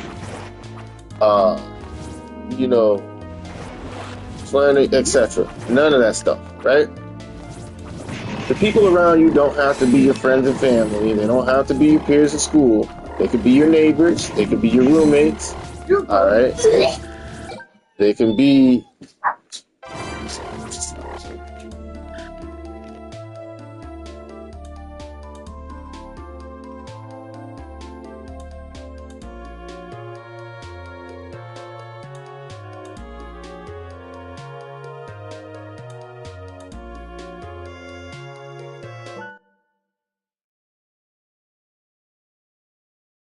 Wow, I have been streaming this game for quite some time. Anyways, so if you're anybody, right, your peace is important. All right, I think the biggest lesson that anybody can learn, not even lesson, just overall thing to live by, no matter what, no matter who you are, no matter what your gender is, what you identify as, what your preference is, no matter who you are, always remember to protect your peace. Now, protecting your peace means you do so quietly, politely, and undisturbedly, all right? That means sometimes in order to protect your peace, you have to do things like mind your own business and show respect to others, all right? Understand that if you're playing loud music and there are no rules, if somebody's playing loud music and there are no rules against them playing loud music, you can't be acting like a Karen. Because what happens is this. When you start disturbing someone else's peace because they're not moving the way you are moving, you are no longer protecting your peace because you were bringing discord and grief to people who weren't asking for it from you in the first place, right? So that's what I mean by protect. That's part of what I mean by protect your peace, right? The other part about people protecting their peace, right, is their peace of mind. For example, a Trump supporter, right? A lot of these guys go out of their way, and trust me, people on the far left and right are no different. Again, this is going full circle with what I was always saying, but there's a little more to it than that, all right? Protecting your peace is as simple as understanding that you have every right to chill by your little lonesome and to not allow people to bother you, all right? At the same time, what you are doing cannot cause harm or displeasure or discomfort to someone else. In other words, you can be a hot-blooded American all you want. Your rights end where mine begin, and my rights end where yours begin. This has always been a thing. This will never go away. This is just a fact of life. If you can't stomach that, then that's not a problem. For example, if I'm not going out, granted, I'm not gay, but if I was, all right, and I'm letting it known that I am a flaming homosexual, right, that's going to disturb some people. Now, at the same time, it ain't nobody's business but my own who don't fucking know what I'm doing, right? But I see no reason to make that information available. At the same time, and as a straight man, I have terrible gay on. So don't ask. So I got a lot of gay transgender friends, but I have terrible gay on. And oftentimes I end up putting, people I'm not interested in, I end up setting their ratings off. But those are stories for another time. What I am saying though is, at the end of the day, if I was gay, I would be treating my sexuality as I do now as a straight man. I'm not screaming at the top of my lungs, beating on my chest, talking about how much how much I like fucking women and all this other stuff. I'm not doing that, right? And so I don't end up acting like a buffoon. I don't go out in public and just start shouting obscenities, right? Like I don't go instigating trouble where there doesn't need it. I'm not bringing negative attention to myself or to the people around me for a reason. I like my peace, and I'm sure they like their peace too.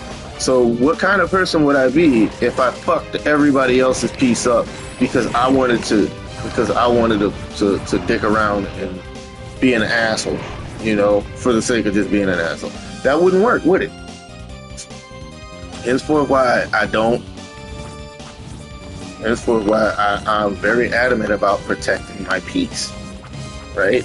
A lot of guys nowadays think protecting your peace means protecting your peace of mind from your significant other. And there is some truth to that too, because let's be honest, the people that you date, marry, and everything else, they're not going to have the same exact interest in you, as you do of yourself. They're also not going to have the same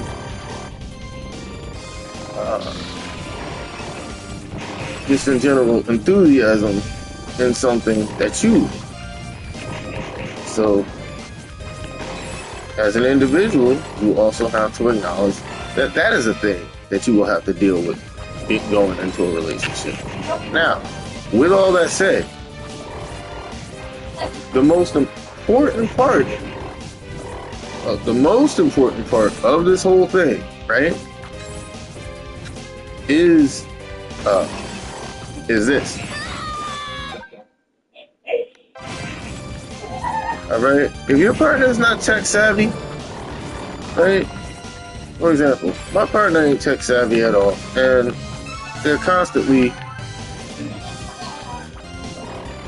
they always miss the fine print and details and stuff, and then at the end of the day, they're blaming me for something that they messed up, right? And don't get me wrong, I do this shit to them too. I don't do it nearly as often, but on things where I clearly know what I'm talking about and know what to do, I let them struggle. Because trying to help them, leads to nothing but grief for them. And when they ask for help and I give them help, right? And again, I'm not complaining. I'm just using my relationship as an example. Because everybody's relationship with everybody is a little dysfunctional at some point. Nothing is perfect. People get in spats over stupid shit all the time. So, but at the same time, I'm bringing up this because I'm having a conversation with my old lady, right? And she has paperwork that she has to fill out. Now, here's the thing. She's having a hard time trying to communicate with her new employer. She's also having... okay, that might be a little too personal. But it's out there. Anyways, I'm not gonna hear my partner out like that. I'm not trying to talk shit. I'm just trying to make a point. There are a lot of problems regarding unified account systems, and personal responsibility, right? That I just decided to leave unchecked because when I did try to be the voice of reason and help out and make sure that, my partner didn't have to worry about not remembering a password or not being able to get into one of her accounts, what I did was I set her up, in case something like that did happen. And each and every time we got into an argument, got mad, and decided that they were going to remove themselves from the Apple family, such. It's a thing. It's a thing. And I got tired of it. I got tired of having a friend and refollow and do all this other stuff, right? So I said, no, I'm not doing that no more. We're just gonna be separate, right? So I did that. lo and behold, everything bad that I had tried to prepare them to avoid, is now happening to them. And and here's the worst part. They don't like to be wrong. And maybe you could say this is a thing that all women do, and there's a correlation to that as well. But mind you, this is no different than a man, right? Telling his partner, I don't know what to do, or, their son, I know what I'm doing, and they don't know what the fuck they're doing at all. And then they get mad and start throwing a tantrum and acting like a little child,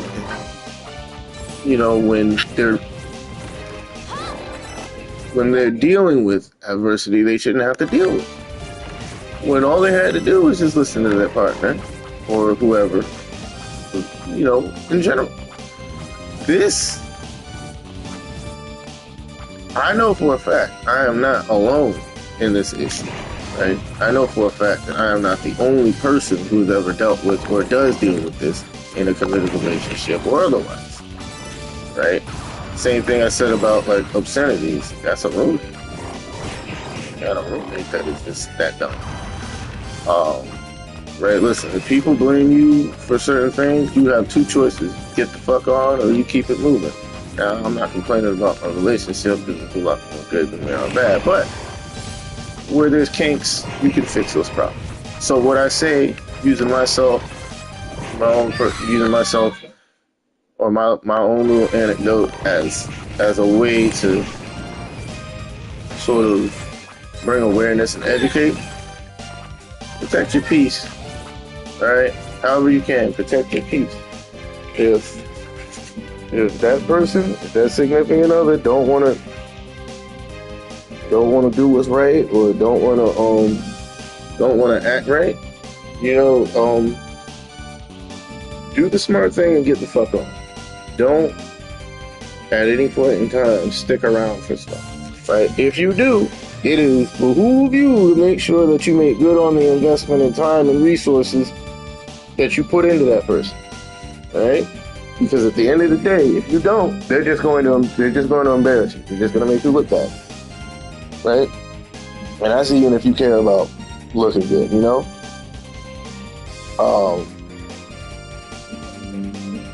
That said,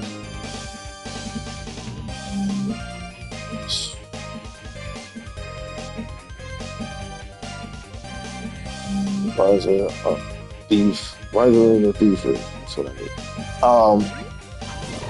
With that said, though, I personally,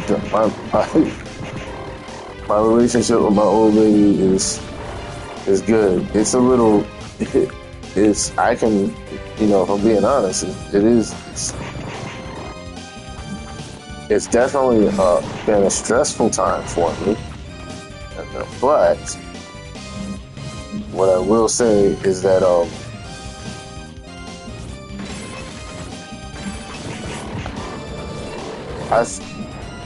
I don't think, but I'm pretty sure I've gone through the worst of it with them.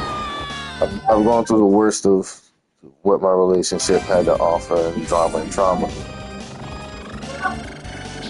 So I don't think I have to deal too much with those hardships. Now,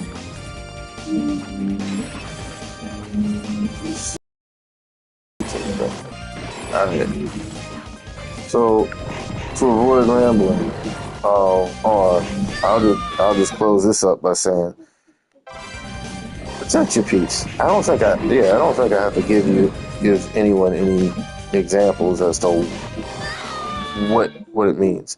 But I mean, it's basically like this. At some point, you got to assume that people are dumb from the brain down, and I think that's my problem. So I think even the people around me, even my own part, even my own kid, and it's a habit. It's not necessarily like I really think or believe that, but being around certain people, having certain habits, and saying certain things, you end up in a situation where, That characteristic might be a little difficult to break. It's all right though, because that's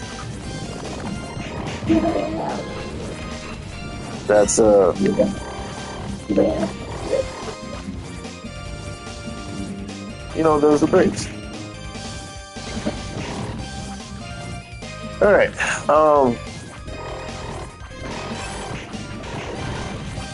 But now, with all that being said,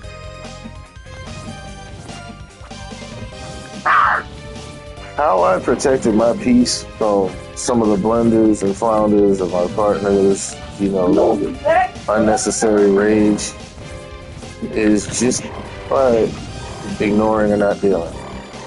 And that's not something that's going to work for everybody, but I implore all men, right? Listen, your girlfriend will, at some point, your girl gonna try you. I implore everybody in a relationship in general. Your partner, your kids, people, your family member, everybody's gonna try you. They're gonna try you out of disrespect. They're gonna try you out of challenge. They're gonna try you out of for anything they think is about. They're gonna try you.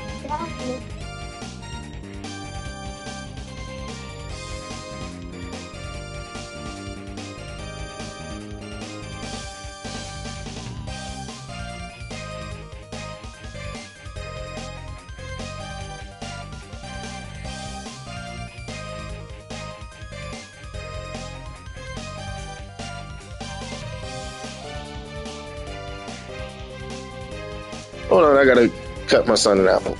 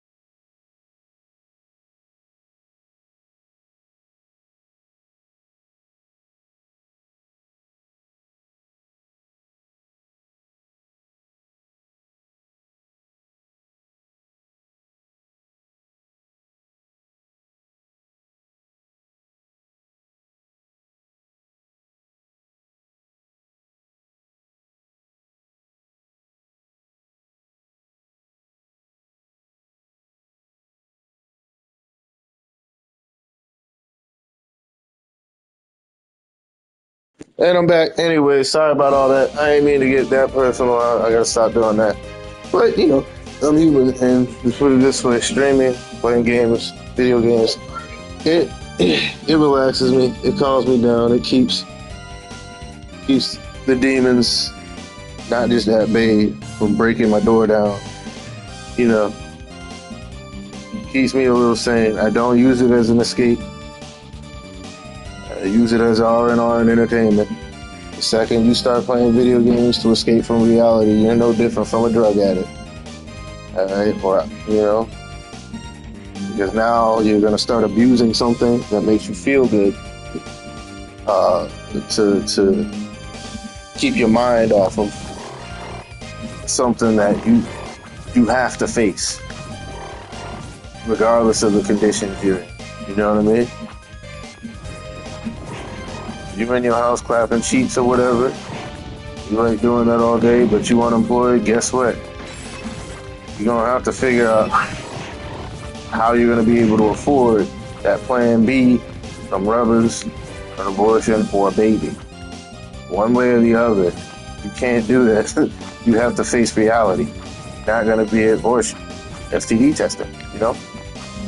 Medication for your next, money for the next batch of medication that you gotta take because you on prep or something. I don't know. And your insurance is too high. These are things you gotta think about, right?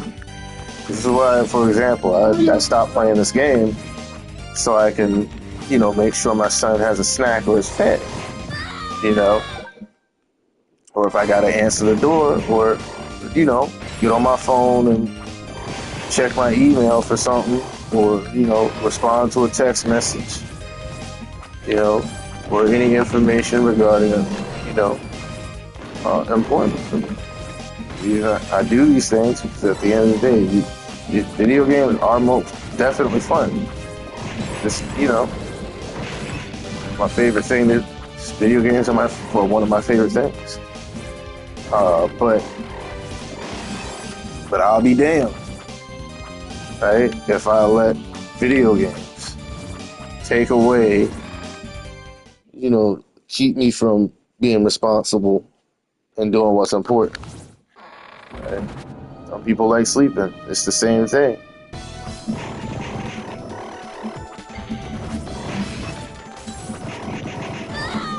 Oh, motherfucker. Again, I think there was enough context added in there anyways.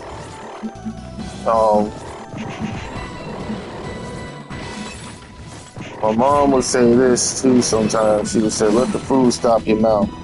She'd say, enjoy the meal that you're actually eating. You won't have to worry about what's on your mind. Or just be quiet and eat. And it's true. Like, the video games are the food. And, if it's filling, then yeah, it'll stop your mouth for sure.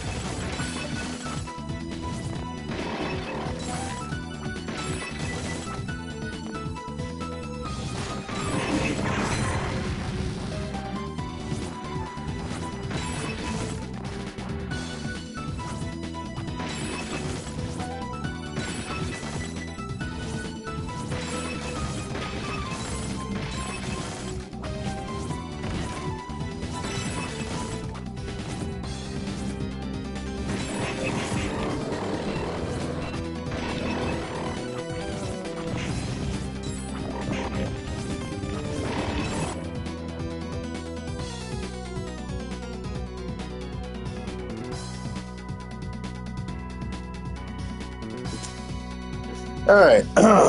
So, as I was saying, see how quick these video games be stopping me, shutting me the fuck up. Anyways, I say that because there's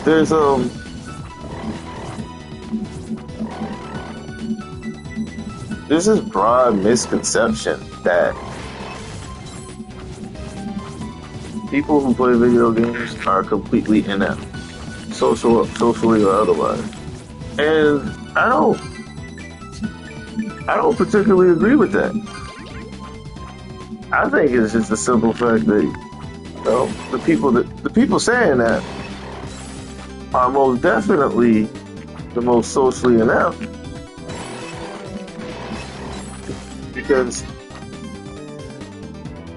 they're under the impression that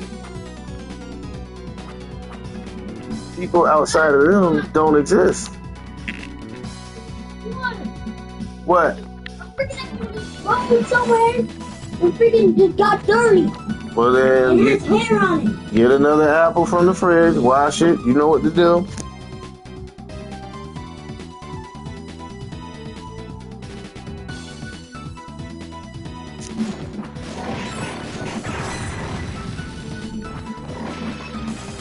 Anyways, oh shit, son of a bitch.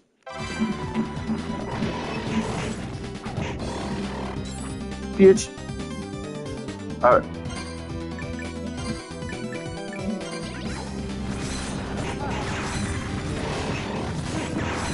Oh.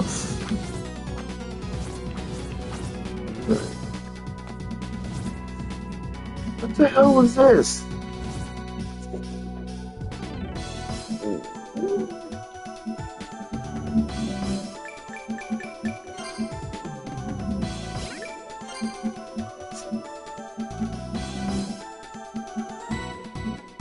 Okay, hold on. This was something else I didn't do in my previous playthrough.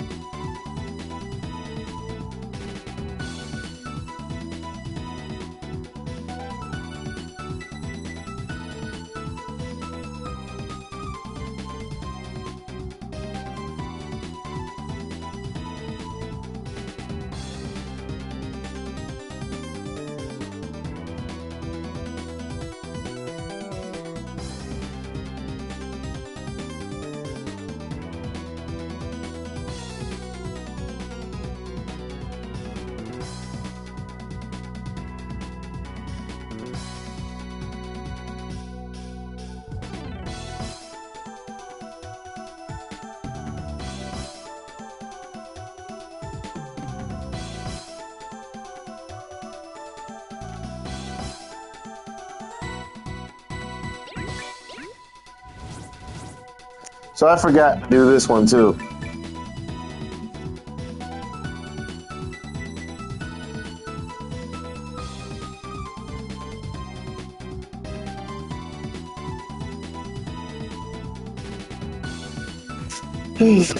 Oh, yeah. So this is like two things that I didn't do in my previous playthrough.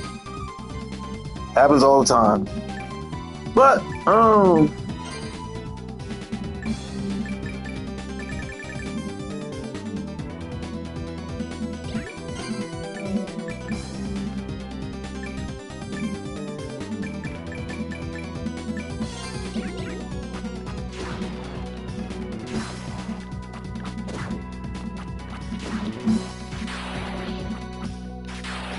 Oh my god, I hate this fucking. Oh no.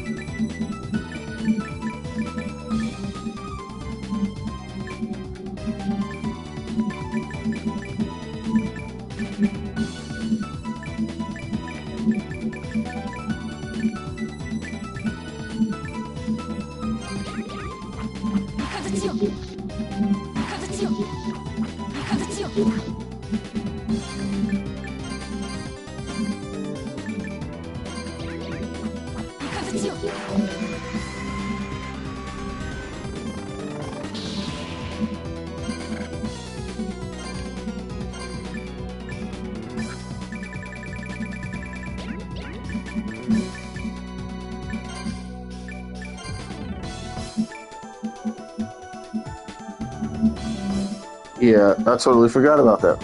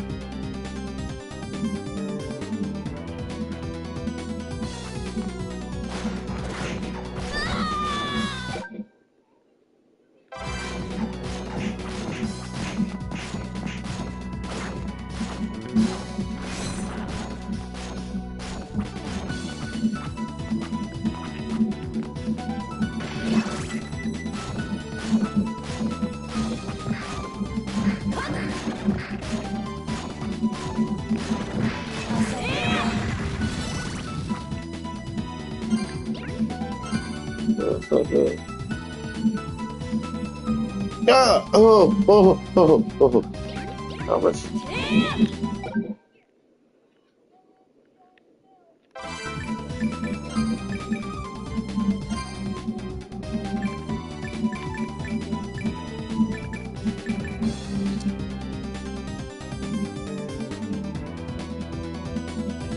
Uh,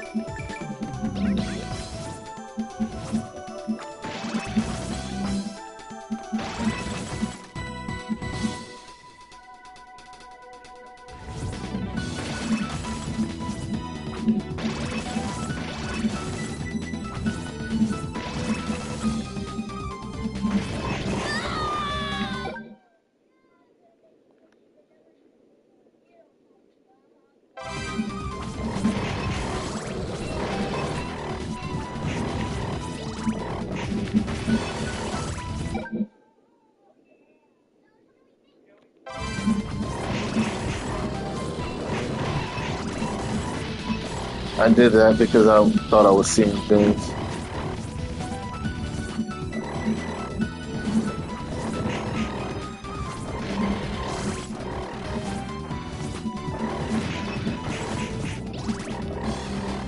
The good thing dudes don't damage you no more. But they do charge people.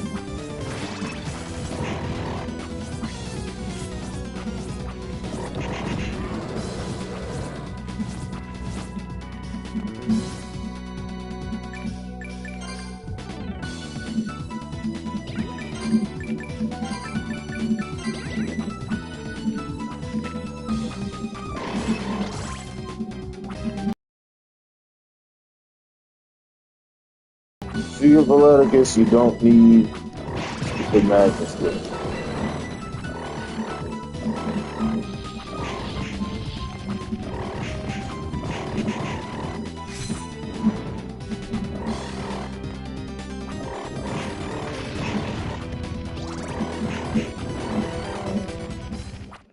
Alright. Yeah, I can. Yeah. Uh, I just noticed that I went quiet because I got too into the game again. I don't know. Maybe.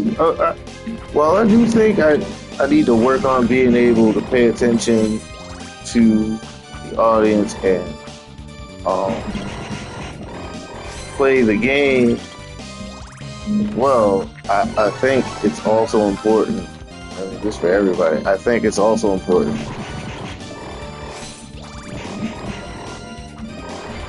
Um,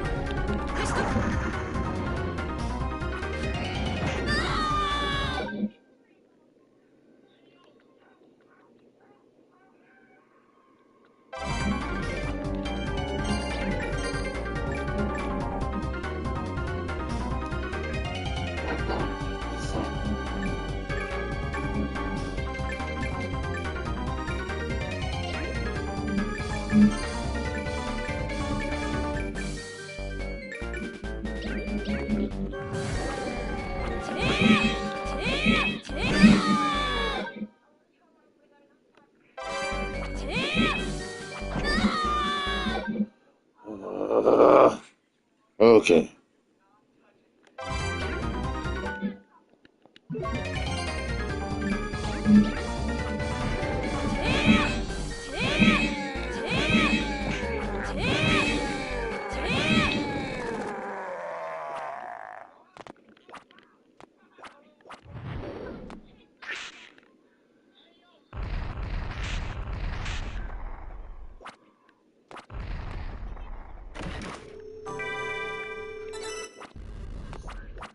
Yeah, because I was not dealing with this guy again. Say what you will, I don't give a damn.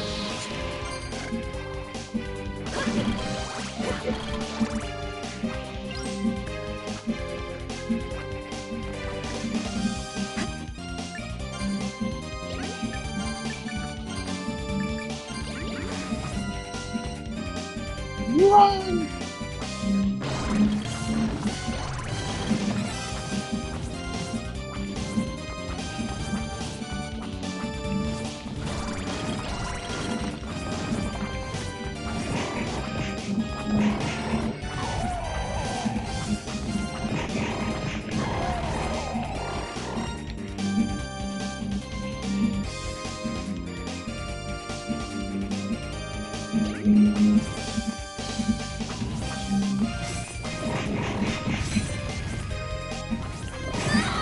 Oh, fuck.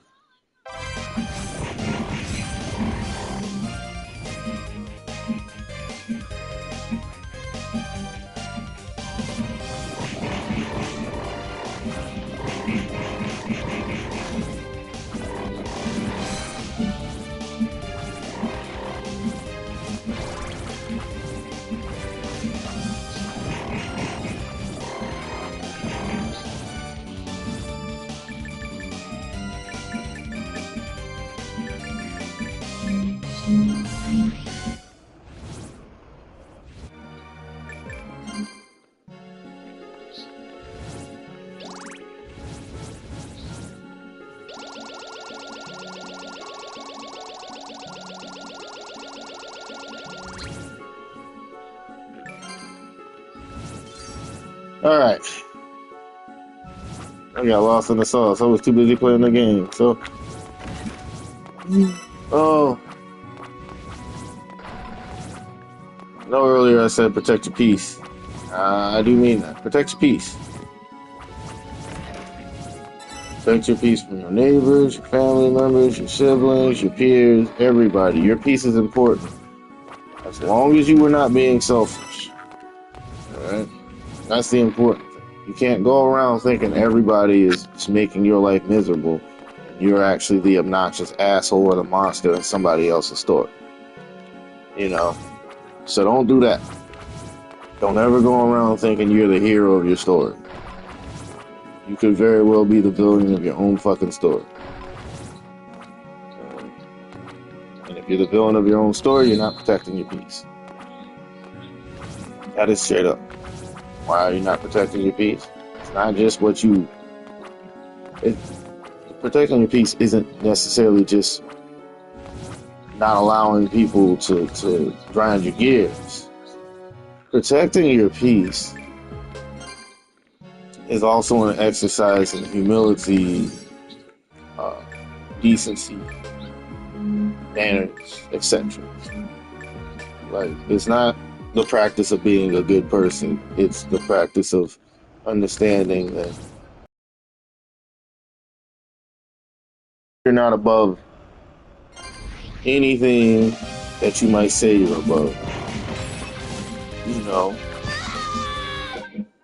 you can't allow yourself, you can't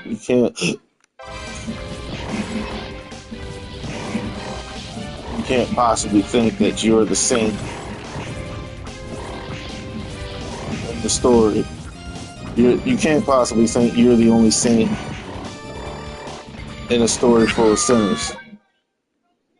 You know, you can't throw stones. Basically, to really sum it up, you can't throw stones if you live in a glass house. And a lot of people throw stones and they live in glass houses. Right? Like, people see their bullshit for what it is. It's like this. Like, if you mad at somebody, right? Because they're telling you like it is. And I mean, I'm not, when I say telling you like it is, I mean, they're just straight up giving you the cold hard truth. They're not being a jerk about it. They're not doing things to rub you the wrong way. They're not trying to be a shotgun. They are literally telling you, hey, I don't think your behavior or your attitude towards me or this or that is appropriate behavior. I don't want that, right? I don't want it around me. I don't want it in me. I don't want it to negatively affect me. So it behooves you to make sure that you're not one of those people that start shit and then cries foul when somebody brings you the ruckus. Don't be that person. Don't ever be that person. Right? There are a lot of people in the world who are that kind of person. And this isn't to say you can't unlearn the foolery and fuckery, but it takes some time. You know, it's not easy. Right? Like,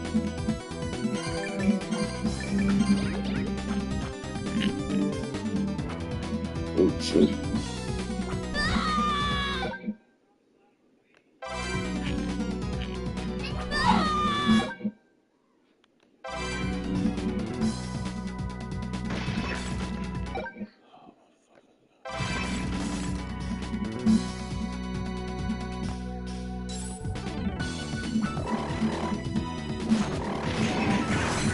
So yeah, that's more or less what I mean by protecting your peak.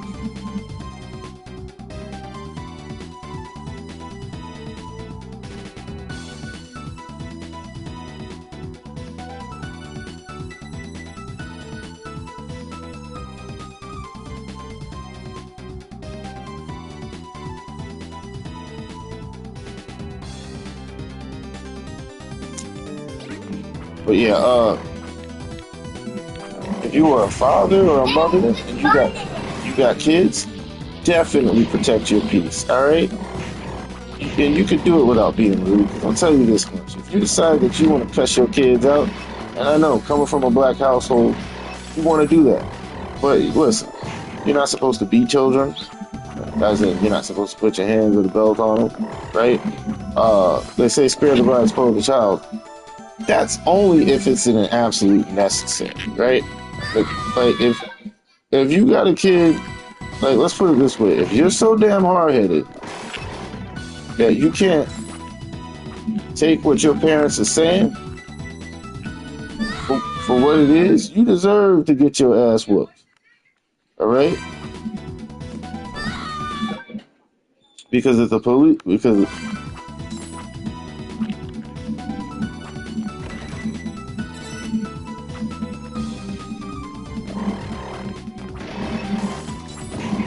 you know.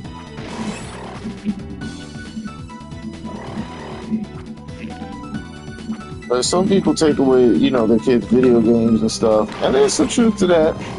But here's another thing to think about, right?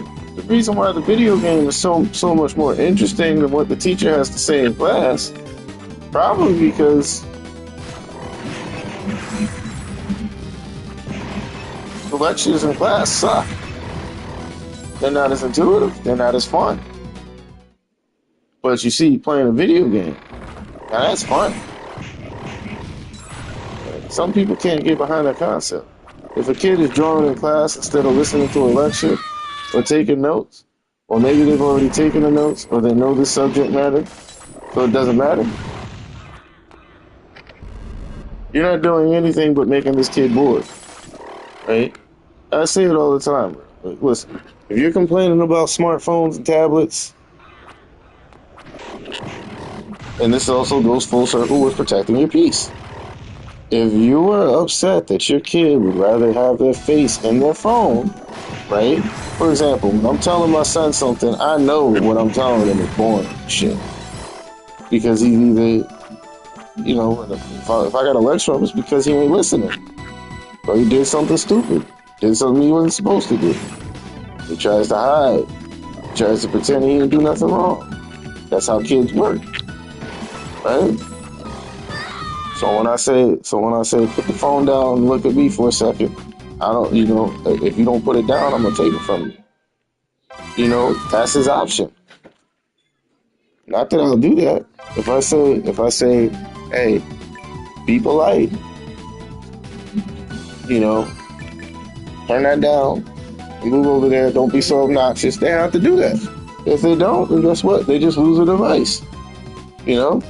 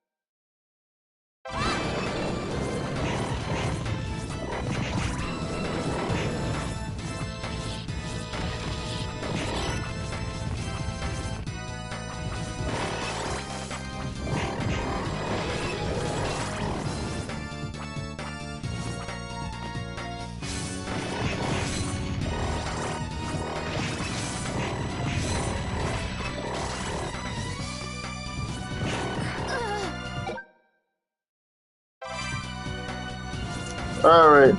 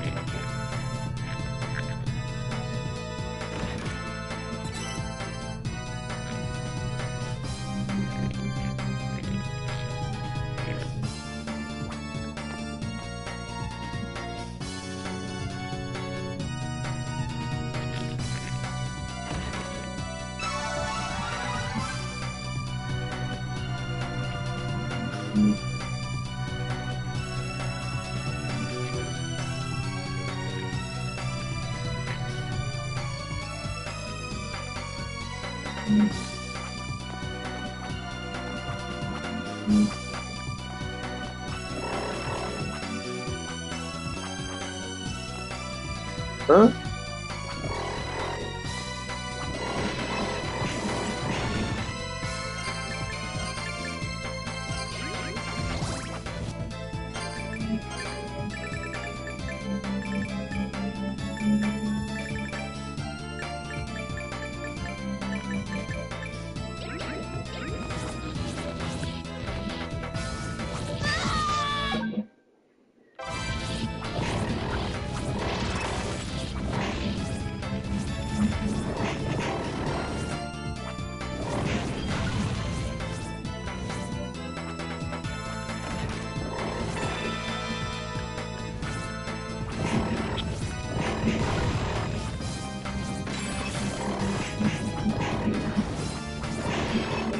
I can help.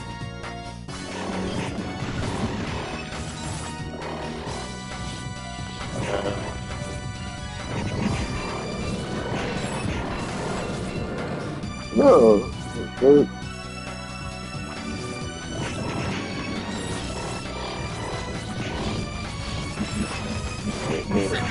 Good job, Al.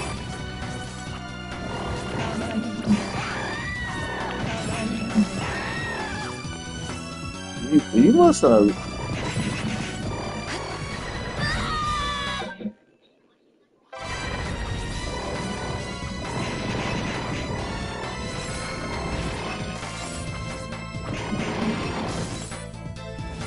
Yeah.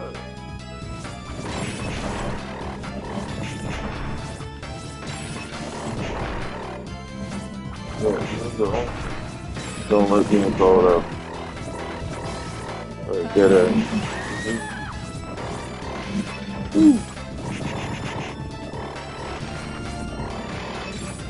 Hey.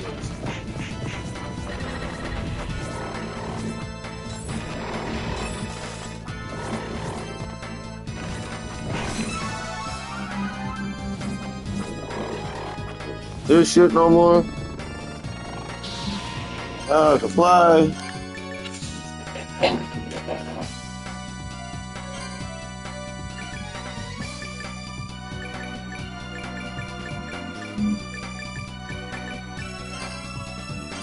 Laticus, Rapidus Field, Fairies, Magnus.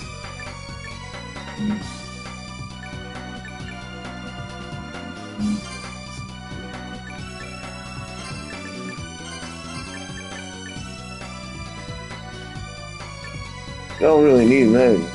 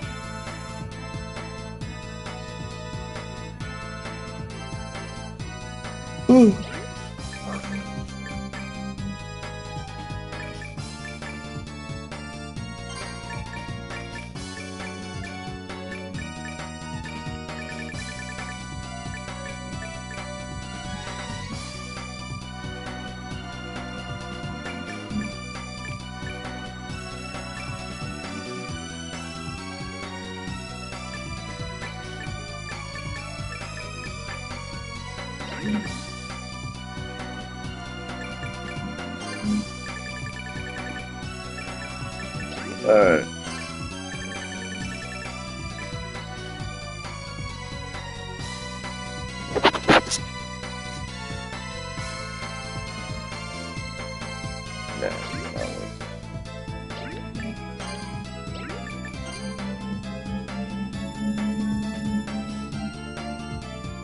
Alright, so here's something funny, right? Again, this is something that I just noticed, right? So here's a video game, right? Created for the most part by men, except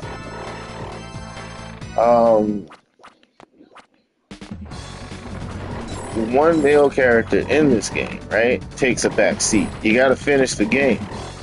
In other words, you have to finish the game with the female character, who just by default is just a lot better. It's just better than the male character. Right? She could use basically all the abilities that Albus could use, right? This isn't to say that Albus sucks. Albus is far from that. But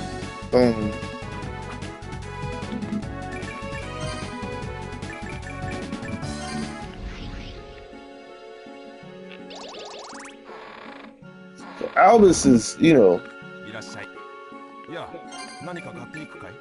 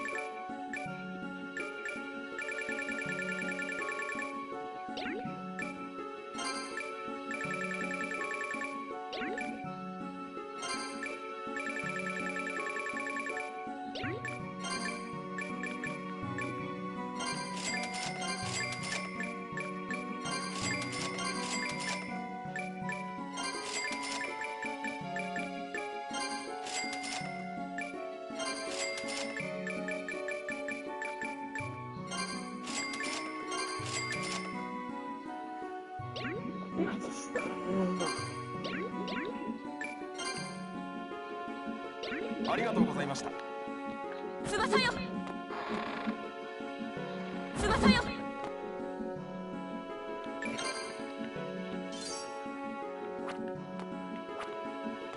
うんうん。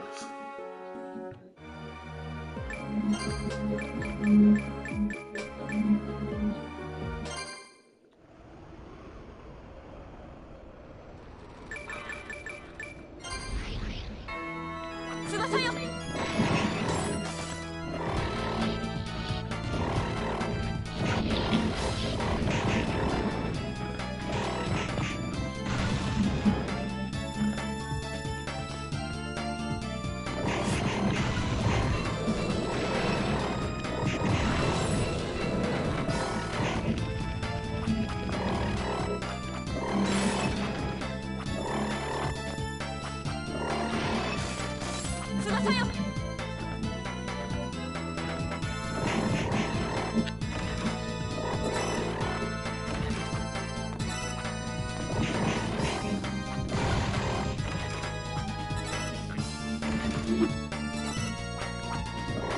Venga.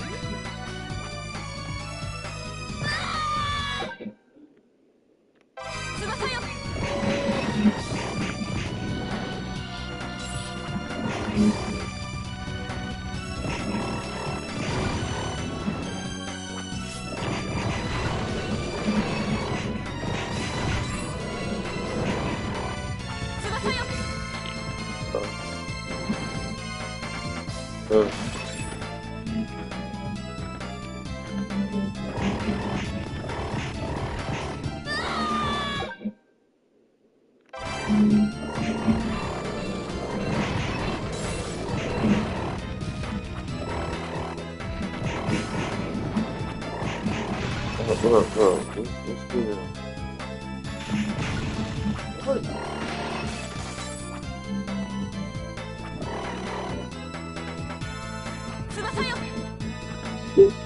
Exactly. Nobody.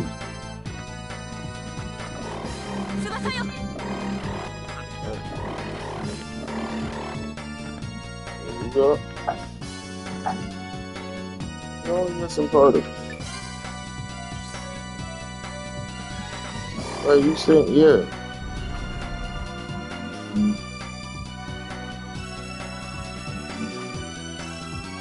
Stupid. Right? What the fuck?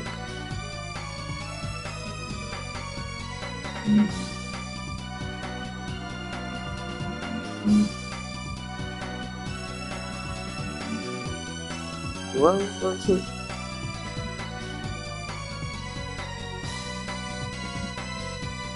I was like, bro, you good, you good.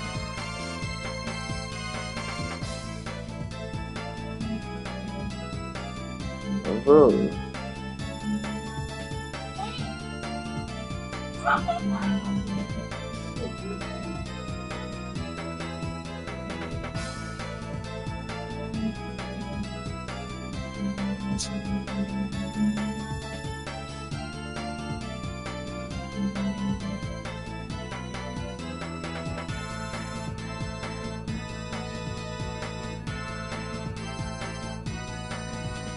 You gonna bro? What the fuck is it?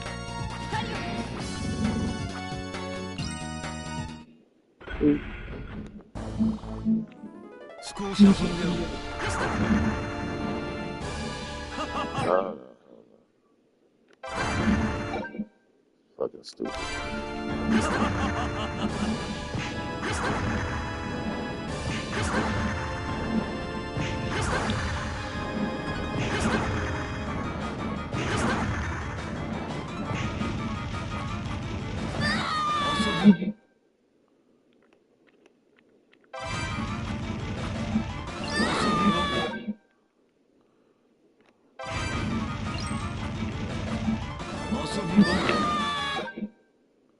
Hold up.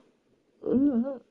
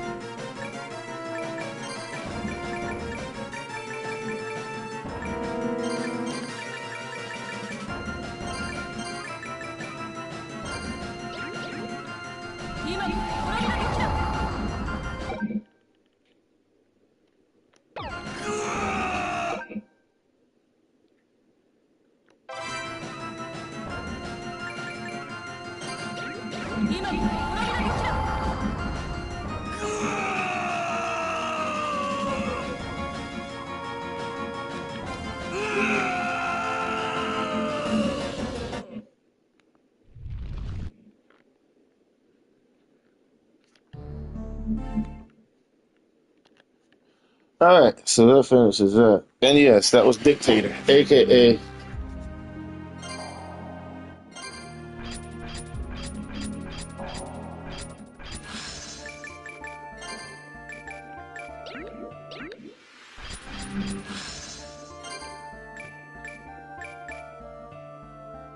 So now that this is finished,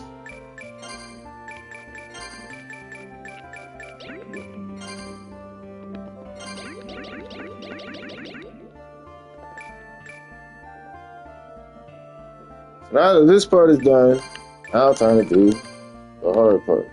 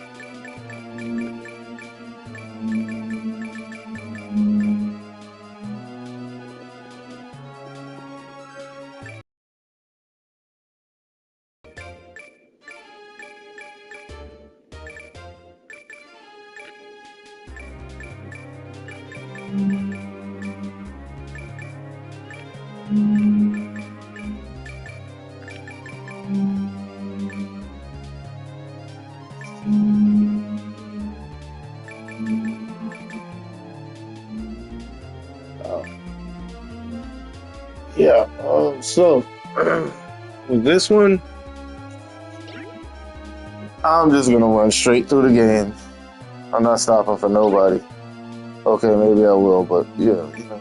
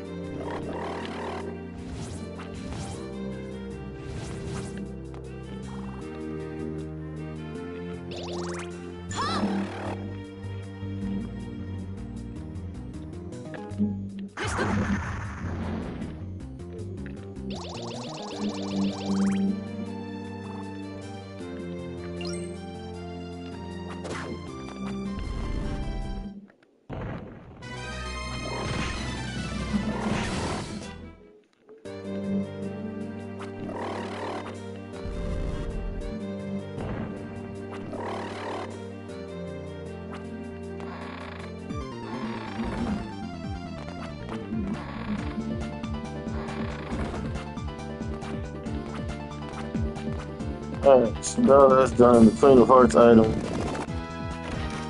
you have to have it. It's essential for this playthrough. So once you've amassed enough gold, the Miser's Ring actually is more useful. But for now, gotta stick with the Death Ring.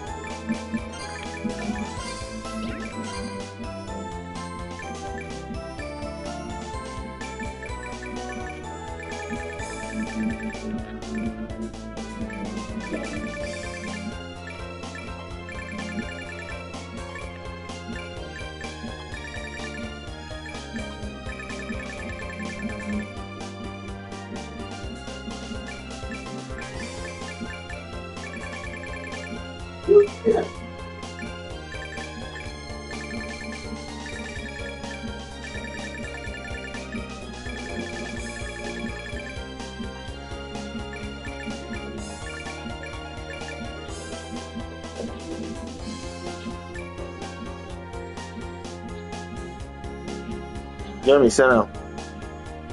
I can't.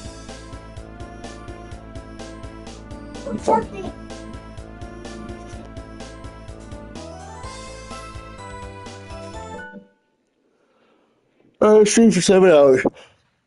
I'll be back later.